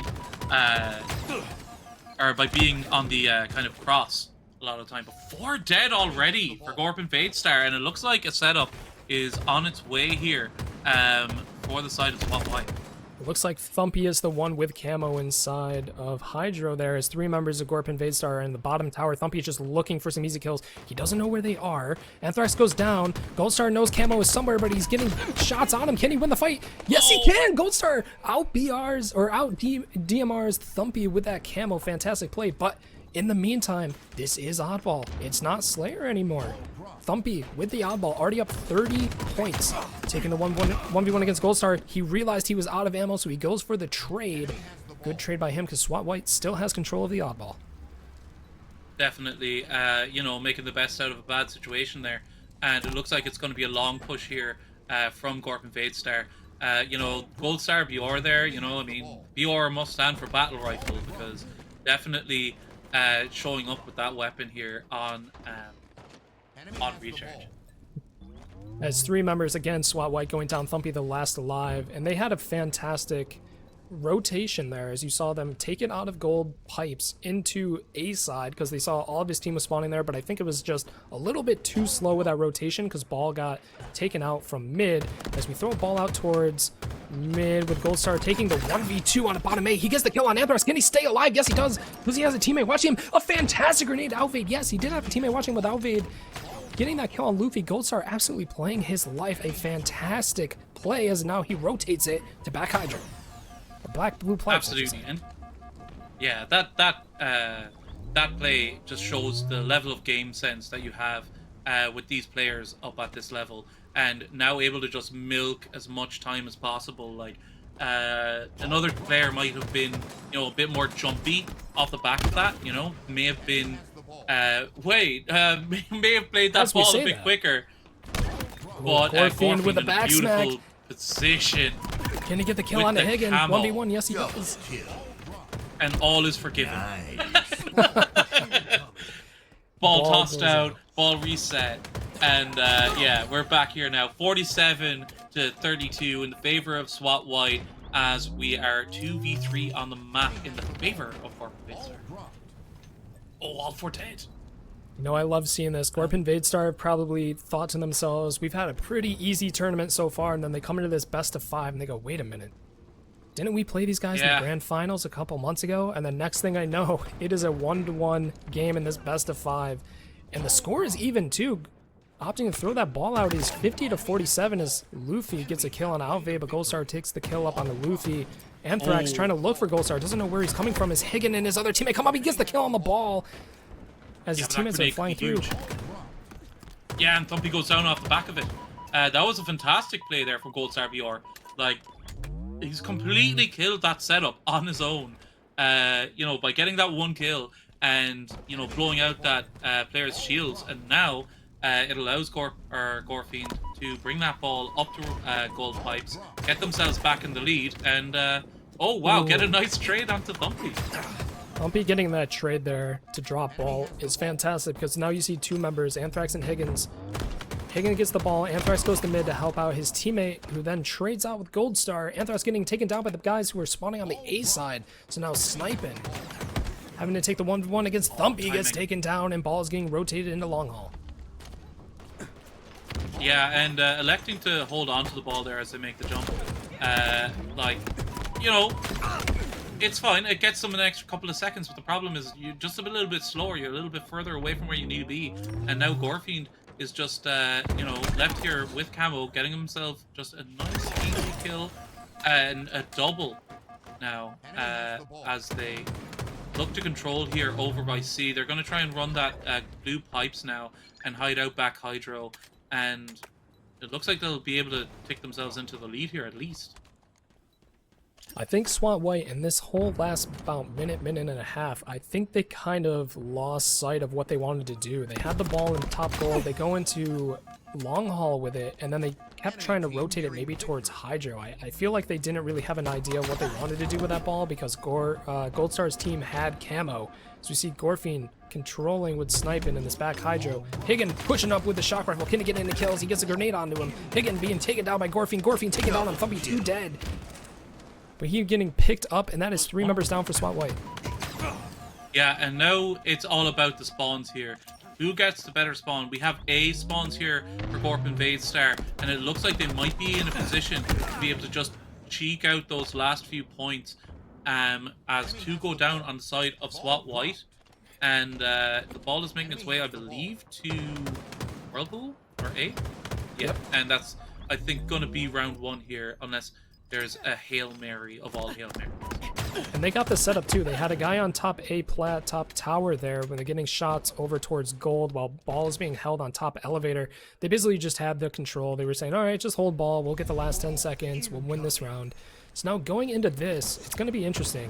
Gorfin going straight for the 2 guys going up at top A. Anthrax going into bottom tower. That is 3 members of SWAT White in bottom tower just trying to stay alive. Gorfin in the top gold as 2 members of SWAT White go down for 1 Gorpin Vadestar member. Gorfin going for the shock rifle. Not sure who has Camo. Almost hits that shot on the Anthrax. And it looks like we're having a scrappy opening with not a single person touching ball. Yeah, absolutely. And there have been like 2-3 dead for SWAT White, but there's always been that one player around to kind of prevent any kind of pull. But now we see all 4 dead after all is said and done. Oh, but off the spawn, they're able to capture or kill the ball carrier, and now they're in a position where things kind of go back to neutral again. So we'll see how they're able to play this one out. Although Luffy going down could prove a problem, as he had a very important line to hold there. Yeah, I think both teams were just looking for their opening, try to get the slays out, but it was going 1 for 1 for 1. No team was able to kind of take control over like they wanted to, but now Gorpen Vadestar looking to get points on the board, already up 11-0. Luffy alone on Dorito getting picked up by Outvade as Gorfine stays alive on top A. And now SWAT White, they're in this hard position. They're spawning long haul. They have to move towards gold and move through bottom mid, being shut down by Gorfine to try to break this A setup. Thumpy does get a kill on Outvade and Luffy on Goldstar, and just as I'm saying it, ball rotates the tower, and I think they broke the setup. Oh my god, Gorfiend! Absolute monster, but SWAT White in the end does get the ball, but a fantastic play, fantastic life there out of Gorfiend as Anthrax and Thumpy are stuck in back Hydra. Yeah, Gorfine just played out of his skin there. Absolutely fantastic stuff. Luffy knows that radius better than I think anyone else in the game. It's But no, he bonked team-mated. his own Oh, grenade. no. Oh, he bonked the grenade, and now Huygen is just going to wait for contact and then toss that ball into the drink. Or he goes with it to try and maybe get a favorable spawn here with his team. Captain goes down with a ship as we see Goldstar with Camo on the backside, but he doesn't see the guy who's in Mangler door, so he gets taken down by Luffy, sniping, coming behind Anthrax. The ball is rotated into gold as both Outvade and Gorfine go down. Sniping goes down, so that is pretty much 3 members down for Gorpin Vadestar. SWAT White is getting some much-needed points on the board. Yeah, and this is their kind of moment now, right? This is the hold that needs to define the rest of this round, right? Because they're now in an advantageous position. They've worked hard to get there. It's been very scrappy, but now they're in a setup, and now they have to show that they're able to hold one. Yeah, look at this spread. They had 1 member on Dorito getting the kills. They had 1 member up on Attic. Ball was holding in center gold. They were spread out perfectly around this whole part of the map where Luffy, he doesn't even have to move. He's just chilling. Anthrax is in top A. Higgin is watching long haul. If you're Gorpin Vadestar, you got to work together. They're starting to break through the cracks, but every second spent is a second for a score for SWAT White, up now 58-30. Yeah, and Luffin is very known here. Or Luffy, sorry, is very known, but he's just kind of slipped the net a little bit here. Like, they saw the gun fly, so they had to have known that Luffy was there. But with the help of his teammates, just able to scoop that ball back up after all the danger is swatted out. And yeah, the only problem now is that they're a bit disconnected. It's nice having 1 player over on A side, but having 2 can be a bit of a problem. And again, recognizing that right now and just kind of flirting with the idea of moving over towards A. The only problem is he has those scars in the back of his mind after what happened last time around as he made that cross through Whirlpool. Yeah, they had to make a pretty big decision here. They were 2 members down. Camo was up. Ball was being held in gold. So do you go for Camo? And it looks like they tried to go for Camo while also getting the kills on SWAT White, stopping the push. 3 were dead for SWAT White now, as they had a pretty good flank onto top gold. Shock Rifle is up. They're opting not to go for it as Anthrax is trying to make his way up gold stairs. Goldstar PR gets the kill, but he gets naded. Oh, that grenade's huge. Unfortunate sniping. Are they trying to pull the ball somewhere? They're going to throw it out because Thumpy is in gold. Outvade and Sniping trying to work together. Yes, they get it. And ball is down. Yeah, he was very Jenks. close to getting either of those. Like, unfortunate not to get the last shot on either. But Sniping now needs to get up there clean. But unfortunately, he's spotted out, getting shots from Whirlpool, and his team aren't able to bail him out here. So he's going to have to wait for this pull. But as I say that, 2, 3, 4 dead. All down. 4 Gorpin Vadestar, and that is going to be the round for SWAT White. I don't know what's happening now. Why is the ball not in someone's hand? They had the control. I think 1 member of Gorpin Vadestar got through on this A side and just caused a little bit of panic, but nope, SWAT White picking up the ball. They know they have numbers. They're going to take it to A. He's saying, watch Mangler door. Do not let anyone through Mangler door. I'm going to say top A, and the rest of the members of Gorpin Vadestar are in bottom mid. And just like that, we have a tied game, 1-1 in this oddball. 1-1-1. 1-1-1-1. Yes. Which is fantastic. This is probably the most scrappiest series we have seen so far, and if this is a prelude to the grand finals or any other further matches, I am all for it. This is fantastic. We are seeing some absolute amazing Halo out of both of them, as it looks like Gorpin Vadestar does have camo. Gorfiend opting to go in for the shock rifle. Big play here. But SWAT White are He's split. 28 and 6. Oh yeah, he's gonna want that chalk. Oh, there it is. That's why. Luffy taking ball in a little bit more of an advantageous position because taken down by Gorfine. Gorfine just covering his back there. Responding to callouts where he can. Wow. Wow, indeed. Solzer, thank you for that one. Gorfine now 30 bomb already, and we're not even The stick. smidge of the way through. Oh, a smidge of the way through game 3 here. As wow, 3 dead now for SWAT White, and they just need to go ahead and pump the brakes here. Anthrax will go down, and now it's all about oh, great kill off the spawn here by Huygen, I think. I don't think he was expecting them to be in that back hydro position because he got shot from behind. He was looking towards A. Absolutely. Ooh. We're dancing. All 4 members of Gorp and yeah. Baystar go down. Yeah, Anthrax now just looking to prevent any kind of aggression here out onto batteries, and wraps back now around red. Oh no! Almost. Oh, we've all had a so teammate many like that, right? blue on blue situations this match as 3 members of Gorp and Baystar go down. Outvade is the last guy alive on C+, so he's going to be spawning his teammates probably towards that back hydro. Ball is still not in the hands of SWAT White. He's trying to, but he's getting shots. Is he going to be able to? He's saying, I'm going to cover my back. But he can't get it! Did he forget the button? What's going on? Press the button! Press the button! There you go! We got it! Oh, right, yeah, and all good 4 job. members of Up Gorp on and Baystar batteries. go down.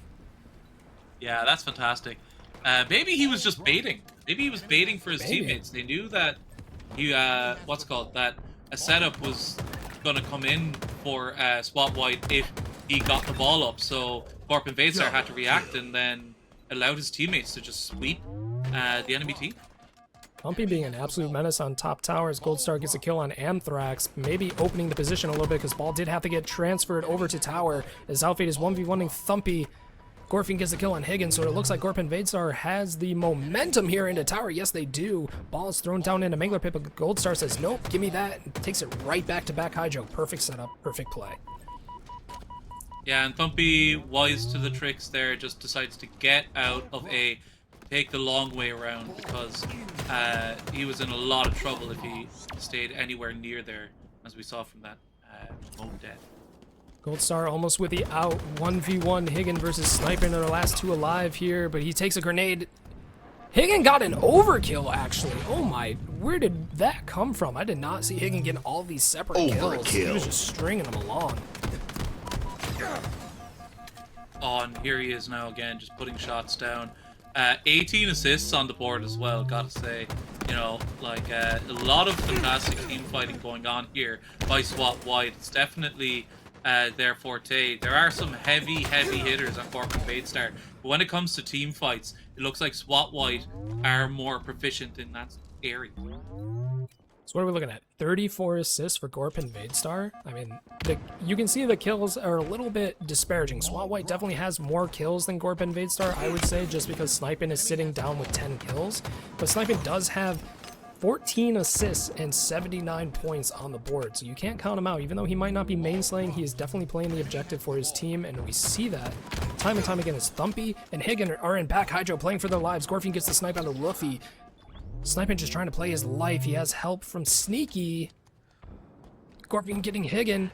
Goldstar looking for the last guy, and yes, he gets it, and ball is now in the hands of Gorpin Vadestar. Yeah, I've got to say, SWAT White, I think it's, what, 50 assists they have right now? More?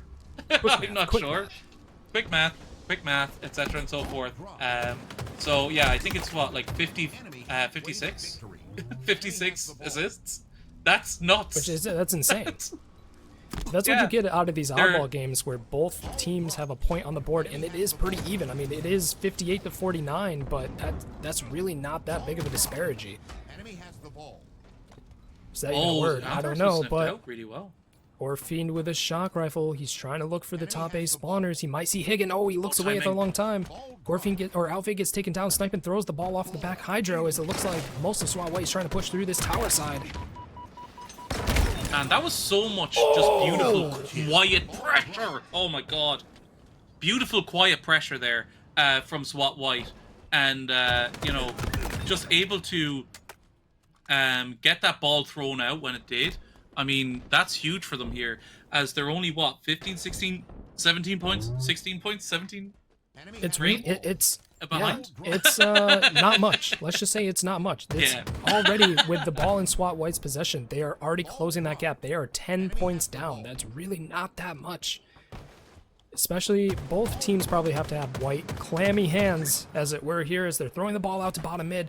That might have not have been the play they're looking for. Sniping gets camo. I think we played him earlier. Clammy hands? Mr. Clammy himself, yeah. Yes, indeed, the Clamster. And, you know, we gave him a good game, but, you know, sometimes it just doesn't work out, you know? There's always next season. Yeah. We'll start trying to stay alive against Thumpy here. We're all getting older and slower. We try not to think about it. Yeah, Gold Star here now. Or sorry, the Gold Star team here. Just doing a very good job. Very efficient. It's 66-64. Oh, goes down though. And 3v2 on the map. But the ball is kind of out in an awkward area. But Dumpy now, the only one left alive. How many times have we said that so far in this game? Yeah, just trying his best to impact the enemy team's ability to make a hold. But this one's looking dangerous now. There's maybe a push in it, but it's going to have to take a lot of hard work here from SWAT White and some great pivots here. Gorfine did just pass 50 kills, 51 now, and you saw there, Gold Star was holding ball alone in top gold. He had Gorfine on Attic, but that was it. They had one other member in top A, and just like that, Corpin Vadestar coming back, making it a 2-1 lead in this best of 5 over SWAT White. What an absolute bloodbath of a match. We saw an overkill, we saw snipes, we saw blue on blue violence with the grenades back and forth. That was probably one of the best games we have seen so far this whole tournament. Gorfiend, what the fuck? My man, what are you doing? You're insane. 51 kills! You're nuts! You're cracked! What? Like, I don't know, like, that is insane, right? We're looking at some replays here now, and this is the Gorfiend masterclass here as he takes out 2. Oh, that was just a sick double kill, right? Unbelievable. You clip that just to come back and watch it later, just for a little bit of a boost to the ego, right? Definitely. It might not go into a montage, but you know, I watched that on my medal back a couple times and I go, all right, I'm feeling good, and then I delete it and move on. So fantastic plays by Gorfine, especially dropping that 50 bomb on that oddball. Corpin Vadestar up 2-1. As we see now, our game 4 of the series, it is heating up. This is a fantastic match so far, and now we're going into live fire King of the Hill. I think it's our second King of the Hill on stream. Oh right, yeah. Yeah, how did that last one go? Good, I hope. Not a 4-0 or anything. No. But coming into this one, I'm going to leave you talk about it because obviously it's going so well for me, Yachts. Look at that KDA by Gorfine, 25, but also look at the other side of the map, Thumpy. I think the MVP of SWAT White with almost a 70% accuracy on that absolute just marathon of a game. Look at the damage dealt. 3 members of Corpin Vadestar over 10k. I think 2 members on SWAT White with over 10k as well. So fantastic. Both these teams are just, I would say they're evenly matched, and we're seeing that. It's going 1-1 now to 2-1 as we're on board with Sniping. Him and his teammate trying to go on the B side, but it looks like all 4 members of SWAT White are moving towards B as 2 members go down, but he doesn't know the guy in back B. Anthrax gets a kill, but he's gonna try to fight Sniper. Outfit with Sniper going back towards Vent, just trying to play his life, looking for the spawners. Is already... Oh, very aggressive. Oh no. Maybe too aggressive. Yeah. Yeah, Hagen now just trying to prevent the enemy team from grabbing that camo and doing a great job of it. Oh my god, absolutely brilliant. Just baits him into his own grenade. Actually, I favor SWAT White on this map and this mode. I just feel like with as open as it is, like your team play, the team play that got them here, who's gotten them that win on Slayer, like, you know, who's kept things close all the way throughout the series, I think is going to show up here on Live Fire. Most definitely. I think we're going to be able to see them do a repeat from this last match, because King of the Hill can, if both teams are going at it back and forth, King of the Hill can take just as long as an oddball. But already we're seeing SWAT White just trying to close this out as Goldstar BR is trying to swing into the back. He gets the kill onto Anthrax, knows the last guy's getting picked up by sniping up on Nest. So already Gorp and Vadestar trying to get some points on the board. They have to have a good setup here. They have maybe 2 to 3 more full lives against SWAT White if they stay in this hill. Higgin. Oh, and they're falling. That's 2 dead now. Dodging nades. All about whether this... Oh! Gold Star VR! My god, Gold Star Repulse, my friend. They're still getting points on the board here, so that is a good indication for Gorp and Vadestar that they're keeping SWAT White off the back foot. Because again, we see just more and more kills coming out from Gorp and Vadestar to keep control of this hill. And already they might have just taken it back here. They were on the back foot. They were almost down an entire point, but have clawed their way back, holding this perfectly as Outfade is staying alive and B. Oh no. Down they go. And like that's, I mean, like the first hill is always like that. You know, you have one team burst out into a lead, the second team kind of get a bit more control back, and then it's a toss-up at the end. I mean, there were like seconds, like 2 seconds or 3 seconds in that hill, right? And Gorp and Vadestar are able to pull it back. And already they're on to the next hill. They already switched the spawns of SWAT White back to A as they know that Camo is somewhere in Brute side. But Outfade not being able to kind of pick him out there as Higgin is getting shots from the cuts. But no, he does take down Anthrax with the Camo. Sniper coming up in 5 seconds. I think Gorp and Vadestar is going to have the position to take up this sniper rifle if they can stay in the top mid. No, Thumpy steals it. Oh, brilliant stuff. But now he's in a piv downstairs and will fall. So it looks like Gorp and Vadestar will have their hands on that sniper. And players at this level, they really make a difference with it. Double kill already for Goldstar BR with that sniper in hand. And it looks like it's going to lead to the second hill here. Oh, but Gorp and Vadestar coming out strong on this second hill. They made a statement on the first one, almost losing it, coming all the way back, and now they're not letting SWAT White have a single moment inside the hill. As I say that, though, it looks like members are going down SWAT White. Are they able to get hill time? Yes, they are. Yeah. I think it's a dangerous game, you know, when you come up and you're just like, okay, well, we need to set up for this next hill. So you step out of the hill, start moving around, but you lose 1 or 2 picks and you could lose the hill. So, you know, it's now just very tight on whether or not they're going to be able to just get those last couple of seconds in here. And that kill may just well do it for him. Oh, Goldstar with a triple kill, and he's fighting inside the hill too. He's just trying to get as much time as possible, knowing that SWAT White is going to have to push him, and that's how he gets that free triple kill. Even though he gets taken down, Outfade staying alive. SWAT White, still, they haven't touched this hill. They have 3 members on tower, but Morphine gets in behind him. He gets the double kill, but he's taken down. Yeah, I think they want to force Gorp and Vadestar to get those last couple of seconds in disadvantageous position. Which we might see here as Gorp and Vadestar running out. Sorry, Goldstar BR just running out there in Keydor and getting cut up. So now it's all about Gorfine. What can they do here? And a decent chunk of work there now as Luffy just tries to get some time onto the board.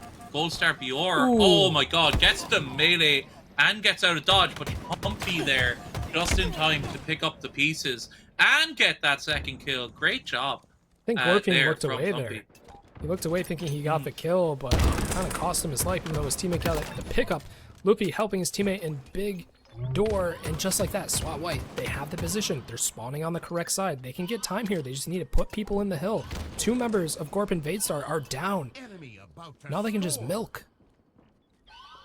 Yeah, and this is, I think, just a very strong hill and something that was, I think, maybe consciously worked towards here for SWAT White at the end of that last hill. Just fantastic work. Can't count them out yet. 1 point on the board for SWAT White versus Gorpin Vadestars 2, as we have 2 minutes and 30 seconds left in the match. How this is going with both teams just playing scrappy Slayer over the hill, I think we might end up going to a final hill overtime here. With 2 minutes and 15 seconds left, 2 members of Gorpin Vadestar going down. SWAT White trying to stay alive with their member Goldstar BR in his own little Vietnam on tower here, but they're able to stop SWAT White, and now Goldstar BR is inside the hill, staying alive against Luffy onto pillars as he has help from Nest. Absolutely, but this hill now is where you start to worry as SWAT White, right? This one's very open, right? This is a very difficult hill to cap, and you have to have your head on a swivel at all times if you're the one. Oh my god, stepping your feet onto that hill. So, oh my god, Gorpin now just looking, or Gorpin, sorry, looking for another one here. But we'll back down. Anthrax gets the kill onto Pillar Door, and we'll get nades off onto Nest. Nest is sticking around. Gorpin is still chilling, but will go down in the end. Now, has that delayed SWAT White long enough? I don't think so. And they're going to have a good opportunity with Luffy here up on tower to be able to keep this hill. Oh, another hit there. Gorpin was playing tower defense on top of that Nest side. He was just getting shots down on so many different people. It probably took almost 2 full spawn cycles of SWAT White to take Gorpin off of that Nest. But as we see, Gorpin Vadestar is getting time up on the hill. Oh my god, Luffy with the quick scope, but gets taken down by Gorfiend. I think there's still a couple bullets left in that sniper. We're going to see if they're going to be able to do something with the Gorfiend getting a 1v1 on an Anthrax, but he has help from sniping. And it just looks like Gorpin Vadestar gets taken down. Oh, it's just trade for trade for trade. No one's able to get a setup for this hill. Yeah, definitely. And Thumpy is going to get collapsed on here now, and we'll go down. Oh, great snipe there from Outfade, and this is not what you want to see, but unfortunately for SWAT White, that is now an empty sniper rifle in his back pocket, and oh my god, doesn't need it, just gets a nice perfect kill out onto dummies in a piv, and yeah, opens the door for his team, puts some extreme time pressure on this hill. I think SWAT White is starting to panic a little bit. It looks like they're just sending one guy at a time. They're not getting together. They're not slowing down and making a push. King of the Hill, you see that time racking up, and you know, it gets a little scary when it gets this close to them scoring, and which is now 3-1. But you got to think, you have a little bit of time to get together, make that push, because the moment they're out of the hill, they're not scoring anymore. So you have to kind of make these meta plays. And I think SWAT White just needs to kind of reconvene, get it together, because they're just getting picked off one by one. Yeah, Thumpy putting his running boots on now, trying to get the hell out of A. Oh, but will go down. And that's a problem now for SWAT White, because the spawns completely flipped there. And C was the spawn, the back C spawn for Gorpin Vadestar, which gave them a very advantageous position. And going for the Quigley there, I saw the double Quigley. kill from Goldstar. Did he get the triple? You know, Yes, again. oh, he does. He's looking for the over. And yeah, well, I think he's being very smart here. You know, like could have gone all out for that over, but instead is disciplined enough to hold the advantageous position up on top tower and allow his team the opportunity to just play for time here. Saw the guy in bottom tower, Anthrax, able to get one kill on a Gorfiend. Oh, Goldstar with that last bullet. It's taken down. Headful. All four members of Gorpin Vadestar going down. Yeah, and this needs to be done yesterday, this hill, right? There's going to be nades flying in, it doesn't matter. You're going to have to just stick it out and get this hill, because we're heading back to B, and it is not an easy hole to make. And with 20 seconds on the clock, you've got to say that Gorpin Vadestar could be looking at their ticket being punched for the grand final. All they got to do is play Slayer here. It's in a pretty strong hill being on the B side because you can have people from SWAT White, like you see now, Luffy on the nest, even though he drops down. They're spawning on the back tower side. And Gorp and Vaystar has to push out from A. All they have to do is play Slayer. They have to use this to their advantage. SWAT White has to stay in the hill for the next 20 seconds to score this as they are now halfway up. Sniping, just getting absolutely bloody knuckles up on the Higgin. Going in for the triple against Thumpy. He might get the grenade on him. No, Thumpy stays alive. Thumpy staying on the hill as Alvade has to push in.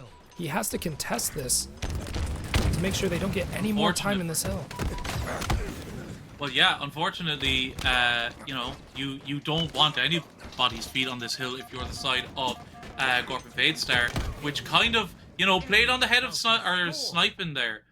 You know, he didn't want to step onto that hill, but it cost him his life, and it could very well now, it looks very likely that SWAT White are going to be able to take this to overtime, called by our fantastic, insightful Odds TV. We are going to overtime. That's what I wanted to see. I want to see a nail biter. I want to see it just come down to the absolute wires. Alvade is 1v1 and he gets stuck by Anthrax, so that's going to be a trade out. One member down for each side. As we see Gorp and Vaystar coming out on top, they're going to get as much time into this hill as they possibly can. As we're down to 0 seconds, overtime, 2 minutes on the clock, next point wins, and Gorp and Vaystar has just a slight lead. Yeah, and Sniper doing a good job here. Or, sorry, going down, and Luffy here as well.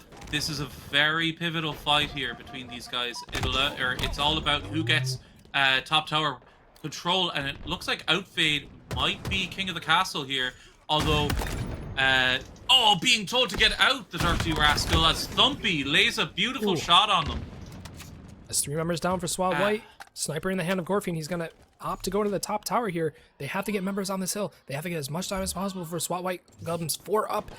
Camo coming up soon. 2 members of SWAT White pushing up towards the training ramp, but they're getting slapped down by the grenades as Sniper goes off the tower. Anthrax getting taken down by Goldstar BR. Goldstar BR in a 1v2 situation, getting shot in the back from cuts, and just like that, SWAT White is now in their favor and Camo in their hands. Alright, Luffy, show us what you can do. Right, he's gonna... Oh, he was looking at going for the long flank here, but he decides against it. Get some good shots out from Bridge there. That's, like, I would have gone for the long flank and gotten all my teammates killed there. So, fantastic work from Luffy, who is spotted out and will have to go dancing around. He was sitting in that training door just kind of getting info for his team. He didn't want to expose himself with that camo because he knows it is so strong in the last minute of this. The teams are pretty much neck and neck in terms of hill time, but 3 members of SWAT White go down as Goldstar BR's team was on the hill. They're looking for that last guy of Anthrax on the nest. He does get taken down. Sniping is taken down from Luffy, and just like that, it is a 2v2 situation with 53 seconds left. That's Outfade here, getting the first shots. But was hurt going into it, does manage to come out with the trade. Goldstar BR on the hill, coming up around back, and that grenade is huge! Down he goes, and it's 3v2 on the map now, and SWAT White are taking time up here. Bumpy and Anthrax just trying to kill Sniping, so Sniping can't put any pressure on him, and it looks like Gorp and Vadestar is going to have one last desperate push here. A couple seconds left for SWAT White. They're just getting the kills.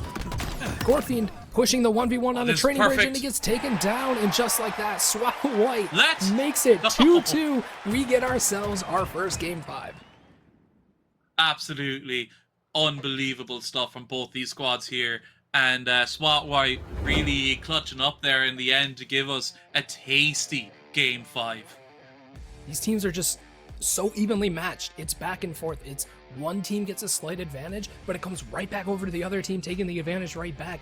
You think it's like, oh, they're one team is up 2-1 in hills, they have half the hill time, and then all of a sudden the other team just starts getting multiple slayouts and the perfect setup, and they bring that timer right back up, and now it's 2-2.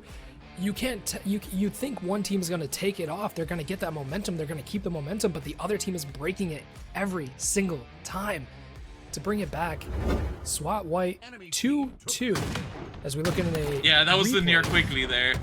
I saw it. He synced it. He wanted it. He gets the double kill anyway, and did he pick up the triple here? Yes, he does. Fantastic play from Goldstar, but that just shows like these teams are able to get these triple kills. They're able to get these snipes out and take out multiple members at one time, but then they just respawn and come right back swinging.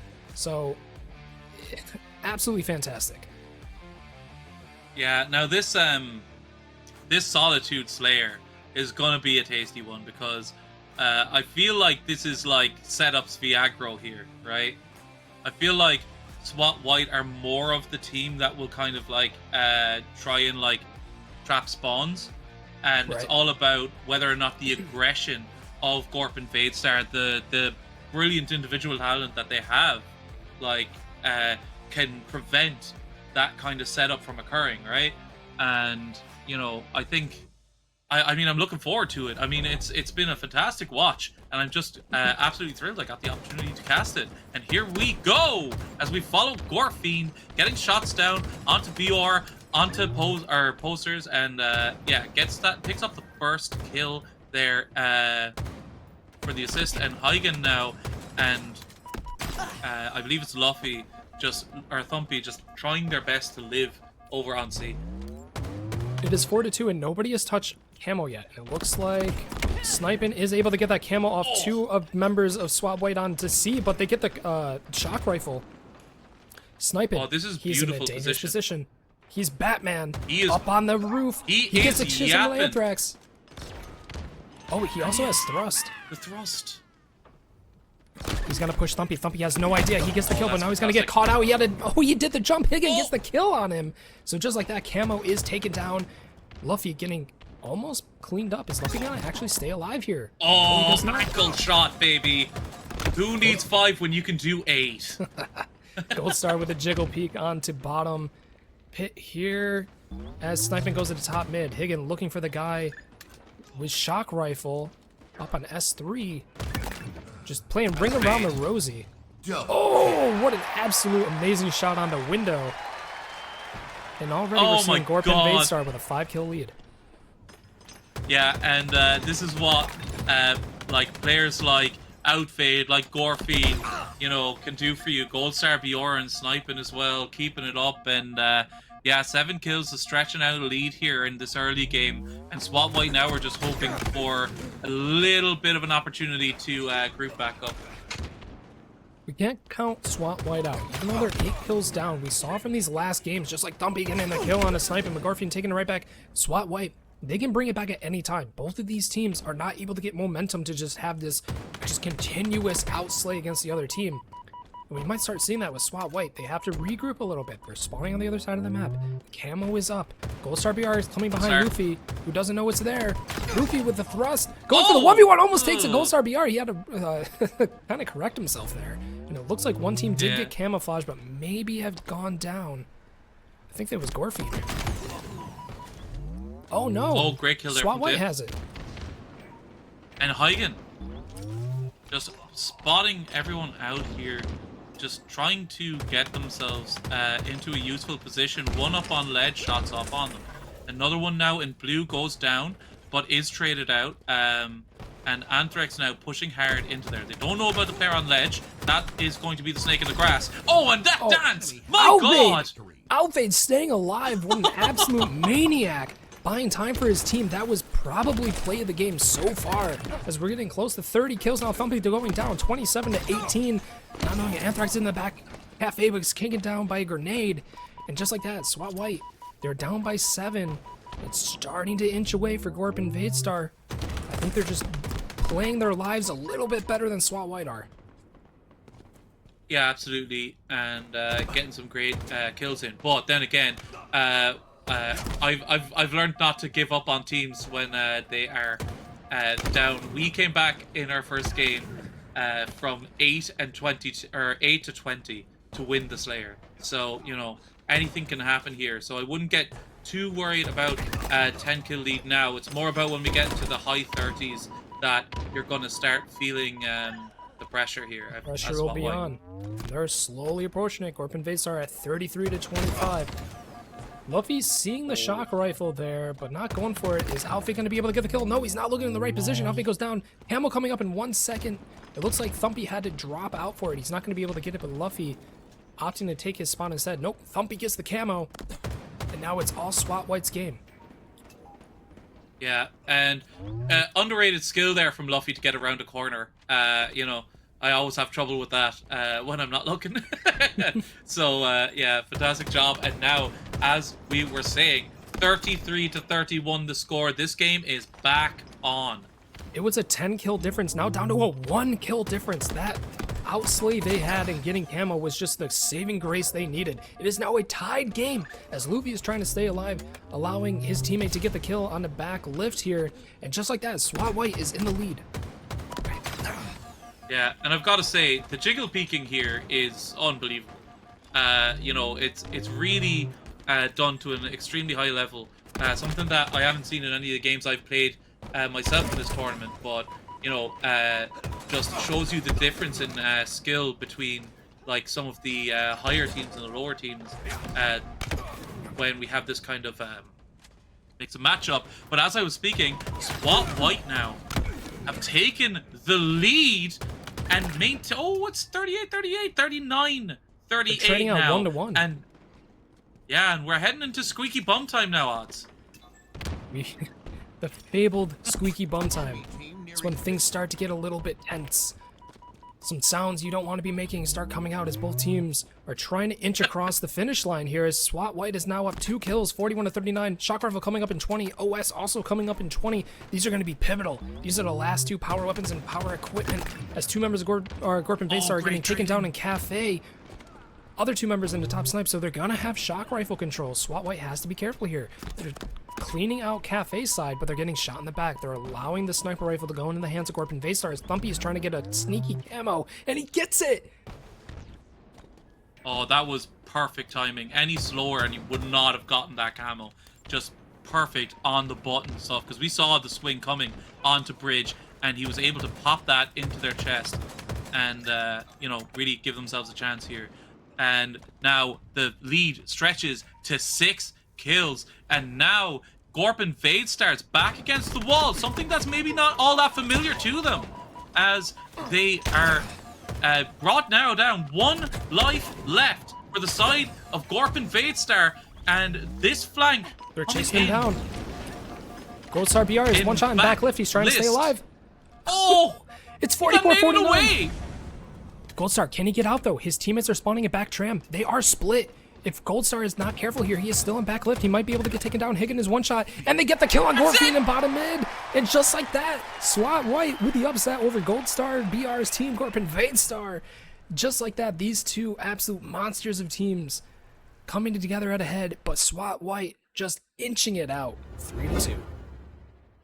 Oh man, absolutely fantastic from SWAT White. We love an underdog story here, and boy, they came up, they showed up, and they showed out, right? They came with their hair up, ready to square up, and they are now in the grand finals. Guaranteed prize money, and will be waiting for the winner of our losers final, which will be Coping Activate versus the Cleveland Steamers. It's going to be a fantastic match, but looking at this, look at these score lines. Other than the Empyrean was 3-1, all of these scores were extremely close. So you can see here 3-1 on the Forbidden CTF, but then 50-47 Slayer, 2-1 Oddball, 4-3 King of the Hill, and then 50-44 Slayer. Other than that CTF, I mean, even though it was a reset starting at 1-1, these games were absolutely nail biters. They were close, coming down to the wire almost every single time, which just shows that both teams have a fire in them. They're not going to quit, and when it comes probably, if they come to the grand finals again, we're going to see an absolute slugfest of Game 5, but we still have to go through our next match here. We are looking at the scoreboard. Look at the kill differential. SWAT White all above 10 kills, great accuracy on both sides, but the average lifetimes too, look at it. Pretty even across the board, but 2 members of SWAT White with over 30 seconds of average life on the Slayer side, which is honestly fantastic because all of those seconds translate to allowing your team to spawn, to get pressure, to start moving together again, staying alive. That's what makes it count. Yeah, and like we've seen SWAT now just clutch up, right? This is like, you know, one of those teams where their backs are against the wall, right? And they're able to come out and get themselves, you know, a result when they need it, right? And it's just been fantastic to watch them. You know, my only worry for teams like that is you can only clutch so often, right? You know, but you know, they've definitely done more than deserved their position here going into the grand finals as the winners, right? So we'll see now as our next match comes up just shortly between Coping Advocate and the Cleveland Steamers. That would be our boy Silva's team. Silva Fox. From yeah. HGG. Yeah, Silva Fox is in there. Yeah, so We saw them earlier in this broadcast. They were coming out swinging, the Cleveland Steamers. So it's going to be a fantastic match going into that. Yeah, definitely. And that is the losers semi-final, which is up next. And we are just going to take a short break and get that one all ready for you. And don't forget, before we go, to subscribe, follow, and interact in the chat. We want to hear from you. So we'll see you all very shortly.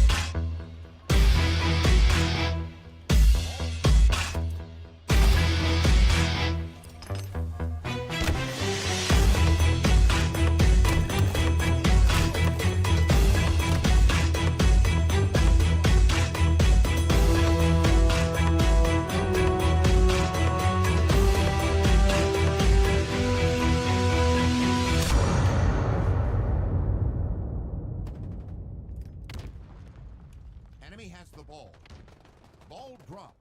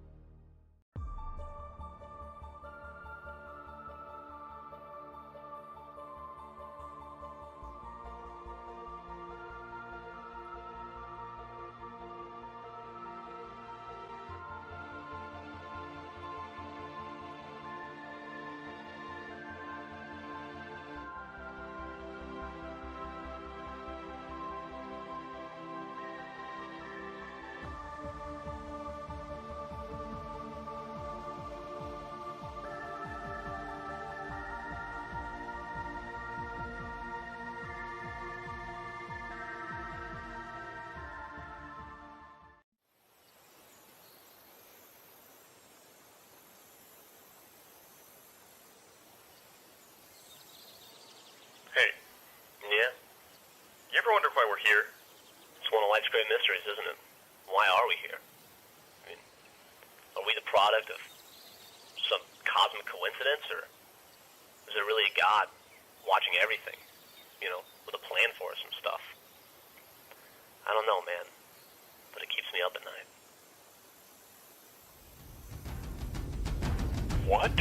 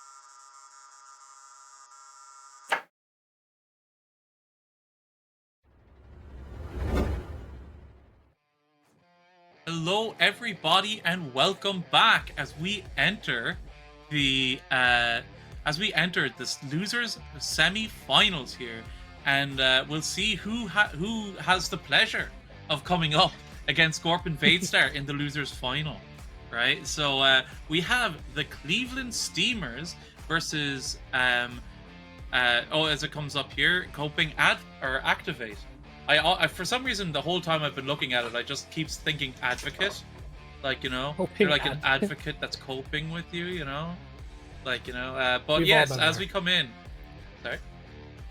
No, I was gonna say we've all been needed there. We've all been an advocate of coping in some time of our life. Yeah, absolutely, and let's hope that they won't need any copium after this game here on Recharge. Oddball, and yeah, little Furty Vert off the rip here. Just getting that BR, the burst bandit, as I like to call it, getting some nice little peeks in, getting some nice damage across. As Silver Fox is the first to die in the server. Our lovely caster here is playing in this event for his HGG, so we'll see how his team fares here up against the Cleveland Steamers. Already it looks like ball is being pulled out by Cleveland Steamers as Lil Furty Vert is trying to stay alive. Oh, how is he staying alive? He's opting for the shock rifle, drops it for his team-up, is getting crossed over by Tower. As Hyvant comes in, almost gets the trade-off on the second guy. Would have been a fantastic play, and already it's a scrappy map. As both teams are just going death for death for death, but ball is staying in top. Gold pipes here, and it looks like Coping Activate does have control of the shock rifle. See if they can do something with it here. It's Smegatron looking for Hyvant, gets the shot, but he has to back out, and it looks like ball's rotating towards long haul as Coping Activate is having a short lead. Yeah, and a lot of familiar names here for myself now, like with HRL and Halo Fun Time. You know, we've got Hudler, Hivent, Drunken Field. I believe I was on a team with him once for one of these tournaments. And Smegatron as well, a HRL staple, and of course, Silver Fox. So a lot to root for here. You know, if you are a big HFT fan, you know. Ball dropped. Enemy has the ball.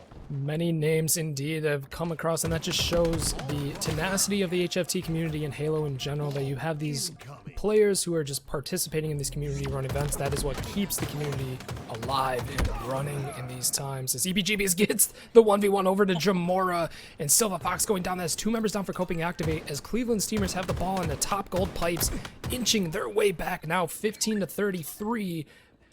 As Camo is up, but it doesn't look like any team is making a play for it. Coping Activate spawning on the Hydro long side. But it does look like Coping Activate did get Camo. Yeah, let's see if how, what, where, and when they activate this. As I will say, a nice little lovely quirk of the Observer is we can't actually see the Camo until they shoot. There he comes! Silver Fox from the top rope! Keeps us on our toes. Even we don't know what's going to happen as Silver Fox throws the ball up to his teammate Lil Ferdy Vern. He's going to rotate into long haul. He's seeing multiple members here. Can he get the kill? Yes, he does. He loses his shield, but he has to be careful here. He might be able to get picked up, but no, he stays alive. So Lil Ferdy Vern is just covering Silver Fox. Can he get the 1v1 against Hoodler? Yes, he does. Hoodler goes down. Yeah, feeling hot in the hands right now is Silva, and gets his hands onto that oddball. No wonder they're hot. Look at those flames. Enemy has the ball. How does that happen? Do they like light the skull on fire with like gasoline or something? Why is it on fire? They're like a. How do they do that? Maybe there's just like a ball, like a little Space fire. magic? Like they're space magic. Space Yeah. magic? Okay. Got it. Nailed it in one. Nailed it in one mean, there, bro. Yeah, we got forerunners and precursors and everything in this Oh, lore, so I guess a flaming oddball isn't the craziest thing as 2 members go down to Cleveland Steamers, but ball falls down into B-side. Camel coming up in 20 seconds as Hyven is just trying to stay alive. Teams are flipped. Teams are yeah, flipped. so we'll get that on. Yeah. But yeah, so it is Cleveland Steamers who are the team of Silver Fox, and Coping Activate is the Hunter. As we flip There we around go. there. It's fixed. Easy peasy. Cleveland Steamers up 57-39. His ball is still out in bottom mid near Trippy Box. Megatron getting put down, but Hyven is just playing tower defense on top here. He has not moved, just putting shots into everybody, not allowing them to move out into any part of the map. As Silver Fox trying to get shots on Hyven. EPGPs with camos moving in to get Silver Fox. Dramora down on Hoodler and Hyven. Back down on Smega. As he gets taken out, this is just 1 for 1 for 1, and ball gets reset. Oh, EPGP. I'm getting the EPGPs right now with Camo just on the prowl, denying the opportunity for any hold setup here for Cleveland Steamers off the back of those sleighs.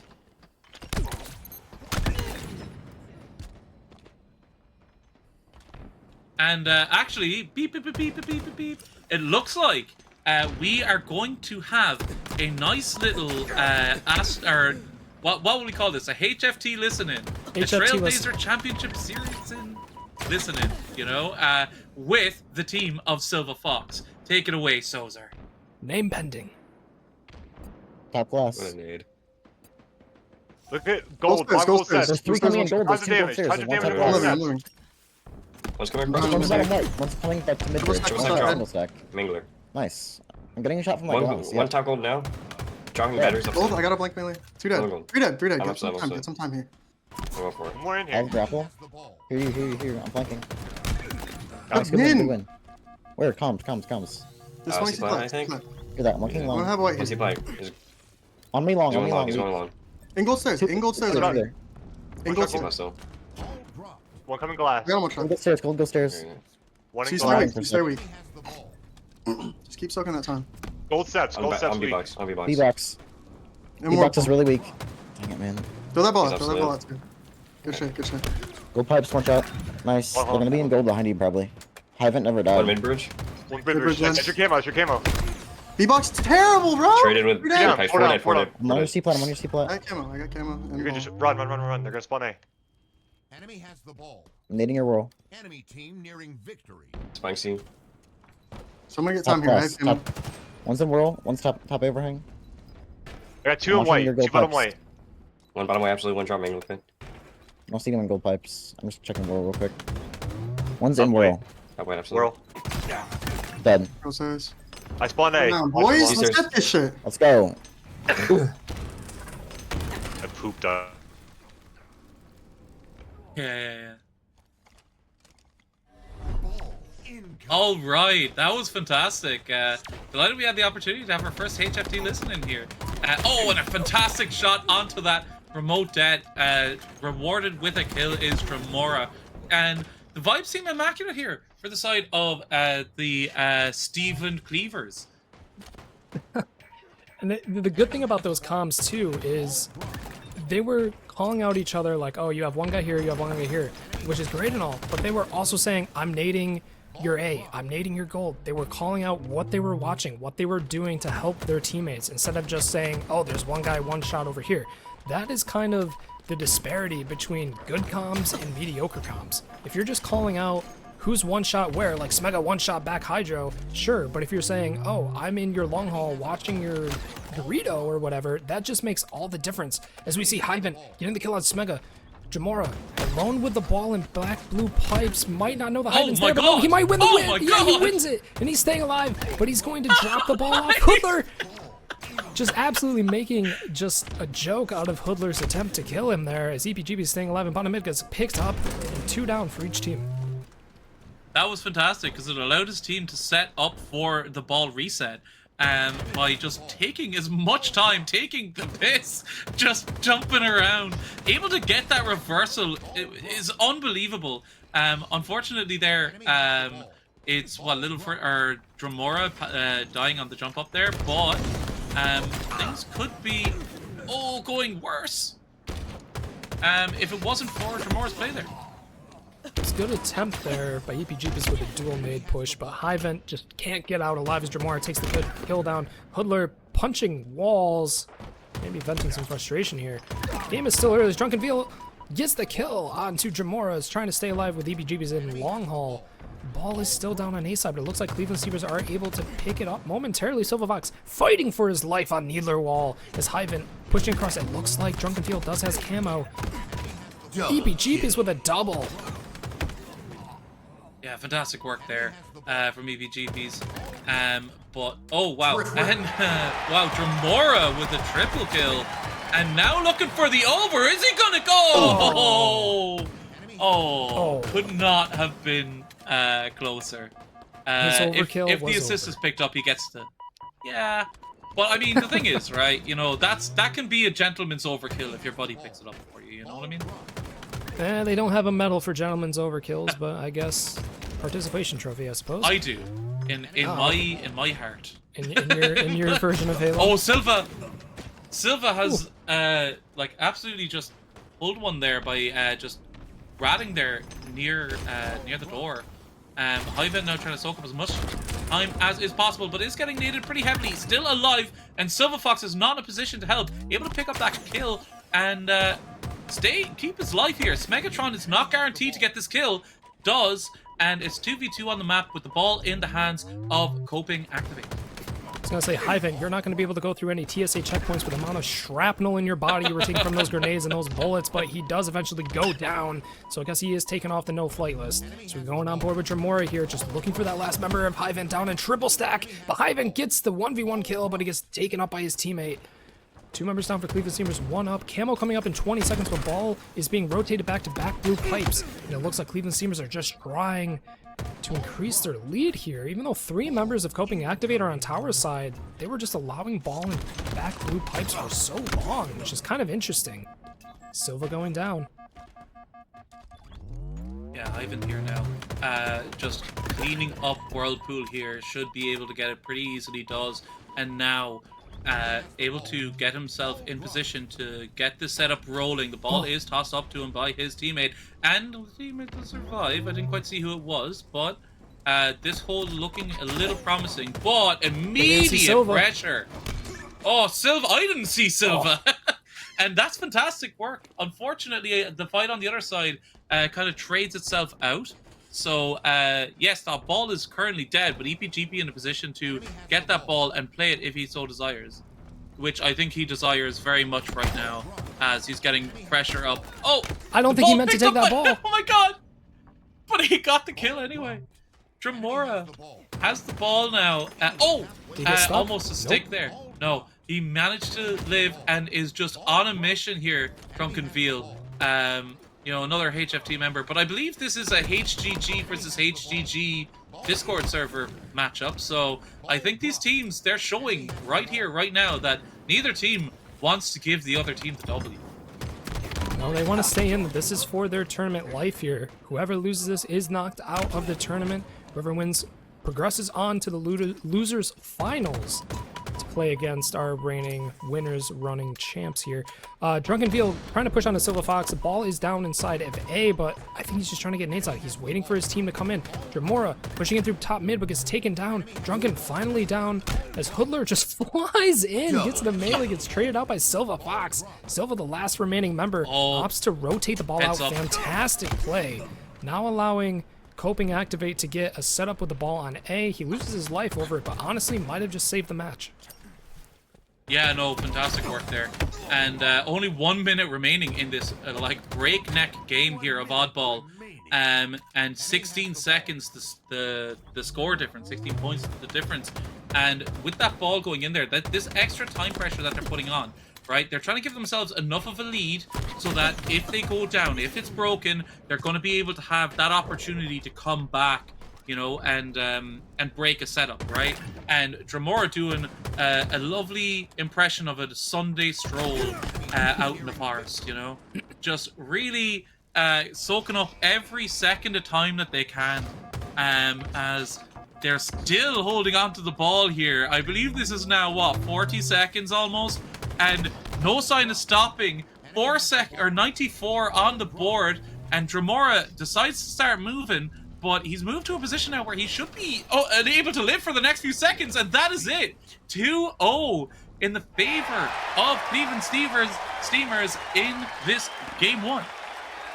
That was a fantastic gold hold there, but I think Hyvant, he was stuck because Smega was sitting on the needle wall, just putting shots down towards Long, so he wasn't able to get through Long on Trippy Corner, up gold stairs to stop that push, and they just rotated ball towards bat ledge.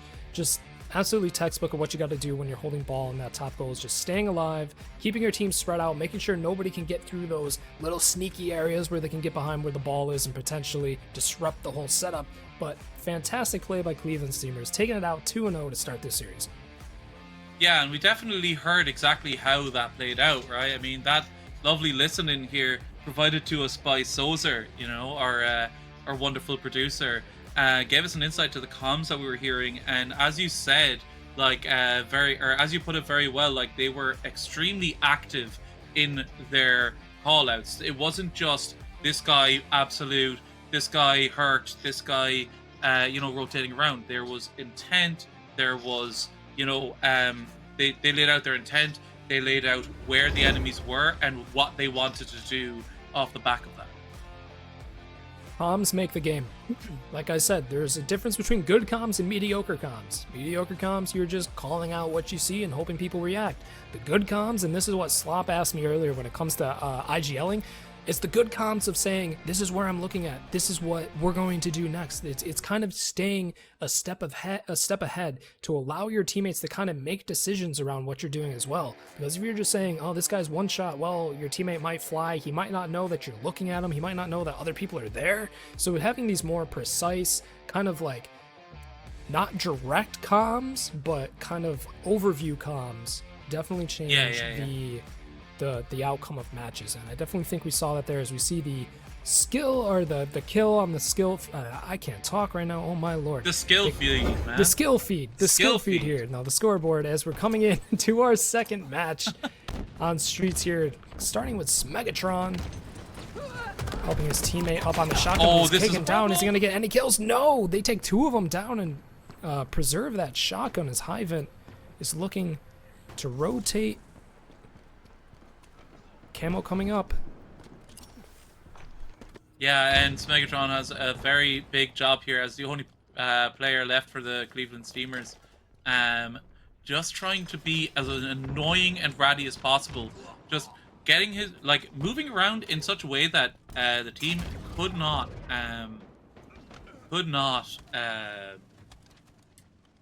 find him.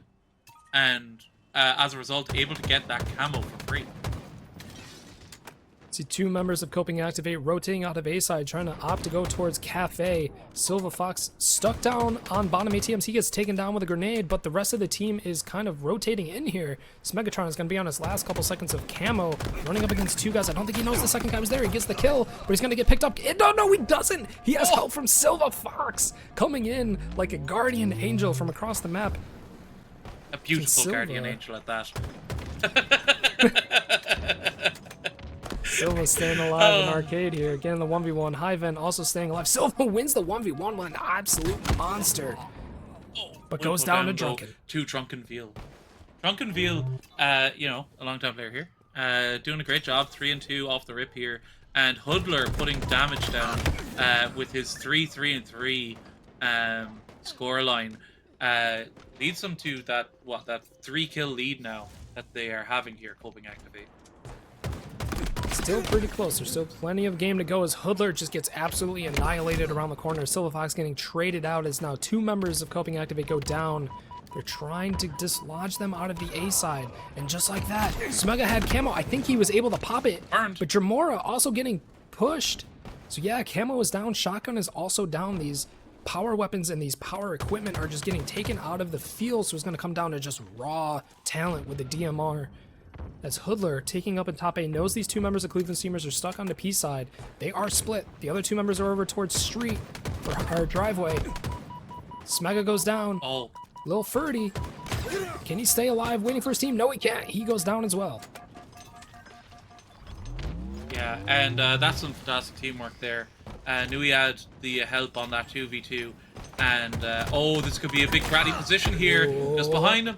Oh, and Silva! Who else but Silva coming out and should pick up this double kill. Does leave it to a friend.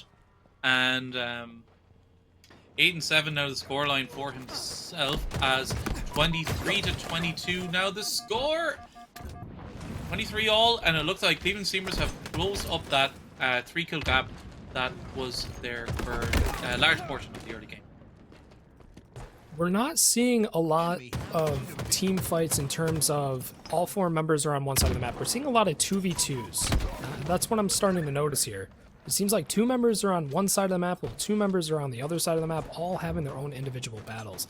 It's kind of working out because they're still playing off each other, still being able to play off a teammate to trade out or even go up 2-1. As we're seeing, it is still a 1-kill game as Dramor is trying to stay alive, but no, he gets blown up. That is two members down for Cleveland Steamers. The Silver Fox just trying to keep the spawn on the B side. And again, we're seeing a split. Two members of Coping are on the Cafe side while two members are also on the B side, but it looks like they're starting to rotate in the same angle here. Silva, gotta be careful. Camo's up in 2 seconds. It's probably what they're trying to prepare for. Yeah, Veal there slipped the net, and that could have led to a huge problem. Dramora with an overkill. But they were... Oh! What? Dramora! These overkills are just kind of coming out of nowhere. And he's flaming now. You know, he's just going around. He's, you know, looking to find any old little straggler he does, and manages to get the kill. That was an 11 out of 10 trade every day of the week, and manages to come out with the win there. So fantastic stuff. Hoodler now just trying to play their life as the flank comes in from caution, and great shots down onto Dramora, and two of them will fall, but the trades are there. Smegatron picking them up, and yeah, 3 kills now, the lead still for Cleveland Steamers. I feel like somebody on Coping Activate is trying to get spawns for their team, but they're just kind of getting caught out, which is causing the spawns to go a little bit whack right now, as Cleveland Steamers are now up 4 kills. Dramora trying to get the 1v1 onto Hologram. Silva Fox goes down. kind of blew up there. Maybe that was a team nade. It looked like he blew up, but kill feed said DMR, so we're not sure. But we're now down to a 1-kill game. I would not be surprised if this game slows down. It looks like 3 members of Cleveland Steamers are towards the A side. Drunken Veil's trying to get a little bit aggressive, get shots on. One of his teammates are on ATM. Smega goes down. Silver Fox fighting for his life in back A, as it looks like trade after trade. 2 members on both teams going down, and it is still a 1-kill game. Oh, this is bad for Bert. Bert, stay alive. No, he cannot. He goes down. Drunken, a little weak. Camo is coming up in 10 seconds. This is going to be the last camo of the match. Who is going to be able to get it? They're going to fight over this. And it's now Coping Activate, who have been able to activate themselves a little bit of a win here. But Team Nate he didn't get it. Absolutely He didn't wipes have them, it. and Silva. Silva manages to pick it up, or no, I don't. Camo's down at Palms. Maybe it has. No, Camo down at Palms. Oh my god. Which is such a terrible spot, because if we're trying to go for that camo, it is only 2 kills for Coping Activate to close this out. 5 kills for Cleveland Steamers. I don't even think you go for that camo. That camo is not going to be useful in this situation because of where it is. 48, 47, 49. 49, 47. 1 kill left go. EBGB's trying to get a shot on Little Ferdy. Oh, Ferdy has a camo. Can he stay alive though? He's going to make it again. out. Oh. He's getting aggressive. He's got to be so careful here. This has to be play of the tournament stuff here from They're from encircling though. They got it. it. But unfortunate. Yeah, just up like there. that. Or Activate, man. Just yeah, really kind of came back there towards the end and really showed the promise that they had in the early part of that Slayer. That ending was honestly a nail biter. They were keeping it close. Honestly, 3 to 5 kill difference the entire time. But that camo going down in front of Palms, that throws a wrench into everything. Because you're thinking as a team, you're like, do we go for this camo? Do we bait it out? And the other team's thinking the same exact thing. So you're kind of like, oh, we got a kill or 2. But there's only 4 kills left in the match. Do we try to go for camo and make a play like we saw at the end there? Or do we just keep baiting it, keep playing our game, and try to just close it out? But in the end, we saw that they were trapped inside A. The rotation came around from Cafe's side, and they were able to just pick off the one guy from the odd angle. So, coming into this, we do get our first full game. I think it's our first full game 3. I think all other our best of 3s were 2-0, if I'm not mistaken. But we do get our 3rd game, Live Fire Strongholds. Coming into this. Yeah, gotta get the giggles in. I'm not trying to dig you. I'm really not. But it's just happening so naturally. Hey, look, I mean, you know, it's all good. Yeah, it's fine. I know my place. Hey, I'm not playing the tournament, so, you know, I'm able to make fun of people. All right, well, we come in here anyway, and yeah, it looks pretty clean across the board there. I mean, obviously a nail biter. Silva had a great game there, as did Hoodler. I believe the 2 captains of the teams here. So yeah, very good job from the captains there in that game 2 Slayer. Both really trying to bring it home for their team. But now, as we head into Live Fire Strongholds, I mean, those comms from game 1 that we heard, could be the difference maker. Now, obviously, we haven't heard from Coping Activate, but you know, if it's anything like what we heard from the Cleveland Steamers, this could be a banger. You know, there's a big difference between being a team that's good on objective play versus a team that's good on Slayer. They play fundamentally different. So even though they went down, I think, 50 to 47 or 50 to 43, whatever it was, the Cleveland Steamers won the first oddball 200 to upper 70. So that just shows that their objective play is on point. And exactly like you said with the comms, if they kept that the level of comms up to where they're saying, okay, this is where I'm looking, this is where we're going next. If they can take that into the Strongholds match, I'm gonna think that they're gonna have a pretty good chance of closing this out. Yeah, definitely. And yeah, it's gonna be interesting now to see kind of who shows up, because this is now your opportunity to get into that losers final, get yourself the coveted prize money that we have for our top 3. So yeah, we'll see now as this game kind of unfolds. Not as much as we were going to give Slop. Odds?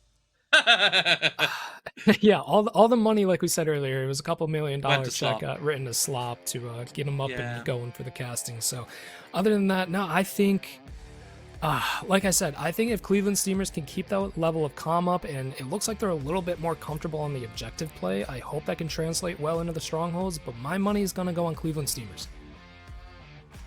I have to agree. I think it would be a very impressive showing if Coping Activate were able to overcome the Cleveland Steamers here. So yeah, can't wait to see how this is approached. You know, if we're going to see a fast-paced, high-rotation game, or if we're going to see a setup-focused one. Definitely. And while we're waiting here, I'm going to take a second to thank everybody in the Twitch chat that has been subbing, that has been hanging out. We just got a tier 1 sub gifted to Beef on Demand by OG Alien. Thank you so much, Alien. But we've also had some generous gifts going out earlier. Alien has just been on top of it with 5 gifted. Bud15 with a 5 gifted. Shield Z with a 5 gifted. Thank you guys so much. You are the reason why we put these on. You help us so much as we go into this game, starting out with Smegatron. Already jumping up in the tower. They're not playing quick for Sniper here. They're saying, all right, we're just going to try to get picks. But it looks like Smega, is he going to get taken down? No, he doesn't. He gets out with his life, and it looks like Cleveland Steamers start off with Sniper. Yeah, absolutely, and that's going to play in well for their push for Camo here. Looking to, you know, it doesn't matter who gets on the hills first, it's who gets on the hills last, right? As they look to have rotated towards A, although that Camo did not go into the chest of Silver Fox. I believe it is still out there and could be on the side of Coping Activate. Still looking for it. Drunken gets out with his life. Silva trying to get on to Drunken. Yes, he does, but Silva's going to lose his life over it. Lil Ferdy still has sniper rifle on the white wall, looking for the mud spawners. Gets a body shot. Not the headshot. Sees the other guys. The body shot. Nice trade there. Or not a trade. It was almost a trade. Nice body shot into the headshot there. The slow draw. And right? The slow. Yeah. The slow draw. Instead of, you know, because it's a rifle. Okay. I see. Oh. He's trying to go for the highlighter here with these no scopes. But Silva picks it up as 2 members down. There might be a 3-member down if he can get this kill. Yes, 3 members down for Coping Activate as Cleveland Steamers are holding the AB and are about to tie this game up. I tell you what, Little Vertivert is on the highlight reel of, and that is of gamer tags. Fantastic gamer tag, Little Vertivert. It's just it's so clean. It rolls off the tongue. Yeah, absolutely. But these now being honey gapped. on my lips. Yeah, he is playing keyboard and 100. mouse by the looks of it. Yeah, flying around. If those are thumbsticks he's using, then we're gonna have to check, or we're gonna have to check. We're gonna have to implement some drug testing here on HFT. Check him PC that not normally. 2 members of Cleveland Steamers going down. Please. Back, please. Gaben. Lil Ferdy getting the trade on a Drunken. As that is 3 members of Coping Activate going down. But no, EPGP's being the last member alive, does get the B, but he gets taken out by Dramora, who's just gonna take B, and it looks like we're getting a triple cap for Cleveland Steamers. Alright, Silva, show us how this QT works. That A cap was kind of disrupted there for a bit, which has given them like an extra few ticks on that clock. And, you know, I would say like maybe like 30 to 40 is usually when you would say someone has a lead, and I believe Cleveland Steamers now have that and should be in a good position moving forward. I like the play Silva was doing there. He got a little aggressive leaving B, but I like, especially on strongholds, leaving a guy back B is probably one of the strongest things you can do. Even if he's not getting shots on people, he's holding down very important parts of the map, and if they try to make a move out of B, he can put damage down, play his life, and wait for his team to rotate in. And already it looks like Coping Activate, getting time on B and time on C. Nope, looks like C just got reset, and just like that, Coping Activate are scoring here as Silva Fox gets the kill onto him. 2 members down of Coping Activate, and just like that, I think Caster Curse might be turning this around. Yeah, I think I've been impressed with EPGP just for the kind of heads-up plays that they make. Like, they may not be up at the top of the leaderboard all the time, but they definitely show an awareness and game sense in the way that they move and the positions they take around the map. Riddler going down to Smega. Smega has Sniper opting to stay on the top side of the tower as C needs to get reset here. They're not going to touch it. around They the know someone's Rosie. on. Yeah, Who's going to get the pocket full of posies? He gets it. Almost no scoped Hoodler. Almost goes for the quick scope too. That would have been insane. But now looking to help his teammate Little Freddy Vert on the Nest side. Looks like Coping is starting to get split here. Sniper is out of ammo. Smega just trying to put damage down. He gets a nade out from Drunken, who gets picked up by Smega. And just like that, it looks like spawns are flipped. Coping Activate is going to be taking A. Yeah, absolutely. And this is a problem now because there's only 3 up for Coping Activate, and they are under tremendous pressure here. Fantastic setup here from the Cleveland Steamers. And we'll see how these teams are able to approach the defense and attack here of B. As we say that, Cleveland Steamers staying up with 2 caps to their name. They're just pulling ahead. The kills. 3 members of Cleveland Steamers have yet to pop 10 kills, yet they're already up 180 to 39. It shows that they're able to just stay still. They're able to get these kills as Jamora gets a double kill and Camo is coming up. He's looking to help his teammate in top mid. Smega was calling him out. Jamora rotating towards B. He's just on these kind of flanks. He's the auxiliary player who's kind of reacting to callouts because they have all the momentum here. They have both sides. All they got to do is kind of sit back and get these free kills like Jamora is doing and just let the time rack up. Yeah, 205 now to score, and the Cleveland Steamers are putting on a clinic here in this game 3. So it's going to take a lot of hard work, a lot of hard graft, and a lot of perfect halo here from Coping Activate to be able to get themselves back into this match. They were able to get A and B, and it looks like they are holding. Oh, High Vent almost getting some blue on blue action with that grenade there. Smega just loving this top tower, and I love it as well. This top tower is so strong, especially when you're holding the C side. Instead of going an A-B hold, if you go a CB hold, the tower is extremely strong to kind of hold that middle lane, as Little Freddy Vert seems to be 1v3ing here. He goes down, so this might have a little bit of a lifeline for Coping Activate. Oh, what a snipe. That's Sage. Oh, this Get the triple. Oh, the no-scope killing frenzy, Smegatron. Oh my god. A has been flipped, so when B takes over here, Cleveland Steamers are gonna be scoring once more, and C has been reset. Massive pressure now. Backs are up against the wall for Coping Activate, and they're not getting any spawns in.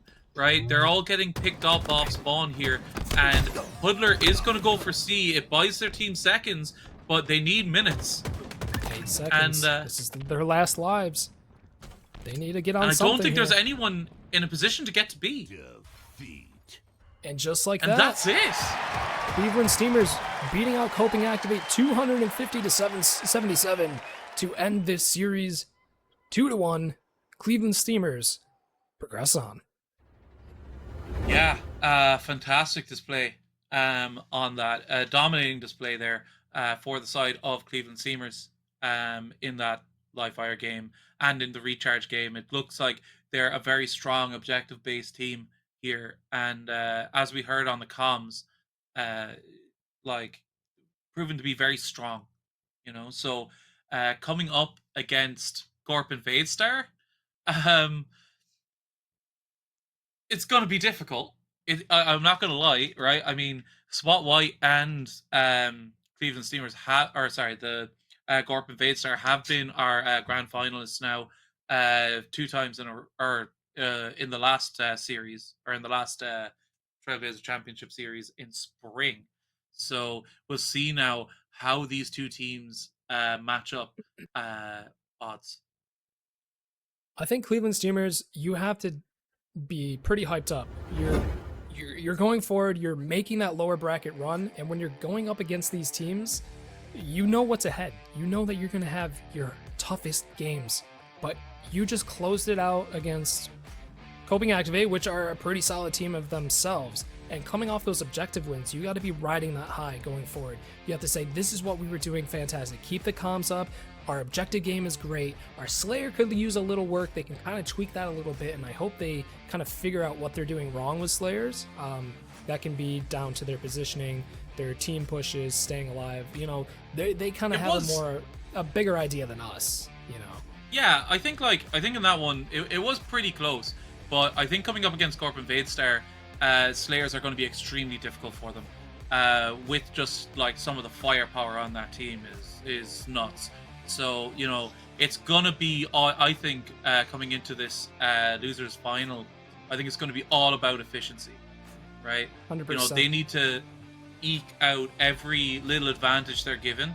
You know any little advantage they get, they need to pounce on, and you know, and hopefully now we'll get them a nice game here up against our reigning champions. They cannot let off the gas. If they break, if they get pushed down to where they're going 4 down every single time, they cannot let that affect their mental. They have to have ice in their veins coming up against Gold Star VR's team.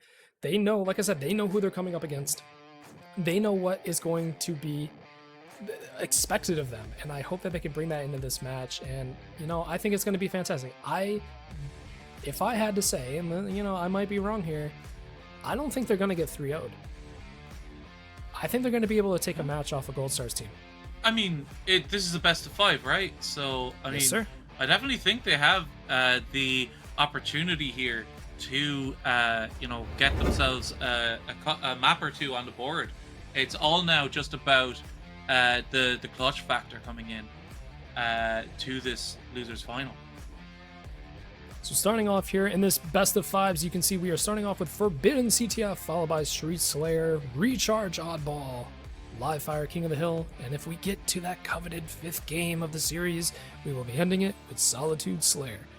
Coming into this Forbidden CTF, we've seen this once already on stream. It has been, you know, a bloodbath of both teams going back and forth. Gold Star BR's team.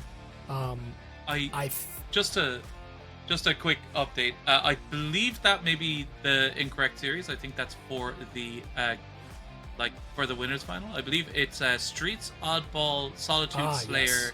Live Fire Koth, Aquarius CTF, and Recharge Slayer. So we will have a Solitude Slayer. At least one of those is but, right. We like to keep people on their toes. Absolutely. But look, we'll go into a short break here, and when we're back, we will be bringing you live action from the losers final of TCS Summer.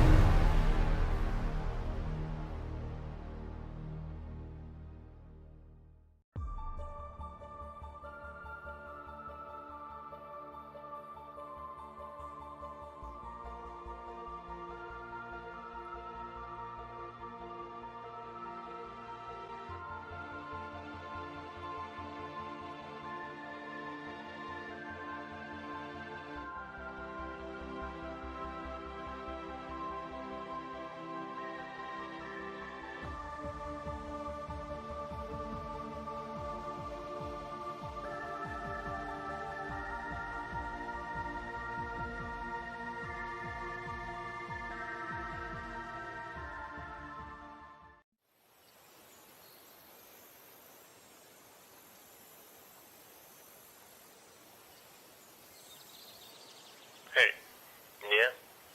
You ever wonder why we're here? It's one of life's great mysteries, isn't it? Why are we here? I mean, are we the product of some cosmic coincidence, or is there really a God watching everything, you know, with a plan for us and stuff? I don't know, man, but it keeps me up at night. What?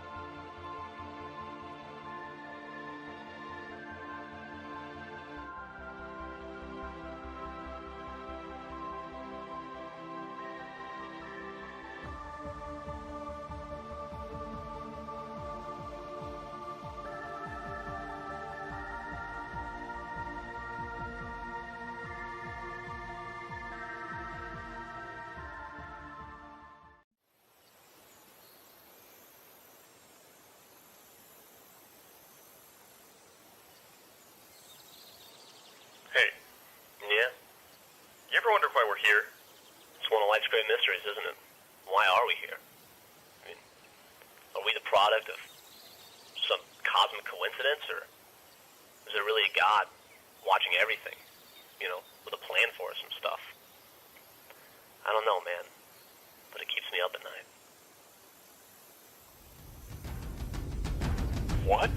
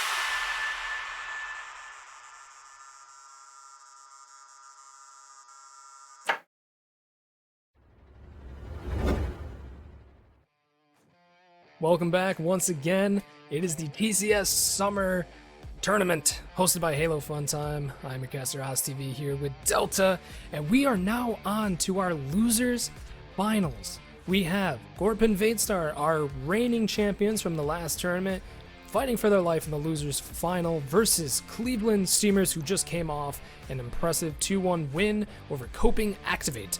Whoever wins this best of 5, as you can see on your screen here, is going to be going up against SWAT White, who are waiting patiently up at the top of the pantheon of grand finals. So, well, I mean, go, take it. Yeah, I was going to say, like, so here's the thing: the little carrot on the end of the stick here for these two teams is that SWAT White have had a long time off, right? They may have gone and gotten some lunch, and you know, maybe one or two players are feeling a little logy, you know, maybe they're maybe they ate a little bit too much coming in or after lunch, you know, maybe they're feeling a bit slower, but you know, in this game, like, I mean, let's not mince words. like, Gorp and Vadestar are heavy favorites going into this one, right?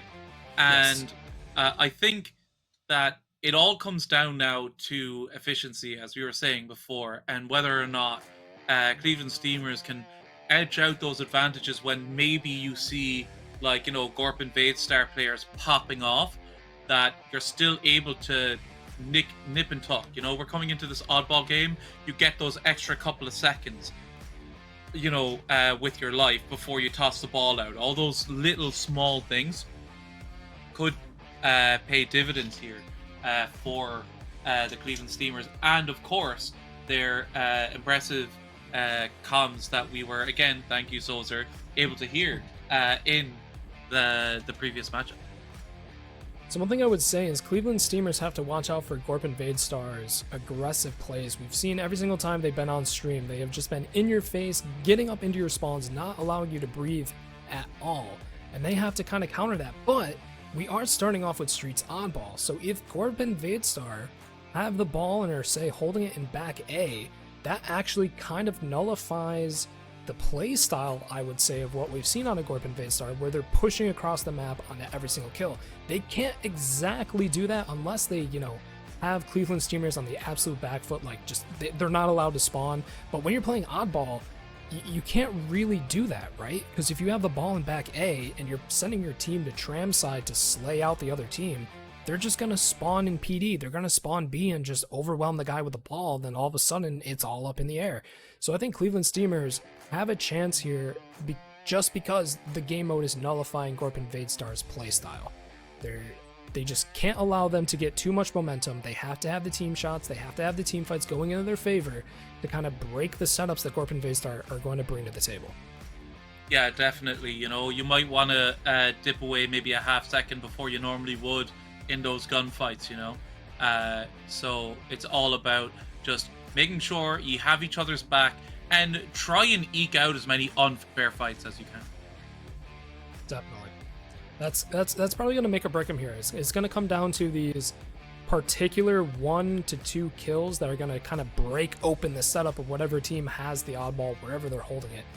You can get across the map pretty quick on Streets, especially with that camo being there now. That's going to be a huge detriment to the opposing team, especially if they have the oddball in their favor. That's one guy down that's not going to have a gun in his hands. So I'm going to think if one team gets the camo, the oddball guy is more than likely just going to throw a ball out and he's going to try to help his team with a gunfight. That's what you would want to see, just because one guy's invisible, one guy can't have his gun out. You know, you're going to want to outslay that. So hopefully we're going to see some scrappy fighting here. I would imagine, or I would hope to imagine, that Cleveland Steamers is going to be able to take a round off Gorp and Vadestar in this match, and I would definitely hope at least a match in the series. Yeah, definitely. Like, you know, that's what we're all here to see. We're all here to see, you know, the Cleveland Steamers really put it to Gorp and Vadestar and make them earn that position back up in the grand final. So, you know, like that's the real test here. You know, you've had a long losers bracket run, right? And you've picked up some impressive wins here and there. You've had some very tight and close kind of communication and work, right? You're able to keep yourself coordinated very well.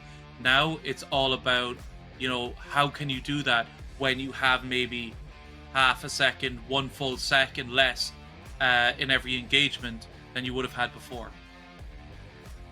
So neither team is going to have to let off the gas here. They're going to have to give this their all, because this is the losers final. Whoever loses here is out of the tournament. But not to say that that's a bad thing. To get to losers final, to get all the way through here, is absolutely fantastic. As we are going on board with Jamora, the game has started, and we're seeing again, Cleveland Steamers like to throw 2 people towards this B side to try to dislodge Red, and already Jamora getting Gorfiend down as Smegatron 1v1 against Goldstar. Can't get the shots with the shotgun. He does get him though, but gets taken down, and already down from each team, and ball is not touched. Yeah, absolutely. Jamora going down there in the is a bit difficult for Cleveland Steamers to be able to hold here now up on their top A. They are still trying to keep Sniping's hand off of the oddball, but they are being patient here, Cleveland Steamers, and are moving when they can. Like, great timing there from Smegatron, and that ball is now neutralized and in the hands of the Cleveland Steamers. They are, however, 2 dead, and Silva's going to need to toss it out mid, which he does. They have camo. And is, like, dancing as fast as they can. It was a little bit of a weird play. He had the assault rifle in PD. He waited a second, and he kind of took it slow. He was waiting for his team to come up from street side, but Goldstar got up on top of heaven and was just absolutely just raining down shots. Goldstar gets meleeed out by Dramora, as it looks like Gorefiend and the Goldstar go down. Outfaded's down, and it's now 2v3. Sniping, trying to play his life, but gets taken in the back by Lil Ferdy. Already, Gorpin Baitstar is up 20 to, looks gonna be like 10. So already the score line is decreasing, as it looks like Smegatron's gonna hold up a caution. Gorefiend is pushing up by himself. The Smega might be going down here. Great win. Yeah, unfortunate to get traded out here, and the collapse is coming. It's all up to Dramora now, and we'll need to try and play their life. That ball has been played, thankfully, and but the camo has fallen into the hands of Gorpin Baitstar, and we'll see now. So as Megatron picks up a kill, there's going to be maybe a bit of a collapse here from Gorpin Baitstar, but they're 2 dead now.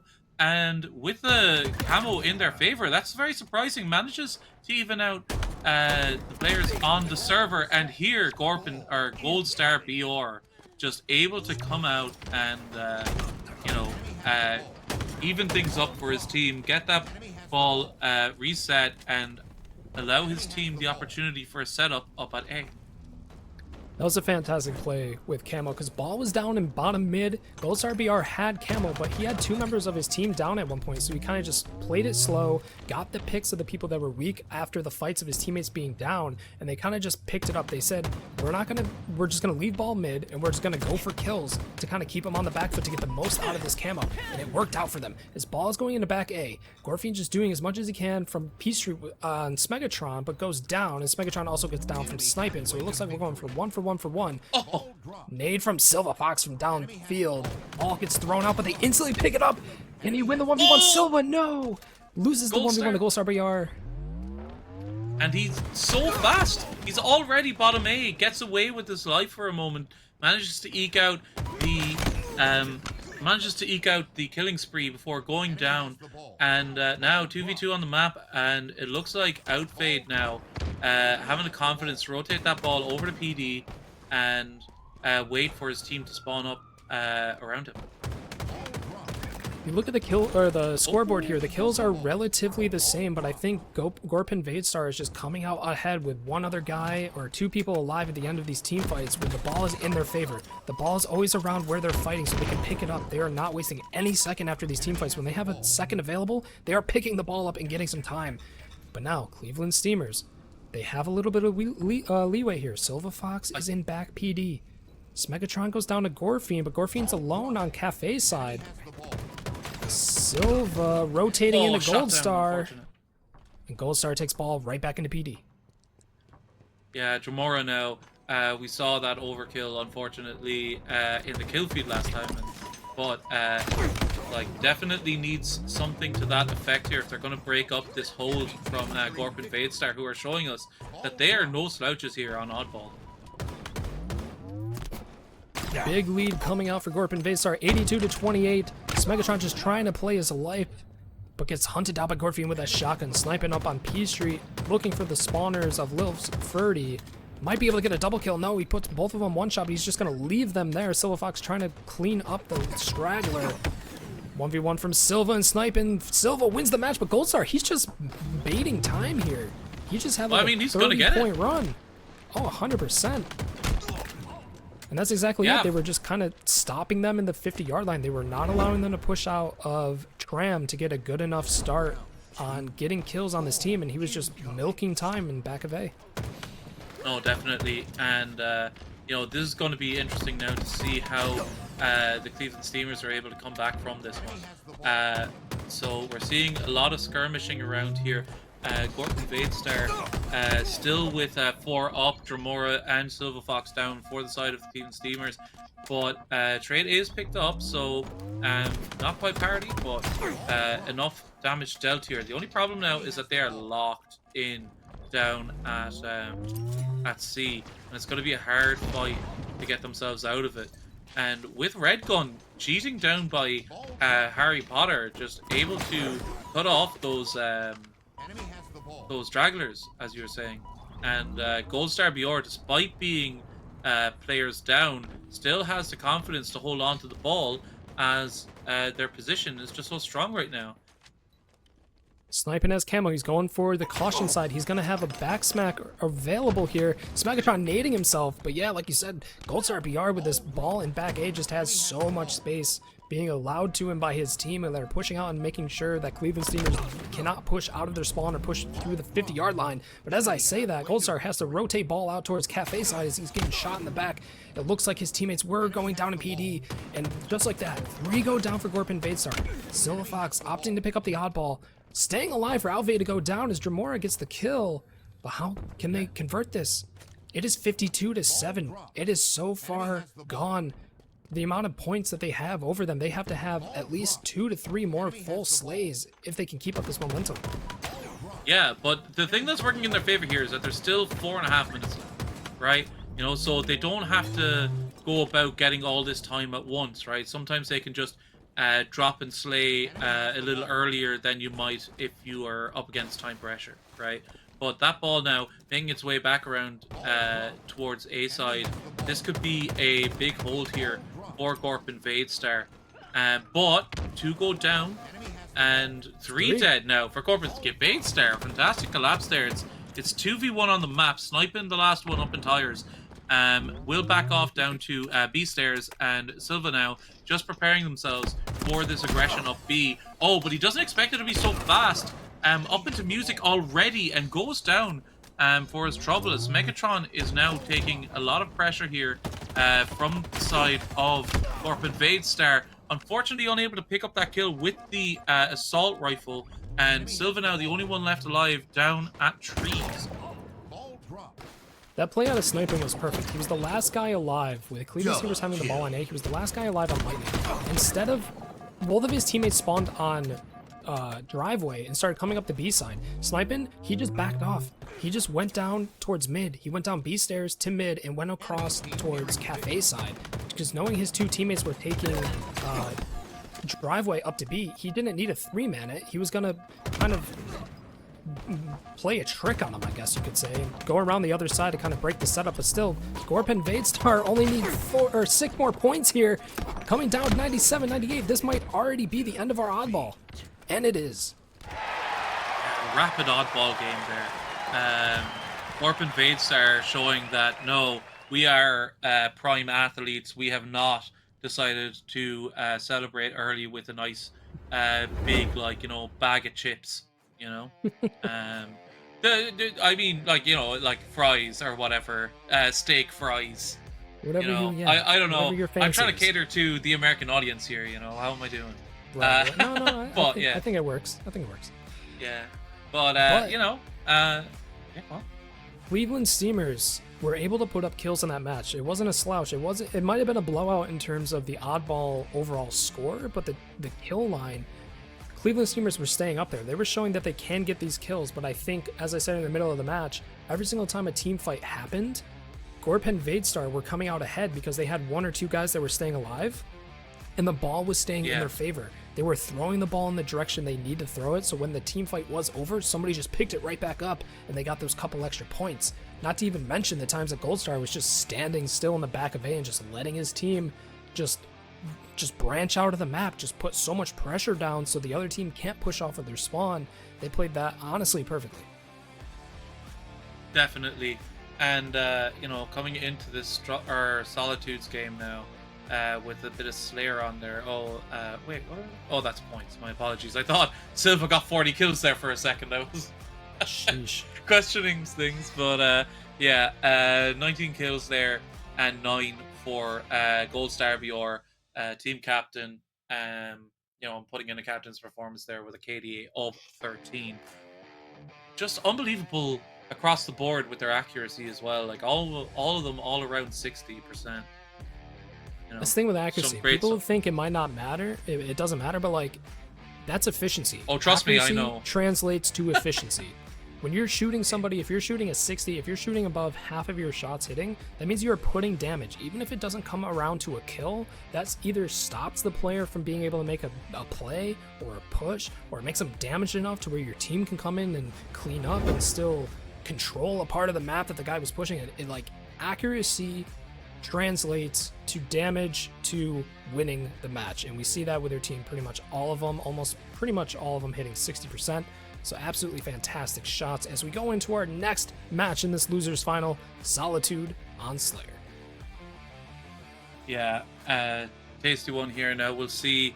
I've been up against a strong team here on this map, and it can be extremely difficult to fight yourself out of a hole if you allow yourself to fight, or if you allow the opponent to put you in one, right? So it's all here now about making sure that you don't, or that your positioning is such that you're not going to be just kept in the yard, or getting stuck out in blue and just getting picked off time after time.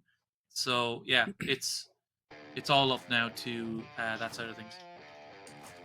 And coming into Solitude, especially what you were saying about getting picked off, they have to be careful here. They want to be able to push these angles together as a team. Usually with Solitude Slayer, you want to have one guy kind of being the bait, especially if you're on this yard side or the back tram side. You want one guy in window putting shots down saying, hey, look at me, everybody, look at me, try to get this hill where I can just back out, while the other parts of the team are rotating maybe around cafe. So you kind of want to have these bait and switches where one guy is able to see most of the map, get information for his team, put shots down on people, while the other parts of the other members of the team are working together to take space on the map and win out these team fights. And in the end, the team that's going to be able to get these pivotal kills, win their fights, but stay alive as a team, obviously as Slayer, as it goes, are going to end up with the win. Yeah, and as we always say, it's a different kettle of fish. However, last time it was the Cleveland Steamers on the wrong side of a 50-47 in Slayer. So, yeah, it's going to be, new game, new map, and we'll see how they're able to come out here swinging. Yeah, if you're Cleveland Steamers, obviously you take that loss on the chin and you just keep going. You're able to slay these guys out. And it's going to be a different thing now. You're not playing for an objective. You're not having to push onto a setup to break it every single time. Already Gorefiend starting out with a kill and getting Camel going in the bottom pit here. Looking to get Lil Furdy, who's jumping out of kill. Oh my lord, Gorefiend is just putting shots down with his camo. They have no idea where he is. He's just cleaning up kills. Silver Fox is now alone in back tram. Smega is going to be in no position to help him as they're just washing over this team. Yeah, absolutely. But I mean, this little resistance here in Yard could be a big moment here for Cleveland Steamers in the early game, as they are able to pull it back to a 3-kill game now. And sniping is kind of found in no man's land right now, and Tremora has the opportunity to pull something big out here with this shock rifle. I think with these couple of kills, Cleveland Steamers are able to put Gorp and Vadestar on the back foot, because now they have them spawning on back hotel, and on sniper side they have control of cafe. Can they get these kills? Yes, they can. Tremora, can you get the double on it? Yes. No, he gets the assist even better though. He takes the 1v1 on the snipe, and the sniping wins, and this is only a 3-kill game. Yeah, keeping in here now in the early game, when game plays out like that, or when your opponents go 6-1 up real quick, things can start to roll out of hand. But it looks like the Cleveland Steamers here are able to bring themselves together and put themselves put themselves back together after being kind of dismantled there a bit at the start.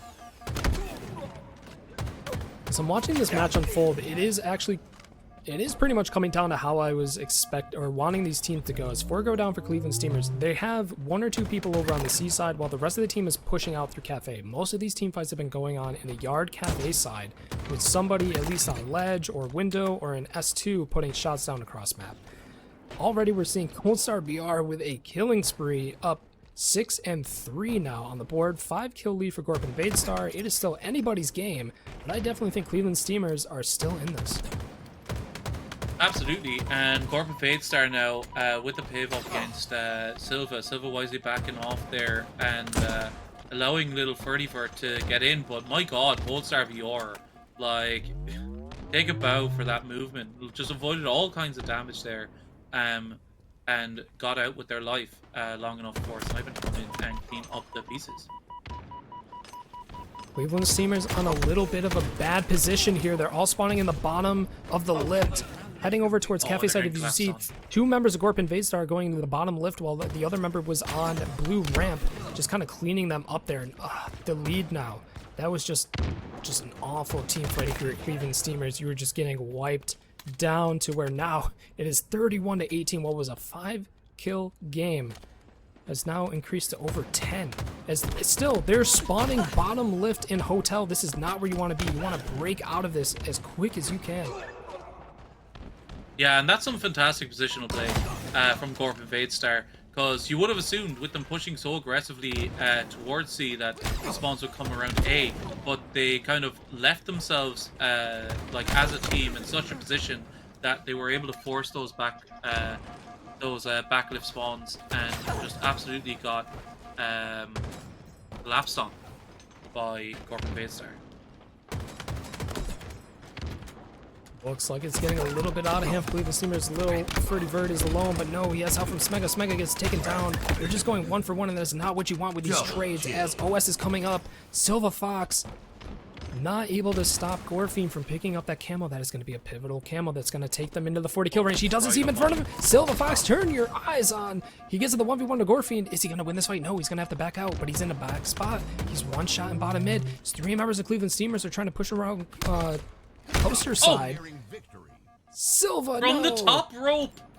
Almost gets the double my melee. Boy. They And again, my boy.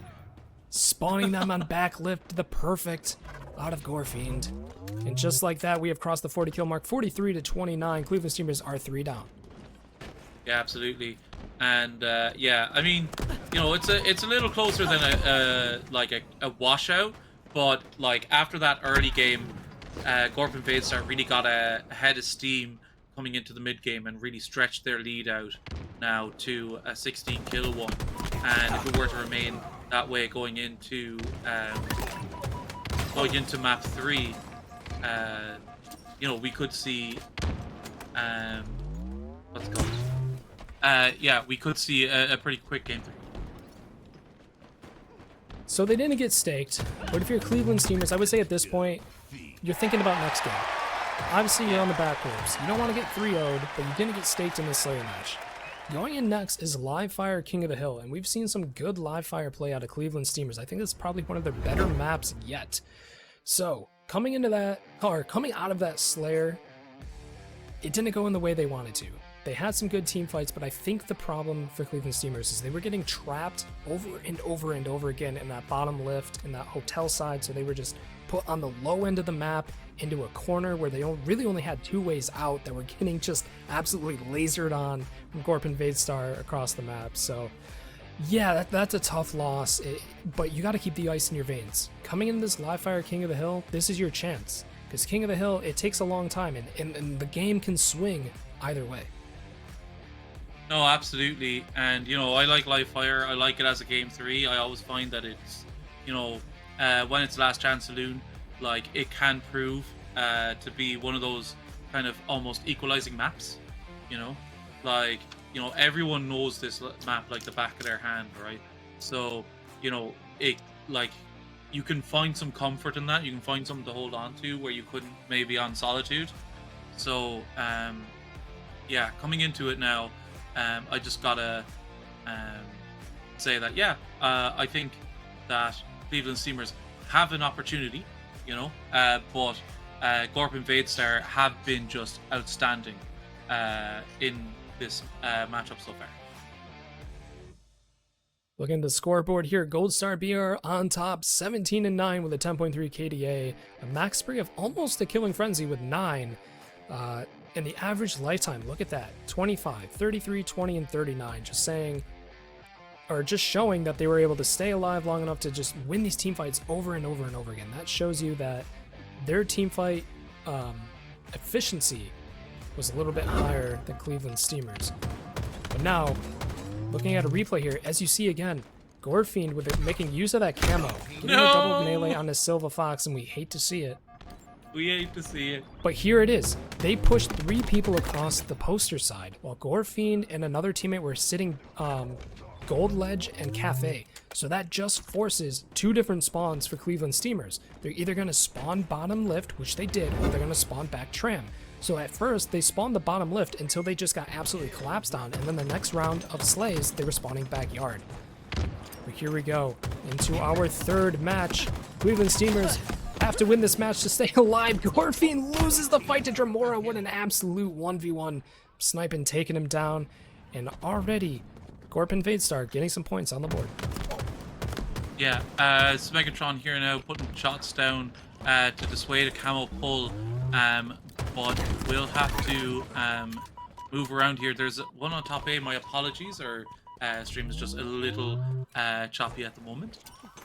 Should be so good for you. Megatron trying desperately to just clear out this back, and good win as they pop that QT and look to get some time on the board for them. This is the setup you want if you're Cleveland Steamers. You have one guy in B, one guy at Pillars. The other team is now split. They had 2 members inside A that are getting picked up. They have Gold Star on Nest and one guy bottom mid, so they're a little bit split. But yes, Megan, you needed that kill. He's trying to stay alive in back B, but no, they pushed out of A. And just like that, 3 members of Cleveland Steamers go down. They weren't able to capitalize on their play or their hold to get enough kills to keep them out. As Outfade is now single-handedly capping the hill. Yeah, no, fantastic work there from Gorp and Vadestar. From Mora now. Oh my god! How do you kill Gorefiend? How?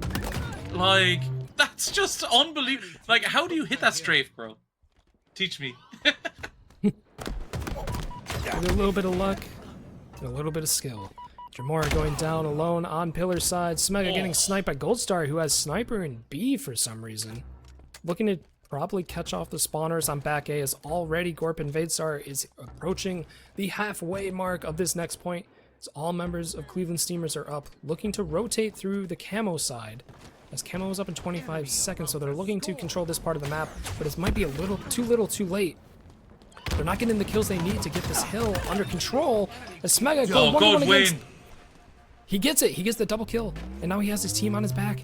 They have to hold this. This is having to be a huge hold, but they're away from camouflage. They might get this over to Gorp and Vadestar. Good nade. Yeah, and you know, good shots there from Megatron, just kind of dissuading as much as they can the camo play. Silver Fox now just down around that turbine, making sure that that side is clear. However, will fall.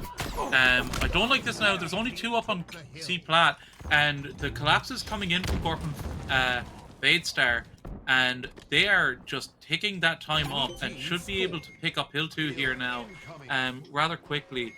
And coming into A, Cleveland Steamers are kind of up against the wall here, really having to fight for every little inch, every little second on the hill. Oh, Silva! Just in time to see Silva Fox no-scope Gold Star.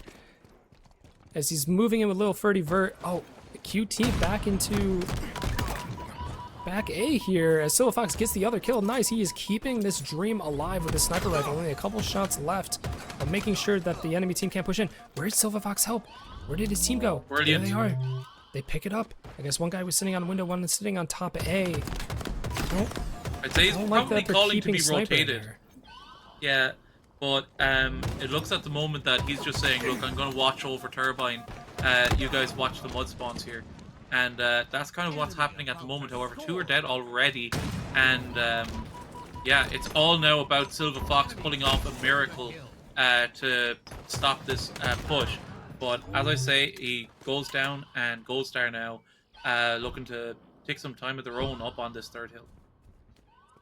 Plenty of time on this hill from Cleveland Steamers, which gives maybe 1 or 2 more full rounds of slays if they can get Gorpin Vadestar on the back foot and maybe win a full team fight. But already Dremora going down, Smegatron trying to stay alive, working with his team. One member drops down, Lil Ferdy Vert staying alive in Rattle, but staying down by Gorfine, sniping in his other teammate there. They're just flowing in one by one. This is not what you want to do with your Cleveland Steamers. You want to get together and pick up these one-shots. There's so many one-shots staying alive. But no, 3 members go down for Gorpin Vadestar, and already Cleveland Steamers have control of the map. Outfade managed to just evade. Oh, Demora until he gets that flying no-scope there and keeps his team kind of in an okay position here to start working their way towards this mud site. Great play out of Dremora too. He was already going super fast through mid towards Nest side where 2 members of Gorpin Vadestar were to try to dislodge them out of Nest so they can get some time on this hill. But Gorfiend, he's alone. He's already taken 3 shots into his back, and it looks like Dremora's looking for camo. Didn't see him. He went for top tower. So here grenades go off. Lil Ferdy Vert might be able to get the shots on him. There's 2 members back. Oh, that was not the back smack. Can he get the kill though? Oh my god. Oh. Yeah, they're down. 4 dead. This should mean time here. No, Silva's alone. They're going to be spawning A side. They're going to have the long shots on him. Silva playing it right. He's waiting for his team. Hopping in. Doesn't see anybody, but he's about to be up against 2 people. Oh, this is beautiful. Oh, Silva. Work. The dancing. Ted Danson is just like that. Up now. 3 going down. Yeah, absolutely odds. And this now 1v1 that he will win again. Silva is on fire and unfortunately will be taken down from the rear, from back C. But Dremora able to come away with the sniper rifle if they're able to live with this. Oh, as Silva Fox comes in and gets the kill to let them get away. Oh, Gorfiend, though, however, has gotten the kill onto Smegatron. I'm not sure if he has the sniper or not, but he should do down there. Sniping still has this tower control. Cleveland Steamers might have lost control of this tower side, but they're still up. Gorpin Vadestar has not been on this hill when they've had a little bit of control. They're trying to just get the slays out, especially towards the net side. Dremora's just being an absolute menace, taking him down. Oh, all 4 dead! That's all 4 dead. And this might actually be a cap. We might tie it up here, 2-2. They have to hold him. This is a great time to have a QT. You know, needs to maybe move a little bit away from that, but gets the hill, and now it's 2-2, and we're heading to top mid. This is what I was talking about. This live fire is Cleveland Steamers map. They know how to play it a little bit better than others. They know where they need to be looking, where they need to be pushing. And especially if they get a little bit on the back foot, they're able to kind of capitalize on that a little bit better. Gorfiend going down, that's a nice trade out. That's going to give Sniper over to Silva Fox, and he's been doing absolute work with this thing today. Let's see if he can continue it. Oh! Silva, please! It's okay, he wasted swiping. all that ammo, and that is good news for his team. They won't have to face that down for a little bit of time here now, as 2 minutes remaining, and pretty honors even here, but advantage Gorpin Vadestar on this Hill 5. This is a good setup by Gorpin Vadestar. You could tell Goldstar knew there was really only one direction they're going to be able to come from, and that's 2 people on the B side, but he gets backspiked by Silva Fox. Silva sneaking up to that back tower side, but he has 2 members of Gorpin Vadestar in mid to contend with. Only 1 grenade to his life. He is 1 shot he's seeing. He's trying to stay alive, not give them. Oh, he wasn't spotted, leeway. Was he? I don't think he got away. He saw them. Oh, but he can't get the melee trade.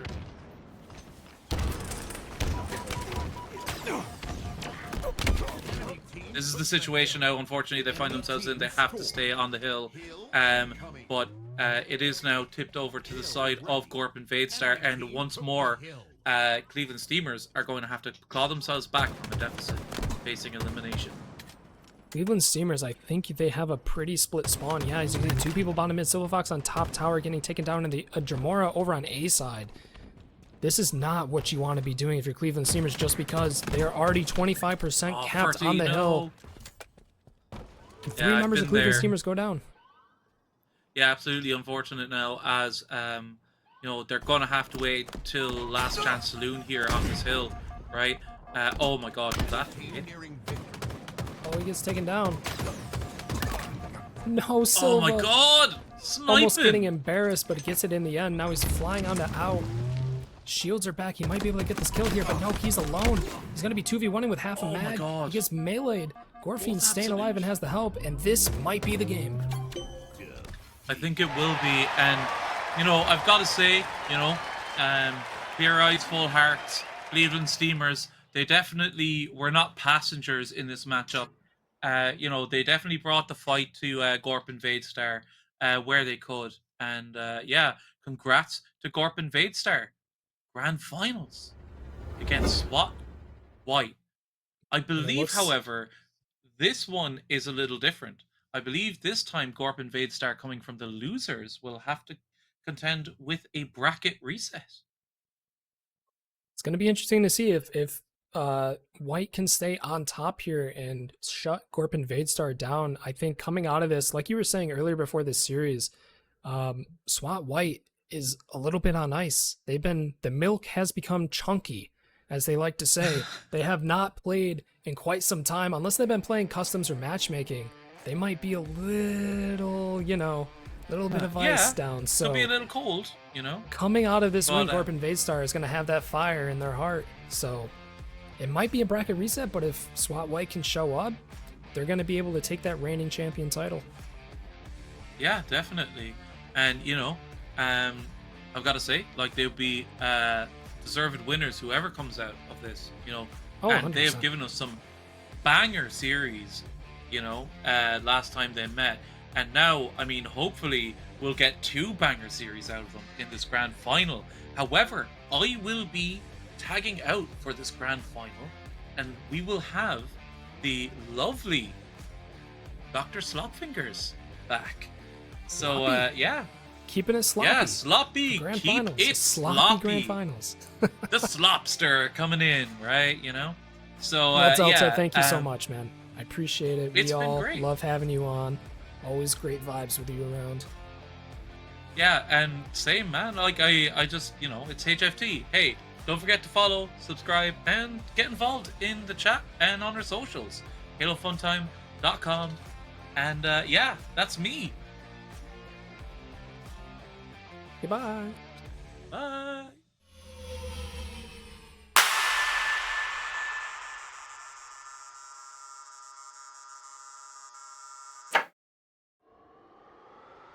Folks need heroes, Chief, to give them hope. So smile, would you? Well, we still got something to smile about.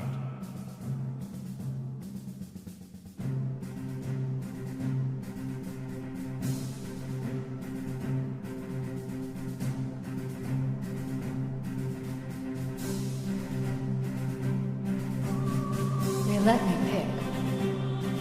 Did I ever tell you that? Choose whichever Spartan I want.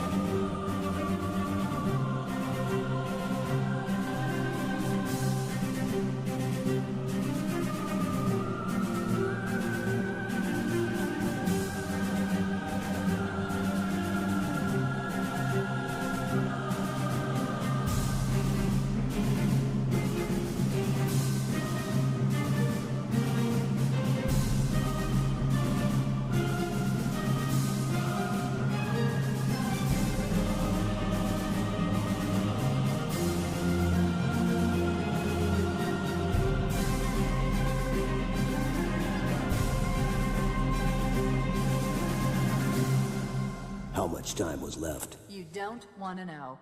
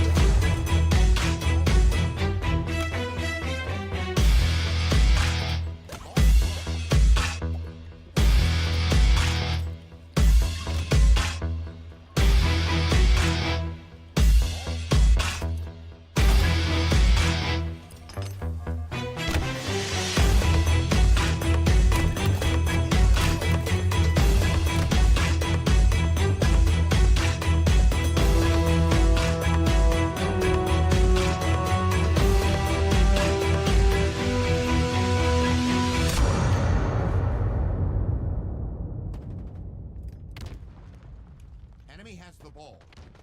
Ball dropped.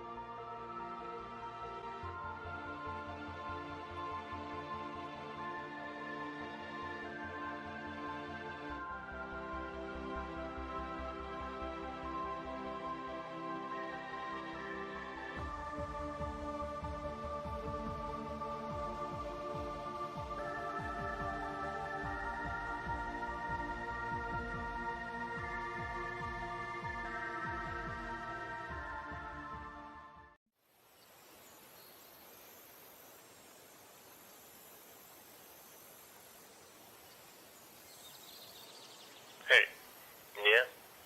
You ever wonder why we're here? It's one of life's great mysteries, isn't it? Why are we here? I product of some cosmic coincidence, or is there really a God watching everything, you know, with a plan for us and stuff? I don't know, man, but it keeps me up at night. What?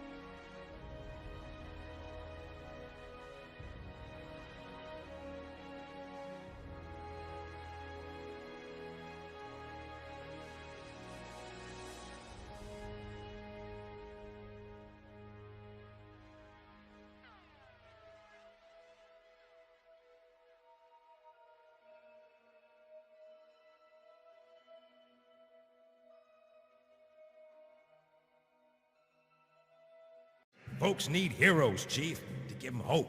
So smile, would you? Well, we still got something to smile about.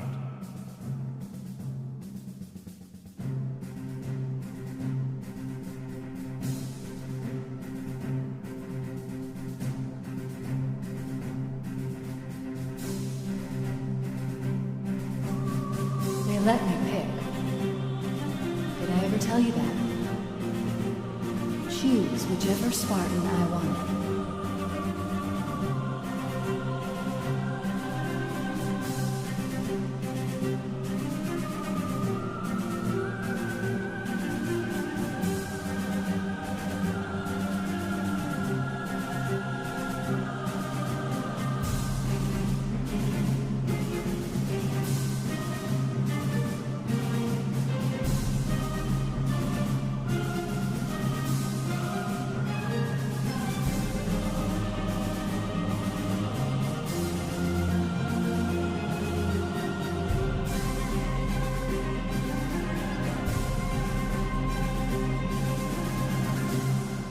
How much time was left? You don't want to know.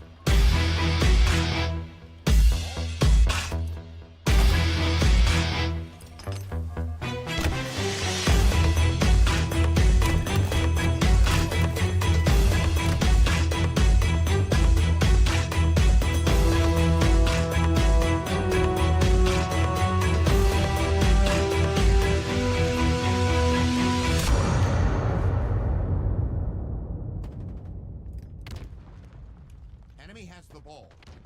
Ball dropped.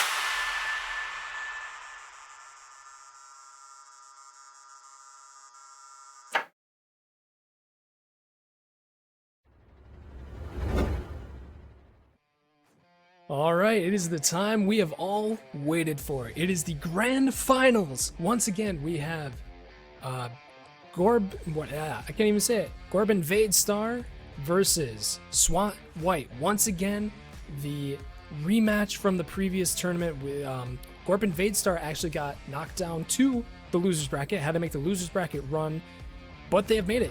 And as you can see off to my side here, the slop. You could hear it in the distance, and here he is. Slop Fingers is now back with us on the casting table as we jump into our first match. Yeah, happy to be back, and we are like flying. So everyone's loaded up. We're already on with Gorbin Vadestar, and a mixy first start to this recharge game. I'm not sure who got camo there, but it looks like 2 went down for Gorbin Vadestar, and nobody is pushed into hill. As I said, that Higgin pushes in hill, trying to get kills onto Outvade on top tower. Outvade, looks like he jumps out of tower to stay alive, which is actually a good play on his end because... actually, no, he got picked up by Anthrax, so already Gorbin Vadestar is putting pressure on this map. 2 down for SWAT White, but nobody is in hill. Nobody's picking up time to capitalize on these kills. Yeah, and as a heads up too for the stream, looks like once again we got the name swap. So Gorbin Vadestar is blue team on the overlay, and it's pretty still mixy right now. Neither of them are going for kills or kill time. SWAT White now pulling forward just a little bit with this first hill. Goldstar staying alive with Anthrax, trying to get him. Anthrax putting shots on the Gorfine on Trippy Box, gets that perfect. Nice. And just like that, 3 members of Gorbin Vadestar go down, and Anthrax is looking for that last kill with Thumpy. And just like that, that might be the first cap of this game as Anthrax gets another perfect out onto Sniping, I believe it was. As Goldstar trying to stay alive off against Higgin, takes him down. And just like that, SWAT White just showing their dominance. They have been waiting in the grand finals for a while now for the lower bracket to finish up. So they are a bit on ice, but they're just showing that that does not matter to them. They are coming out swinging. Yeah, you know, this tournament also started with SWAT White on the main cam too. And the whole time we saw Anthrax and Thumpy, especially Thumpy, be really aggressive, and it looks like that has not changed at all. Even as we've gotten, you know, this is a good finals. This is like the big one. So, Thumpy continues to be, and they are just so slay heavy, and they're really good at it. I mean, just look at the KD of this game alone right now. Hard to win when you're in the black screen so many times. Loopy with a nice final snipe there. He's been sitting inside this hill just soaking up time with camo. His teammates have been covering his back. And that's actually a good play with camo, because if you're sitting inside of hill, if they peek hill, they're like, wait a minute, no one's there. And then they're not going to have aim assist on you as well. So this just looks to be a free hill for SWAT White, who are now going to be going up 2-0 with 4 minutes left in the match. Yeah, they're flying, and I love using the shroud screen like they did right there for that hill. You know, hiding in the shroud screen is an easy way to get naded out, so using that as a decoy, especially when you have camo, just gives you free time elsewhere, and the nades can't find you as easily. Great play. Luffy getting a double kill, just picking up easy kills here as he's getting into the hill. Gorfine might be his triple kill. No, he has to back out. Gorfine, knowing he has the advantage, pushes it. But he's going to go into 1v1 against Anthrax. Runs out of ammo. Now he's dancing like Silva Fox in the last game, but gets taken down. As again, Gorbin Vadestar are on the back foot here. Goldstar is alone in gold pipes, trying to push through to this damn side. Comes up against Higgin, but Anthrax spawns on Luffy. Goldstar is going to be walking into a 2v1, whether he knows it or not. But he's winning. He might be able to get one. No, he doesn't. Yeah, that was real bad spawn timing luck for him right there, because that was going to be a really nice 1v1 win, but Anthrax pops up just in time, and now SWAT had 2 in top Ellie for this push. Gorbin Vadestar might have more time on the hill here, but as we've seen the last 2 hill caps, they start with a little bit more time, but it kind of falls apart. Camouflage is up, and the last 2 members of their team are actually in bottom mid, just trying to get control on it. Oh, amazing play by Outvade, using that BR for the killing spree, staying alive, making sure his teammate gets camouflage. But SWAT White seem to be making a comeback here. Yeah, it looked like they all spawned kind of pipes area or top red area. Now they're pushing out, trying to get some map. Two big wins though for Gorpin Vadestar. Gorfin keeping that elevator is pretty huge right now for this hill, because that allows him to mount that defense a little bit quicker for those spawns. Getting taken down by Higgin, but Higgin pushes into a 2v1 that he didn't realize was there. Goldstar not getting the kill on the first guy, but picks up the cross-map kill as Gorfin stays alive in top gold.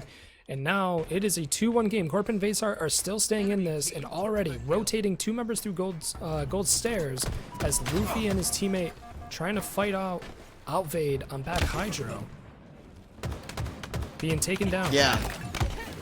Timing's not an issue for this game right now, too. These hills are capping really fast. This hill in particular, though, it might take a lot more real time just because of how open it is. I mean, this hill is really hard to hold. Yeah, I think we're going to be seeing this kind of scrappy kill for kill for kill. Only little bits of time being taken when available, because you're going to get maybe 2 to 3 people down. You're going to have one guy step in the hill and then instantly get backed out by the last remaining survivor, or the respawns as we're seeing it. They get a little bit of time and they get forced out. Goldstar on triple stack. He's in a 2v1 situation. He takes down one but gets picked up. The other two members of Gorpin Vadestar pushing into this back Hydro side, and Thumpy has to back out. Camo up in 10 seconds, so it's going to be interesting to see if they're just going to get rid of time on the hill to go for this camo, as Sniping is staying alive in batteries. Yeah, and Thumpy staying alive right there too was pretty big for that camo look, because now he's able to put damage down on, who was that, Gorfin that went for that camo, and then he right there snuffed it out. That's huge. Huge play right there from Thumpy. Huge play by Thumpy, but 3 members of his team are down. Even though he got that camo out, Gorpin Vadestar are now going to have control on the map. They're going to be able to get time, and the rest of SWAT White are going to be spawning on A side. So now they're going to have to either push through tower or bottom mid and try to break the setup as Gorfin gets an opening kill on Higgin. And Anthrax, wait, Goldstar, you good? Oh. We might have had a disconnect here. We might have to be going into a short reset. Let's see, are we good? Are they going to end? Doesn't look like they're ending. It looks like he's back. He just... Okay. Might have been an observer. Hey, I think we're good. Chestnut checkers. He's playing mind games. Mind games. Against us. We're not even playing the game and we don't know what's happening. It's all about the court of public opinion. He's just trying to get the public on his side. 100%, 100%. Gorfin trying to go 1v1 for his life against Luffy. Luffy has full shield, so he takes him down, no problem at all, and gets right back into the hill, but is getting 2v1'd out from Outvade on the Needle Wall. The score is close, but SWAT White is ahead. Yeah, that right there shows how crazy this hill is. Like, it's just so open, and you can get cross-mapped from almost anywhere, right? The only place you're not going to get an angle on is A. So, you know, we started this hill with about 3 minutes of real time, and we're already down to a minute and a half. It's going to be tight if Gorpin Vadestar can lose this hill. Enemy team scored. Hill incoming. Looking the kills across the board, obviously SWAT White is a little bit ahead here, being 2 points up, but the kills, they're all over double digits. Higgin with 12 assists, but if you look around to the other side, Goldstar BR 16 kills, and Outvade with the 11 assists. They are working together, but not as efficiently as SWAT White are, as Higgin on top of that tower is just cleaning up kills. Anthrax and Sniping in a 1v1 in long haul. It doesn't look like they're going to have any help from their teammates, as Goldstar is he's flanking around through tower side, and I think Hamo did get picked up. Yeah, I think Camo went to Gorpin Vadestar, which is nice. And looks like the shock is in Outvade's hands. So this is a really good setup for them if they can hold both. Shock down in the hill is interesting. I don't know how you feel about that one, Odds. I don't like it, but I think they are kind of getting desperate. They have to get time here. If I had to think, SWAT White is not going to push into this hill. They have 50 seconds left. They can just try to slay out as best as possible. But the more time that goes up on this hill in Gorpin Vadestar's favor, SWAT White might have to start thinking here, okay, well, you know, if that plan doesn't work out, we're only going to be up 1 point as a Gorpin getting a stick for that trade. And already Gorpin Vadestar 75% across the finish line for the second point. And 0 up on SWAT White, but that time is ticking down. Almost 40 seconds left. Yeah, and this is just pure Slayer right here. Just trying to put damage on hill so they can't stay in there. Seeing Luffy move around to bottom control now, and looks like SWAT White's going to try to set up in that control C area just to make sure that no one stays on hill. Yeah, this definitely has to be their play, because even if Gorpin Vadestar get the point, they are still down by 1 with only 20 seconds left. So if you're Gorpin Vadestar, you're starting to sweat a little. You have to get into this hill. You have to stop bleeding time so you have enough time to fight a whole entire other hill cycle, which time and time again, they are 2 men down, and I think it's gonna end here. 10 seconds left, 3 dead for Gorpin Vadestar. And that might be it for our King of the Hill match. Yeah, I mean, SWAT White's slaying power once again, just such a huge asset in every game mode. And right there at the end, Gorpin Vadestar was streaming because they knew they had to get in there. So time after time, one person going into the hill. Easy cleanup for SWAT White, and there's game 1 to the winners final. Fantastic showing by both teams, but SWAT White, just knowing with that time management, they only had a minute left. They didn't have to do too much more with that hill. Plus, the hill being in the bottom mid, that is just an absolute blender. So, fantastic first match here in our grand final. SWAT White going up 1-0 over Gorpin Vadestar. If you were just tuning in with us, this is the grand final between our 2 teams that actually were in the grand finals of our spring tournament. So this is kind of a matchup, a head-to-head again between the 2 rivals. Gorpin Vadestar are our reigning champions, but in a twist of fate, they are coming from the losers bracket into the grand finals. So SWAT White already being up 1-0 might start making them a little nervous going into this Aquarius Slayer. Yeah, this is your classic final boss Carbon setup, 06 to 07. Of course, that's an incredibly approachable reference. Everyone knows exactly what I'm talking about. You know, it's the grudge match, and at one point, Gorpin Vadestar was dominant in the last tournament, and now we're seeing SWAT White come back with a vengeance. And that first game was pretty definitive. You know, that was a pretty definitive win. It wasn't a gimmicky objective win. They outdamaged almost across the board. We saw some great damage there from Gold Star BR, but look how even that is. Basically a 400 count damage split across all 4 members of SWAT White. Yeah, that just shows that each member of SWAT White were doing what they had to do. They were picking up the assists. I mean, across the board, 10 assists, 13 assists, and 9. So almost a triple-double for each person there, and the accuracy being up as well. So yeah, they're just staying on top of their game right now. They are working together exactly as they should be. Their team shots are on point. The average life as well was up there, 30 seconds, 36 seconds. So their efficiency is definitely peak. But can they bring that into this Aquarius Slayer, where we saw earlier Gorpin Vadestar were hyper aggressive on this Aquarius Slayer, and we're going to see if they can do it again. Yeah, both teams here are going to be playing real fast, and Gold Star VR and Gorpin Vadestar were really free-flowing last time. That favors Aquarius, so let's see what this looks like. Here we go. Bumpy looks to be getting that first overshield. Higgin, bottom mid. Is he going to pick up the Heat Wave? Yes, he is. So the Heat Wave is not in the hands of the overshield, so the overshield has a little bit more leeway of how he wants to approach these fights. Gorfine going down there, just flying into blue util as OS still has plenty of shield left. Thumpy looking for the respawners. And already we're seeing a 6-3 lead for SWAT White. Yeah, and it looks like Gorpin Vadestar split spawned right off the bat there too. So we have 2 in blue and 2 in yellow, which is a little bit hard to track if you're SWAT White. So it's possible that Gorpin Vadestar, if they can win one of these engagements, can start turning it around pretty quick. And then we just saw Snipe and pick up the Heat Wave too, so that's a good thing to keep an eye on. 3 members down for SWAT White. Sniping in the hands with a Heat Wave, and it looks like all 3 members of SWAT White are spawning on blue flower side. So it's going to be interesting to see.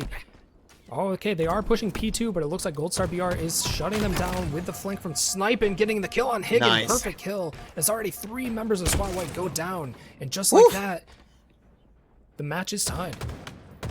Yeah, and then we see SWAT White here trying to get back to blue base. This is kind of what we talked about last time too. Like, if you need to reset, you got to get to a spot when no one can get to you. That's going to be those back bases. Looks like SWAT White just got a nice 2-for-1 there, and maybe this is the reset. Because that was a huge push by Gorpin Vadestar.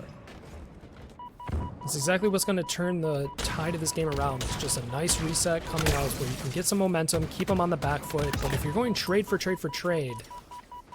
Actually, no, I can't even say that. If they're going trade for trade, SWAT White is now back up again. It was a tied game, but they're now up again by 4, as Anthrax is keeping 2 members of Gorpin Vadestar stuck in this yellow flowers and getting pinched upon. And now it looks like Gorpin Vadestar are just completely distraught. Yeah, you know, looking back and relying on my non-existent expertise, Slayer is kind of like basketball sometimes, where it's gonna be a game of runs, and some teams are gonna go on runs, but really it starts tightening up when you get to 30 or 40, right? So right now, SWAT White basically took Gorpin Vaystar's run and then making one of their own. That's 3, all down on SWAT White. Huge plays from Gorpin Vaystar.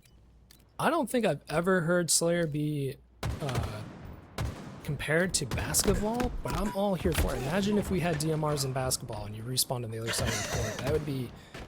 That'd be interesting. Forgers, get on that. Anyway, Yeah, well, multiple going down for White here. Yeah, that'd be fun. And people never believe me when I say in basketball I can't play defense because I gotta wait for my shields to recharge. But you know, whatever. they kind of give you a weird look, right? What the hell are you talking about? Anyway, Outfade staying alive here, getting kills on Higgin, but Anthrax has to back down. He's trying to get the kill on Luffy, but Luffy gets away. Outfade just can't keep his shields back as Goldstar goes down as well, and SWAT White are slowly pulling away with this. They were up 4 and now they're up 6, 28-22. Still plenty of time left in this match. All 4 members of both teams are up, but it just looks like Gorpin Vaystar is just walking into team fights without getting prior damage down. And it's just not going in their favor. Yeah, and you just saw right there that Lumpy pinged out all spawners when he looked at that, even before they're up. So that, you know, that just tells you SWAT White is noticing where they're spawning and just flying at them, which is exactly what we talked about. This is really good play. They'll not way to get out of that like Gorpin Vaystar. Now they're getting some map. Makes everything a little.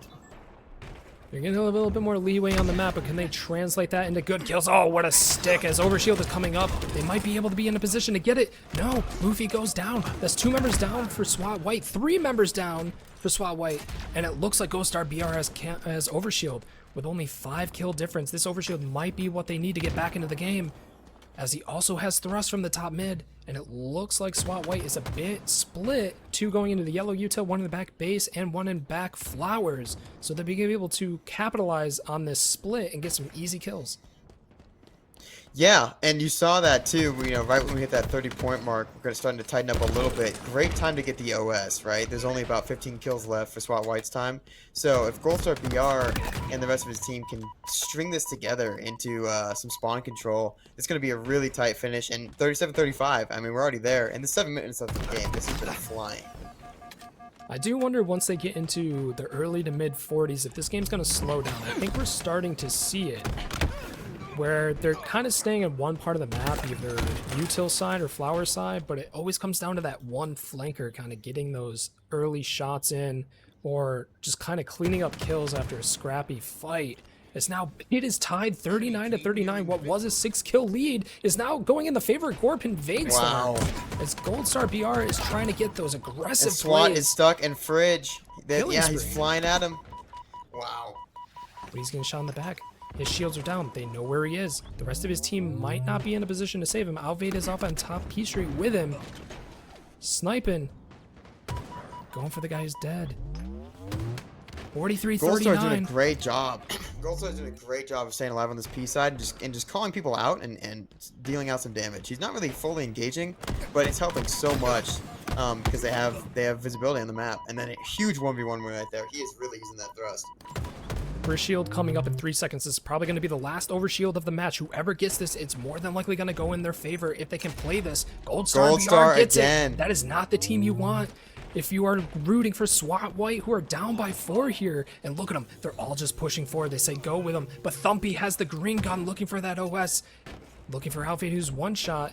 Higgin is still alone at the top base. OS is burned.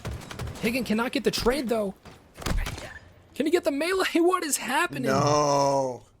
And just like that, Gorpin Vaystar with only 1 kill left. Alvade is pushing it, but he can't get it. Oh my god. Oh, and just like that. Wow. What an ending. Wow. Yes, that was so rough at the end there for SWAT White. Not necessarily anyone's fault, but just bad timing. Couldn't get that melee, and then it went from a trade situation to a 2-0 situation, and then they could just clean up the rest of it. That was a huge game from Goldstar, starting around the 30 kill mark. That was a lot of dominance. I mean, he ran that map.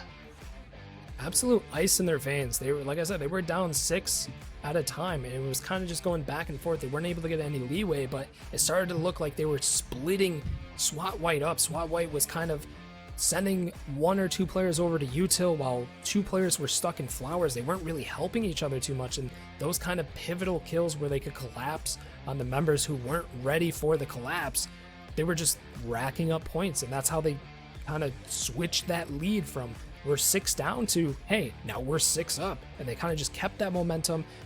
And securing that overshield with 45 kills, like I said, that was the last overshield in the match. That overshield was going to dictate. Whoever got it was more than likely going to come out ahead.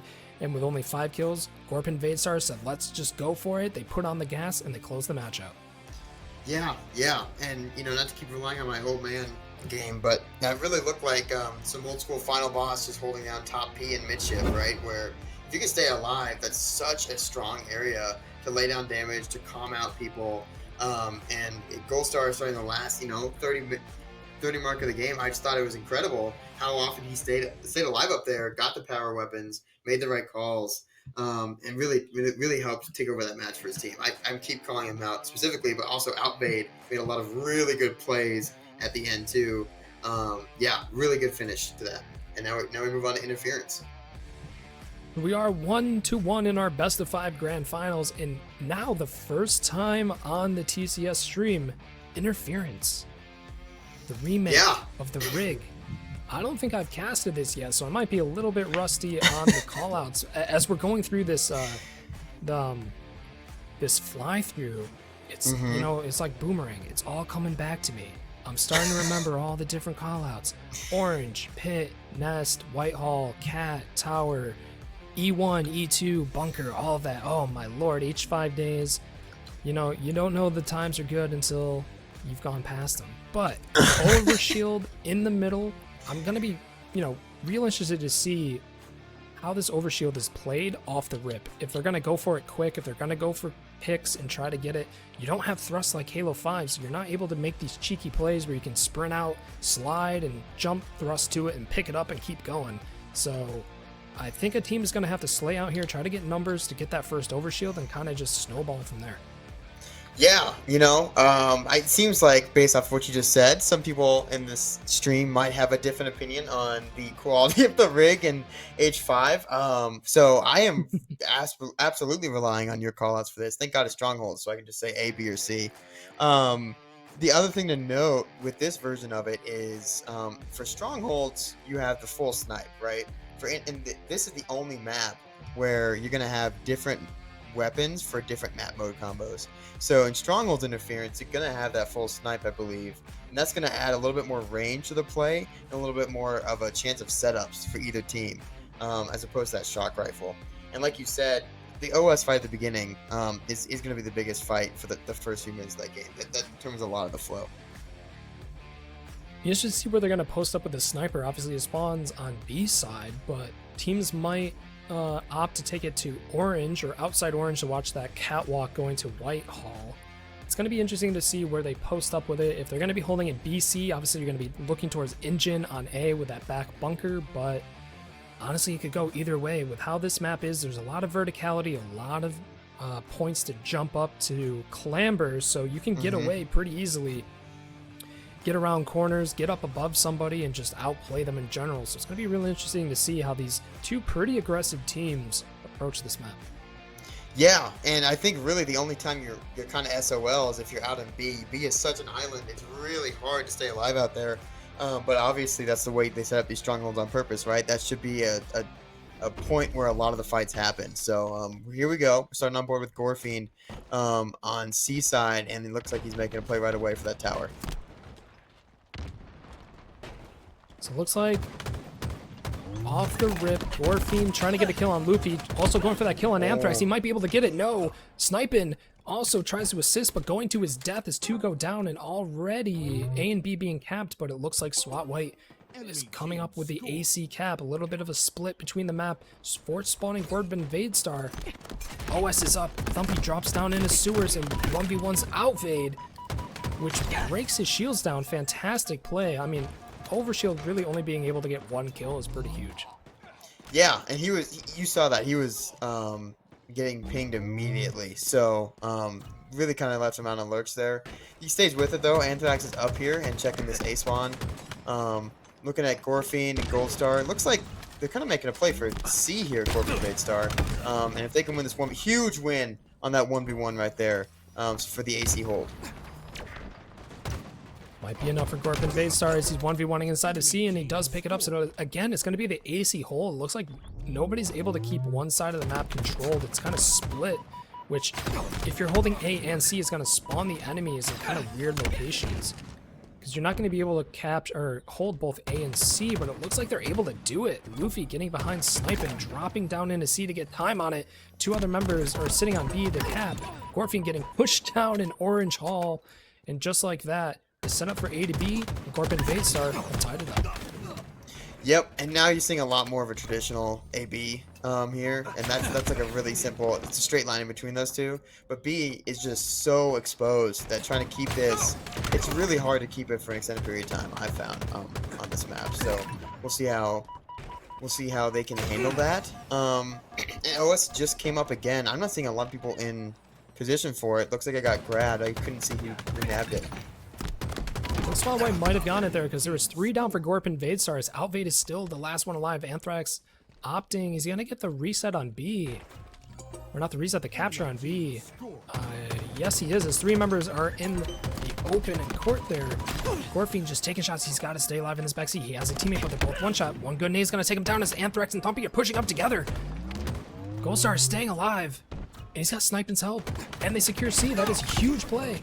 Wow, did a really nice trade there for Sniping. Yeah, and all 4 members of SWAT White were in B or in the open right there, and that's such easy fish in a barrel if you have high ground here on this map. We just saw SWAT White take B real quick and then lose out on that fight, so that's going to be where this big fight is now, is for B. Looks like all members of all teams are fighting right there. Outvade with a kill on Luffy, and it looks like Sniping's going to be trying to take B, but he's getting hit out by Higgin, who gets taken down. Absolute menace there, but being shut down. So B is now in control. Gorpin Vaystar are still etching out control here. The time this is such a not sneaky little complete. rat spot that Sniping was just in. Nice play right there, and that little jump up, they added that to this version of the map, I believe. That's such a nice way to make sure that B push gets cut off by the head. Anthrax and Thumpy trying to go towards tower side. Sniping is in Whitehall. It looks like another member of SWAT White spawned in the E1. Anthrax is down on flat. Thumpy 1v2ing is taken down by Outvade, I think. And Gorpin Vaystar are just racking up the points. They haven't been able to break this BC hold, which is super strong as Overshield is coming up in 5 seconds. Yeah, and looks like once again we see both teams recognizing that and fighting for it right away. It's just so exposed that you're just going to see a lot of kills in a row right here. Looks like it was grabbed by SWAT White, and looks like specifically Luffy has it as they go to B. So they're going to use that to go fight for the B hold, and we'll see if he can stay alive long enough to make that count.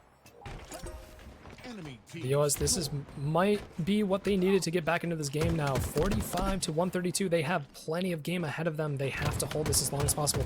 Gorfiend is getting in quick though. All their focus is on the hallway, but Gorfiend got into the back line. He's hitting on A. Thumpy has to drop to 1v1 this on Sniping. Sniping knows he's coming though. Wow, yeah, Luffy got found out immediately with that OS. Gorpin Vaystar saw him at B and basically just said like, we're just gonna go to A then. And then when the second that Luffy was in the open, he just got melted, and that made that that A fight so much harder for SWAT. Outvade with a 1v1 on Thumpy, and it looks like he wins that 1v1. Goldstar BR is putting shots on Anthrax, but also getting shot by Luffy in the top tower. So that is 2 dead for SWAT White, and 2 dead for Gorpin Vaystar, which actually comes out to Gorpin Vaystar being ahead here. Actually, no, SWAT White is on B. I was gonna say, they had the positions, but no, it got switched around with that B hole. Shout out also, I don't know if you guys can hear it on stream, but shout out to whoever is trimming weeds outside. I'm just gonna add a nice buzzsaw sound to this stream, so it'll make it feel a little bit more tense. The third caster. Outvade getting killed out on the Whitehall. Anthrax backing out for Sniping, who's in the back hall there on bunker side. But SWAT White, they're slowly crawling this back.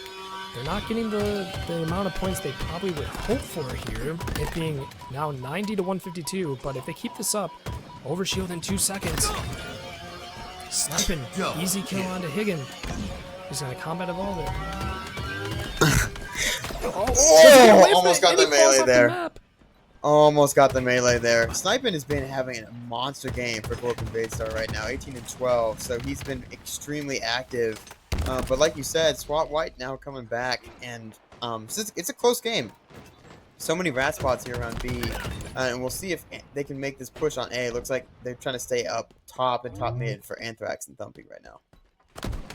You know what's interesting? I think because this map is so new, at least to Halo Infinite, not many teams know how to play it very well just yet in terms of team fights. Because if you look at the assist markers, nobody has really gotten... No one's above 8 assists. It's all just been singular kills coming out, maybe trades, one for the other. SWAT White looking to be on top in terms of the kill scoreboard here, but yeah, Sniping with 18 kills. This is just, he's just making this his map. He's getting those good kills, he's flanking well, he's cleaning up when he can, as you see with the kills around Anthrax, staying alive on this backside. And once again, AC coming in for Gorpin Vadestar. Yeah, and that was all Sniping and Gold Star on that C push, and then we saw SWAT White spawn around B, and it's such a quick trot over there to A that they just don't even fight for C after that. So much of this map is all based off of the relative location of strongholds, as is every strongholds map, I know, but it seems like the A-B walk is so fast that the second you take C, you gotta look right back at A, because they're gonna be coming fast. Yeah, C's kind of disadvantage. You're putting yourself in a weird spot when you're flying out of C here. It's like, well, yeah, you're going to jump up mid like Thumpy is. You're going to go out into the open, but if they're holding B, they're going to be able to shoot you. But luckily, Thumpy is able to get around the corner here. He's going to get the melee. No, he does not get the trade. His Sniping stays alive. Pretty much absolute. You breathe on this man, he is dead. But that's exactly what they want. This Gorpin Vadestar is now pushing the 200-point mark. SWAT White's just not able to get their footing in this match. No, I mean, this is a Sniping masterclass. He's up at 22 kills now, and he's winning every 1v1. He's taking people with him when he goes. Looks like SWAT White just lost the fight for OS. I couldn't tell who grabbed that one. Looks like Outbade might have grabbed that, too. So, pretty big push here from Gorpin Vadestar to try to finish out this game. SWAT White now getting back into the game with an AC hold, but they have quite the run to go. They need about 48 more points, but already somebody's up on the C. Thumpy getting picked up by Gorfine. What an absolute monster of an angle as Goldstar BR and Sniping are taking over the C together. 3 members are on C, as it looks like 2 members of SWAT White pushing through Whitehall. What are they going for here? Are they going for C or are they going for B? They're a little bit split, and they know where each other are. Sniping just going with Thumpy, and that's 3 dead. Yeah, and those, wow, yeah, those crosses right there just killed that push immediately. The second that they got damage before they even hit the zones, that push was dead, and now they have to try again. Looks like they're spawning over in between B and C, so a really hard place to push out of in the next, looks like 5 seconds.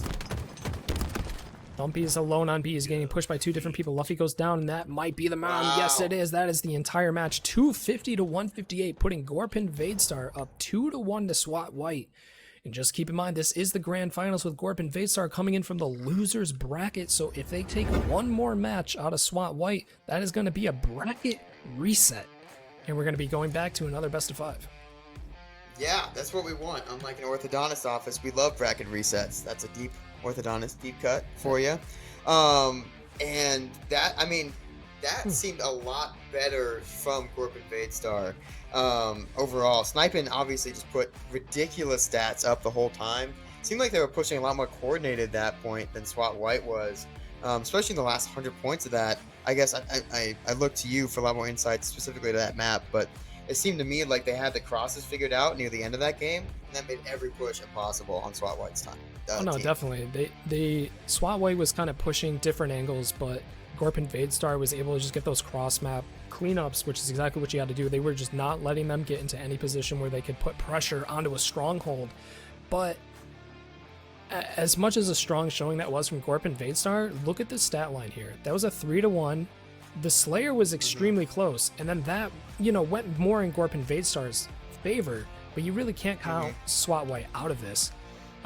Looking at the scoreboard here, good kills all around, but yeah, Sniping, the 22 and 16 with an 8.7 KD. And the average lifetime, 30 seconds out of both Outfade and Goldstar BR. Especially Outfade, he was kind of staying alive in those back lines, just getting those free kills, kind of cross-mapping on E1. So, yeah. I mean, good plays. such a ridiculous... I mean, just looking at this stat line from Outfade, really good, well-rounded game. Time on Stronghold was about 1:15, which is pretty high, especially if you're winning those 1v1s and putting out that much damage, and also assisting your teammates. So, really good all-around game from Outfade. The fact that Sniping was third on his team in damage, but that far ahead in kills, just tells me it's a really good team game, team shot. Coming into our fourth match, Imperium CTF. I was looking at the wrong thing, my mistake. Gorpin Vadestar, they already had a strong showing on stream with CTF Imperium. They were able to do a quick 3-0, and already Gorpin getting a perfect on a Higgin here. So I'm going to be interesting to see, is Gorpin Vadestar going to do the upset with the bracket reset with this CTF? Wow. They were very strong on it, and Thumpy getting taken down by Gorpin. Thumpy used both rockets there with no kills, and that's huge for SWAT Whiteside, or detrimental to SWAT Whiteside there, because they got the rockets for free, but then they did nothing with it. So Gorpin Vadestar escapes a close one. Does look like this sniper is dead. Not sniper, the flag is dead, but also sniper is dead too. Up on the sword side is Luffy, is sitting in BR2 looking towards long haul with a teammate. Thumpy with sniper, sees sniping. Not able to hit those shots. They know where he is now. As Higgin and Anthrax getting kills onto Gorpin Vadestar. It looks like they're putting in some effort here. The flag is being pulled towards first BR. And this is exactly what we talked about the first time we saw Pit CTF on stream together, is you really want to set up for that long haul flag run because it's a lot more covered. And if you can get it to that long haul, you're in a pretty good spot. But Gorpin Vadestar won a bunch of pivs on the backside here, and that's going to make it a lot harder for this to be a clean pull. Bumpy and trying to keep pressure on the flag, but yeah, the flag is dead once again on this needle side. That is 2 times flag has been pulled to a needle side on each team, and just dead right there because it doesn't look like they can capitalize on kills on the respawners. Nice shot by Thumpy. One shot, one opportunity to seize everything he's ever wanted. Is he going to be able to hit it? Yes, he does. My God, that was right down the middle, right in his gut. And now they have a nice little foothold. It looks like. On this side of the map, they got someone in Mauler. If he can stay alive, if Anthrax and what is that? Is that Anthrax and Lumpy? If they can stay alive over there, that's gonna be a pull. Yeah, Goldstar was just in an amazing position. 2 members just walking past him, and he was forcing spawns to get kind of wonky there. He was buying time for his team, especially with that 2 kills. But again, flag looks to be dead. On the needle side, yes it is, as Outfade gets the kill on the Anthrax, and just like that, flag gets reset. 5 seconds left on Rockets. Yep, looks like it's 3 up to 2 on the other side for Rockets and OS. But if Thumpy loses this fight right here, that's going to be OS to Goldstar, which is...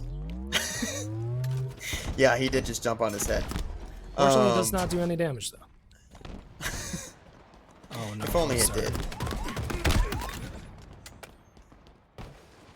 Okay, looks like SWAT White did a flagpole and the OS is burned already on Goldstar's side. And we're on board with Thumpy. 2 dead. That's going to be a dead flag again in a reset. Huge win there by Anthrax. And Snipes up for both teams. So we're going to see a little bit of a reset, I think, as people go back for those power weapons. Goldstar looking for Anthrax, who was kept weak by a single shot to his body. Goldstar, can he get out alive? Yes, he can. He has a teammate in green with him, and another teammate Outfade pushing towards long. Luffy getting a kill on his sniping.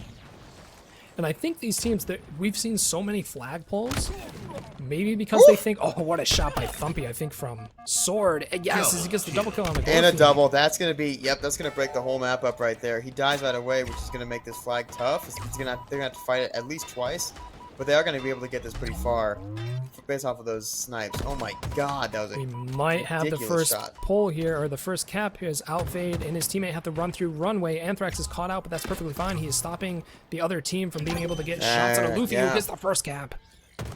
Huge plays there. That was all from Thumpy's snipe, and that's why it's so fun to get the boomstick into the right hands. I was saying earlier, we've seen a lot of flag pulls already, and I wonder if that's because they think they're in a safe enough position to pull this flag, but it keeps dying or stopping at Needle Pit. So I wonder if they're pulling just because they see an opportunity, or if it's a bad call, because it doesn't seem like they're getting the amount of slays or the correct timing to pull that flag to make it meaningful. Yeah, you know, like you said, we saw Goldstar kind of just sit there and watch them move that flag until he's in the right spot to make a counter pull. So I think also Gorp and Vaystar are doing a great job of not reacting right away, but instead getting the defense set up so when that flag is pulled, they're okay. And then you see that was an easy cap for Gorfing through that long haul push due to the top mid control for Gorp and Vaystar. Already with a counter cap, Goldstar BR. Did he get stuck? No, he did not. But Sniping is behind two of them on the green. Oh my god. He's going to be getting the double. Such a rat flank. Oh my god, that was beautiful. Rockets and OS coming up in 5 seconds, and it's going to look like Gorp and Vaystar is going to be able to get OS while Higgin has Rockets. It's going to be a bit of a counter here. In my humble opinion, I do believe Overshield is worth a little bit more than Rockets on this map, especially because you have Repulsor like that. He only gets 1 kill with a 1 rocket out of 2, while OS might be able to stay alive a little bit longer to get more kills. His Outvade, he's alone on this backside. Oh, and as I say it, he goes down. So that's 2 down, and Luffy's already on the other side of the map. So they're going to pull because they know they're going to spawn S1 over here. And if they can get 2 kills on that S1 spawn, I think they're going to get this flag across. Luffy with a kill on his Sniping. His Outvade is the last alive. Gorfing just comes up, but they're going to be probably spawning on the sniper side. No, he's getting shot in the back. Maybe somebody spawned on Mauler, but Anthrax is there to stop the push on BR1. And that is a second cap by SWAT White with 6 minutes left in the match. That was beautiful. Beautiful timing. They got 2 kills they didn't expect, and they were just ready to capitalize on that. And that's really hard to do on a map like this because it's just so spread out. But they were in the right spots, and Snipes up again for both teams. Looks like there's a push through long haul here for SWAT as well. Oh, nope, not anymore. I was gonna say, we're not seeing too many crazy power weapon plays this match, especially on things like Live Fire and Forbidden, we were seeing before, just absolute crazy snipes. I think the pressure is just on a little bit too hard for both teams to be hitting these shots because they're constantly being cross-mapped. Oof. Outvade misses the shot, but opts to go onto their side. He might be able to look to get their sniper. Yeah, 2 snipers in his hands would be huge. Ammos. Yeah, he's Luffy. I wonder.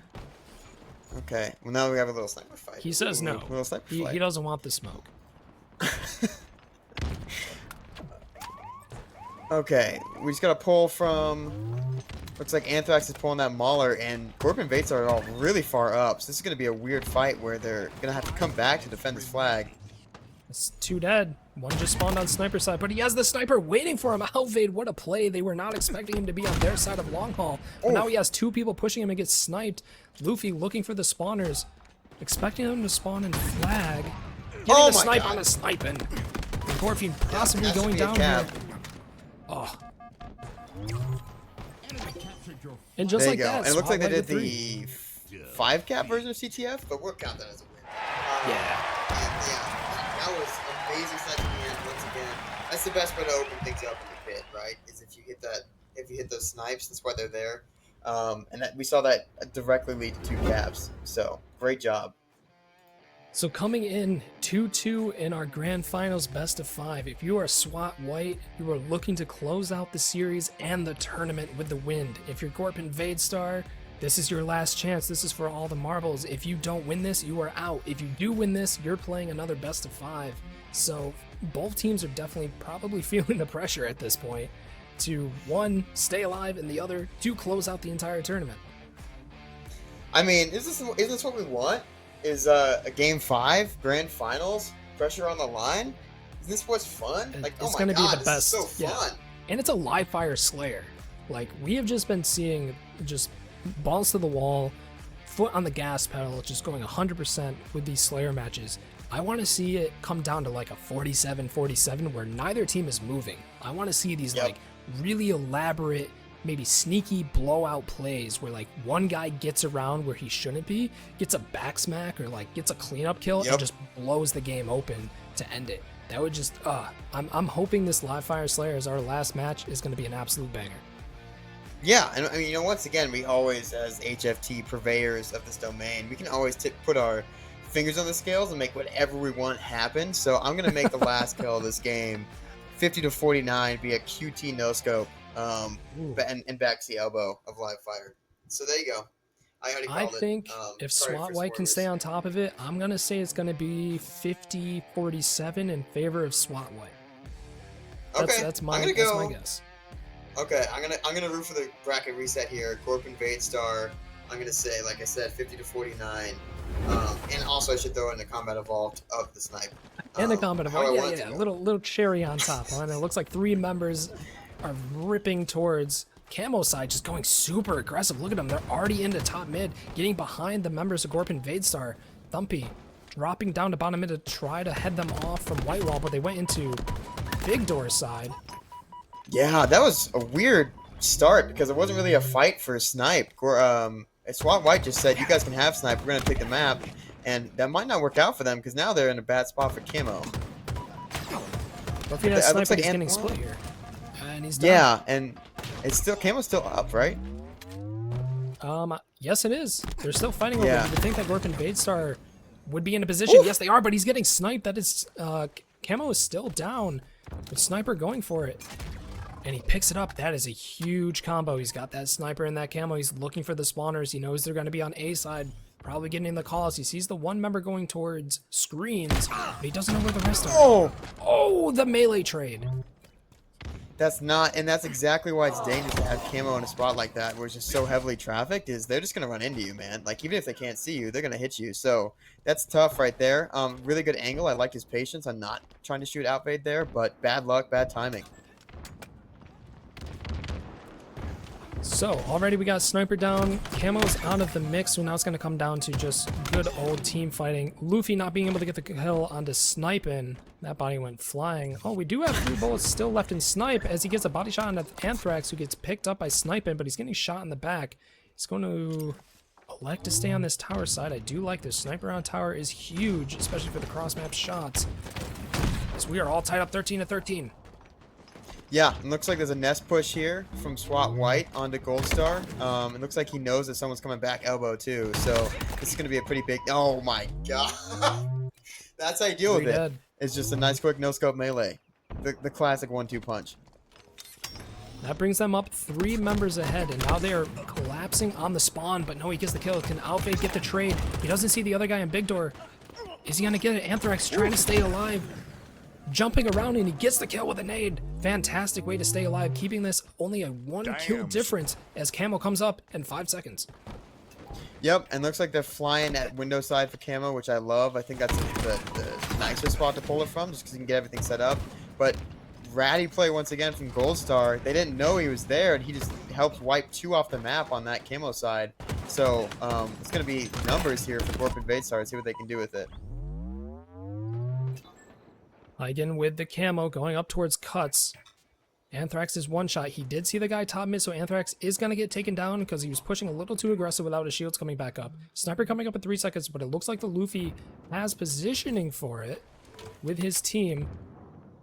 Elects to give the Sniper over to the Camo as Sniping gets taken down on the back of B, and just like that, a 4-kill lead in for SWAT White. Yep, and Hagen with Snipe too earlier in the... Oh, is that a long bomb stick? Where was that? Double kill. Wow. Okay. Some nice plays there. Some nice pick up free kills. But Hagen with Snipe and Camo just like earlier in the match as well. And they're holding that tower spot, which is where you want to be with Snipe. So Gorpin Vadestar have some tough work to do to push out of B into that tower spot. I was about to say, it looks like they're split, but that split goes into their favor as 2 members get the kill on the Sniper. Anthrax is trying to run for his life on the white wall, gets taken down. Luffy also being caught out, I think, with a reload and a grenade throw there, gets taken down inside Tube with a grenade. And now Gorpin Vadestar, they're right in their element. They're pushing fast. They're trying to catch them off guard with the spawns, and just like that, one goes down. Anthrax trying to play for his life. Don't peek, Anthrax. Wow. So many grenades coming through. Wow, that was a huge live from Anthrax just to be annoying. He's putting out so much damage. He's been one-shot for like 10 minutes, and he just threw out so much damage. Great team play by Anthrax right there. Trying to keep SWAT White in it, 32-30. The game is still close and it's still anyone's match. We have crossed the 30-yard or 30-point mark as Goldstar BR is alone in bottom mid, gets picked up by Luffy and his teammate. The rest of his team is over towards B side. It looks like SWAT White is starting to do the wolf pack staying together. The ping's coming out onto Nest. They're saying this is where he is. Luffy is trying to look for a back B, make sure no one's here. He does see the QT. He's going to elect to wait for it as 3 members are pushing through top mid. I love that. I love the strategist sitting because he knows someone's going to use it at some point. He just wants to freak out. Oh, and now he goes. He's gone. Oh, there he goes. So camo in 5. This is going to be a huge camo. Looks like we have some SWAT White presence here on cuts, which is huge. And they're making a play for it. Should be pretty free if they can get this kill right here. SWAT White get this camo. That might be the part that closes out the match. They are 41-33, almost a 10 kill difference. And if they get a camo on top of that, all 3 members of Gorpin Vazar are spawning on the big door side, going to back B. They have no idea this camo is in such a spot. Sniping. Oh my God! Staying alive. No, gets traded out. The camo is down, so there was only 1 kill for camo. But still, Gorpin Vazar going 4 down. So in the end, even though that camo only got 1 kill worth of efficiency, it resulted in an entire team being wiped. And now they have to spawn in a really tough spot. It's really hard to spawn out by Turbine because you're just so open already. And SWAT White's map control really making a difference here. It's just hard to stay alive out there.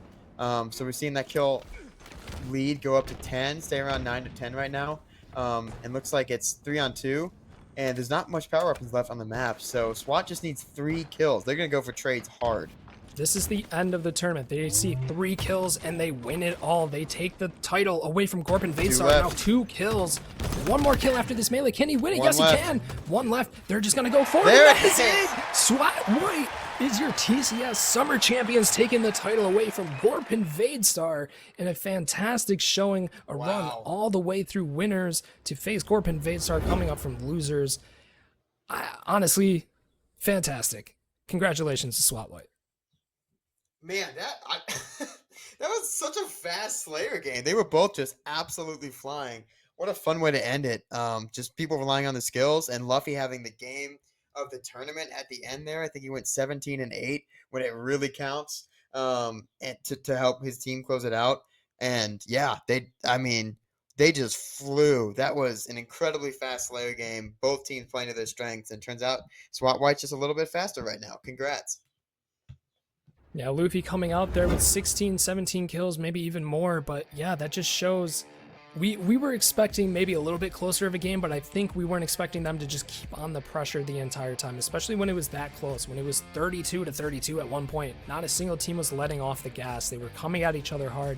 We were seeing that with Gorpin Vazar time and time again. All the series that were being casted, we just saw them going forward, pushing those spawns, and they kept that up. But in the end, I think SWAT White just came out ahead because they were able to win those gunfights. They were able to kind of, even though we saw Gorpin Vazar pushing 3 people at a time out of big door towards B, they weren't expecting SWAT White to kind of read them like a book, to put camo onto front B, a guy onto Nest, and another dude onto pillars, and they just wiped them down.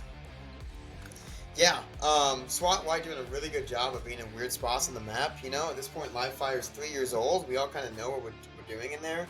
And, you know, having places, people in unorthodox positions, especially in Slayer, can be an advantage. You just gotta find a way to use it. So, some of that was really good play from Luffy and a lot of singular plays. But some of that's also, if you look at Anthrax's stat line, that's like the Dream Slayer stat line. It tends across the board, right? Where he's in a lot of fights, but he's helping his team win in a few different ways. And that's team, like, they have a lot of team shotting from SWAT White in this game. And in Halo, that generally means you win. Of course, coming on 10-10, even with 11, I mean, that's just showing you're getting kills, you're assisting as well. He's by himself at this 48 kill mark. He was responsible for 20 kills, almost half of his team's kills. So, especially with Slayer, you don't have to be the main Slayer. You don't have to be the top dog. As long as you're getting kills, you're getting those assists, and keeping your deaths relatively low to not kind of feed the other team, your team's going to come out on head, and you honestly, that's how you got to play Slayer. But again, congratulations to SWAT White, doing an absolutely phenomenal job running through winner's bracket to face their rival Gorpin I can't even say their name after all this time. But it must feel real nice for SWAT White to take that title belt back, to get a little bit of revenge from the last tournament, and then hopefully those two see each other again in the next tournament, and maybe they'll take it back. Yeah, hopefully so. And, you know, HCS may offer huge prize pools and glory and a trophy, but what's better than the reigning champion role on the Halo Funtime Discord? I can't think of anything. Nobody else can have it. I can't even have it. No one else. I know. I have petitioned so many times. Like I said earlier, I have a direct line to Tashi. He couldn't help. It's an impossible thing to get. So congrats to SWAT White for achieving what I cannot. And I am jealous. I am jealous. Again, all right. So, again, thank you all so much for joining us for the TCS Summer Series. Another stream put on by the Halo Funtime crew. If for some odd reason at this point you've been watching this whole time and you're not part of HFT, what are you doing? HaloFuntime.com. Join the Discord. We do it all. Competitive like these tournaments. We do casual fun games, matchmaking, forging, everything. So come on in, interact with the community, find some friends, and of course, have some fun. Again, thank you so much to the Halo Funtime staff for putting this on. Thank you so much to Sozer back in production. Everything you saw today was ran by him, absolutely on top of everything. And we've had this has honestly just been a straight, just slick stream. Everything has gone perfect. Thank you so much to the competitors for showing up, not milking. It has been a great time. And Oz, thank you for marathoning the mic this whole time. Your dulcet tones have set the tone, quite literally, for such a smooth stream. And Sozer may have a 3 in his gamer tag, but he is number 1 in our hearts. So shout out to him as well. Shout out to Krabs and My Shot for making such a clean operation. All the competitors, of course, for keeping it classy, keeping it fun, having a great time, and just showing up on a Saturday to chill. That's what we want to see. So. You know, community continues to win, and it's just fun to have fun. It's, you know, hard to keep it more complicated than that. That's what we're all about, man. It's just having them good times. Fun is mandatory, as we say. And thank you to Delta, too. Don't want to leave Delta out. Delta came in, casted for a couple games and bounced out, but thank you to Delta for supplying your voice and your talent to this cast. Yeah, Again, you know, a little frustrating, I'm sure, to his team that he purposely threw the game so that we could come on So and he cast. could But we cast, always yeah. appreciate it. We always appreciate his talents. So it looks like we are going to be rating LVT Halo. I believe they're having a tournament themselves. So if you want a little bit more of Halo action, follow the raid over there and drop some of the HFT love. Tell them where you came from. Tell them what you're experiencing here. Get them all on board. We love LVT. And we love Halo, and we love you. Thank you guys so much for hanging out with us today, and we will see you in the next one. Keep it sloppy. Keep it sloppy.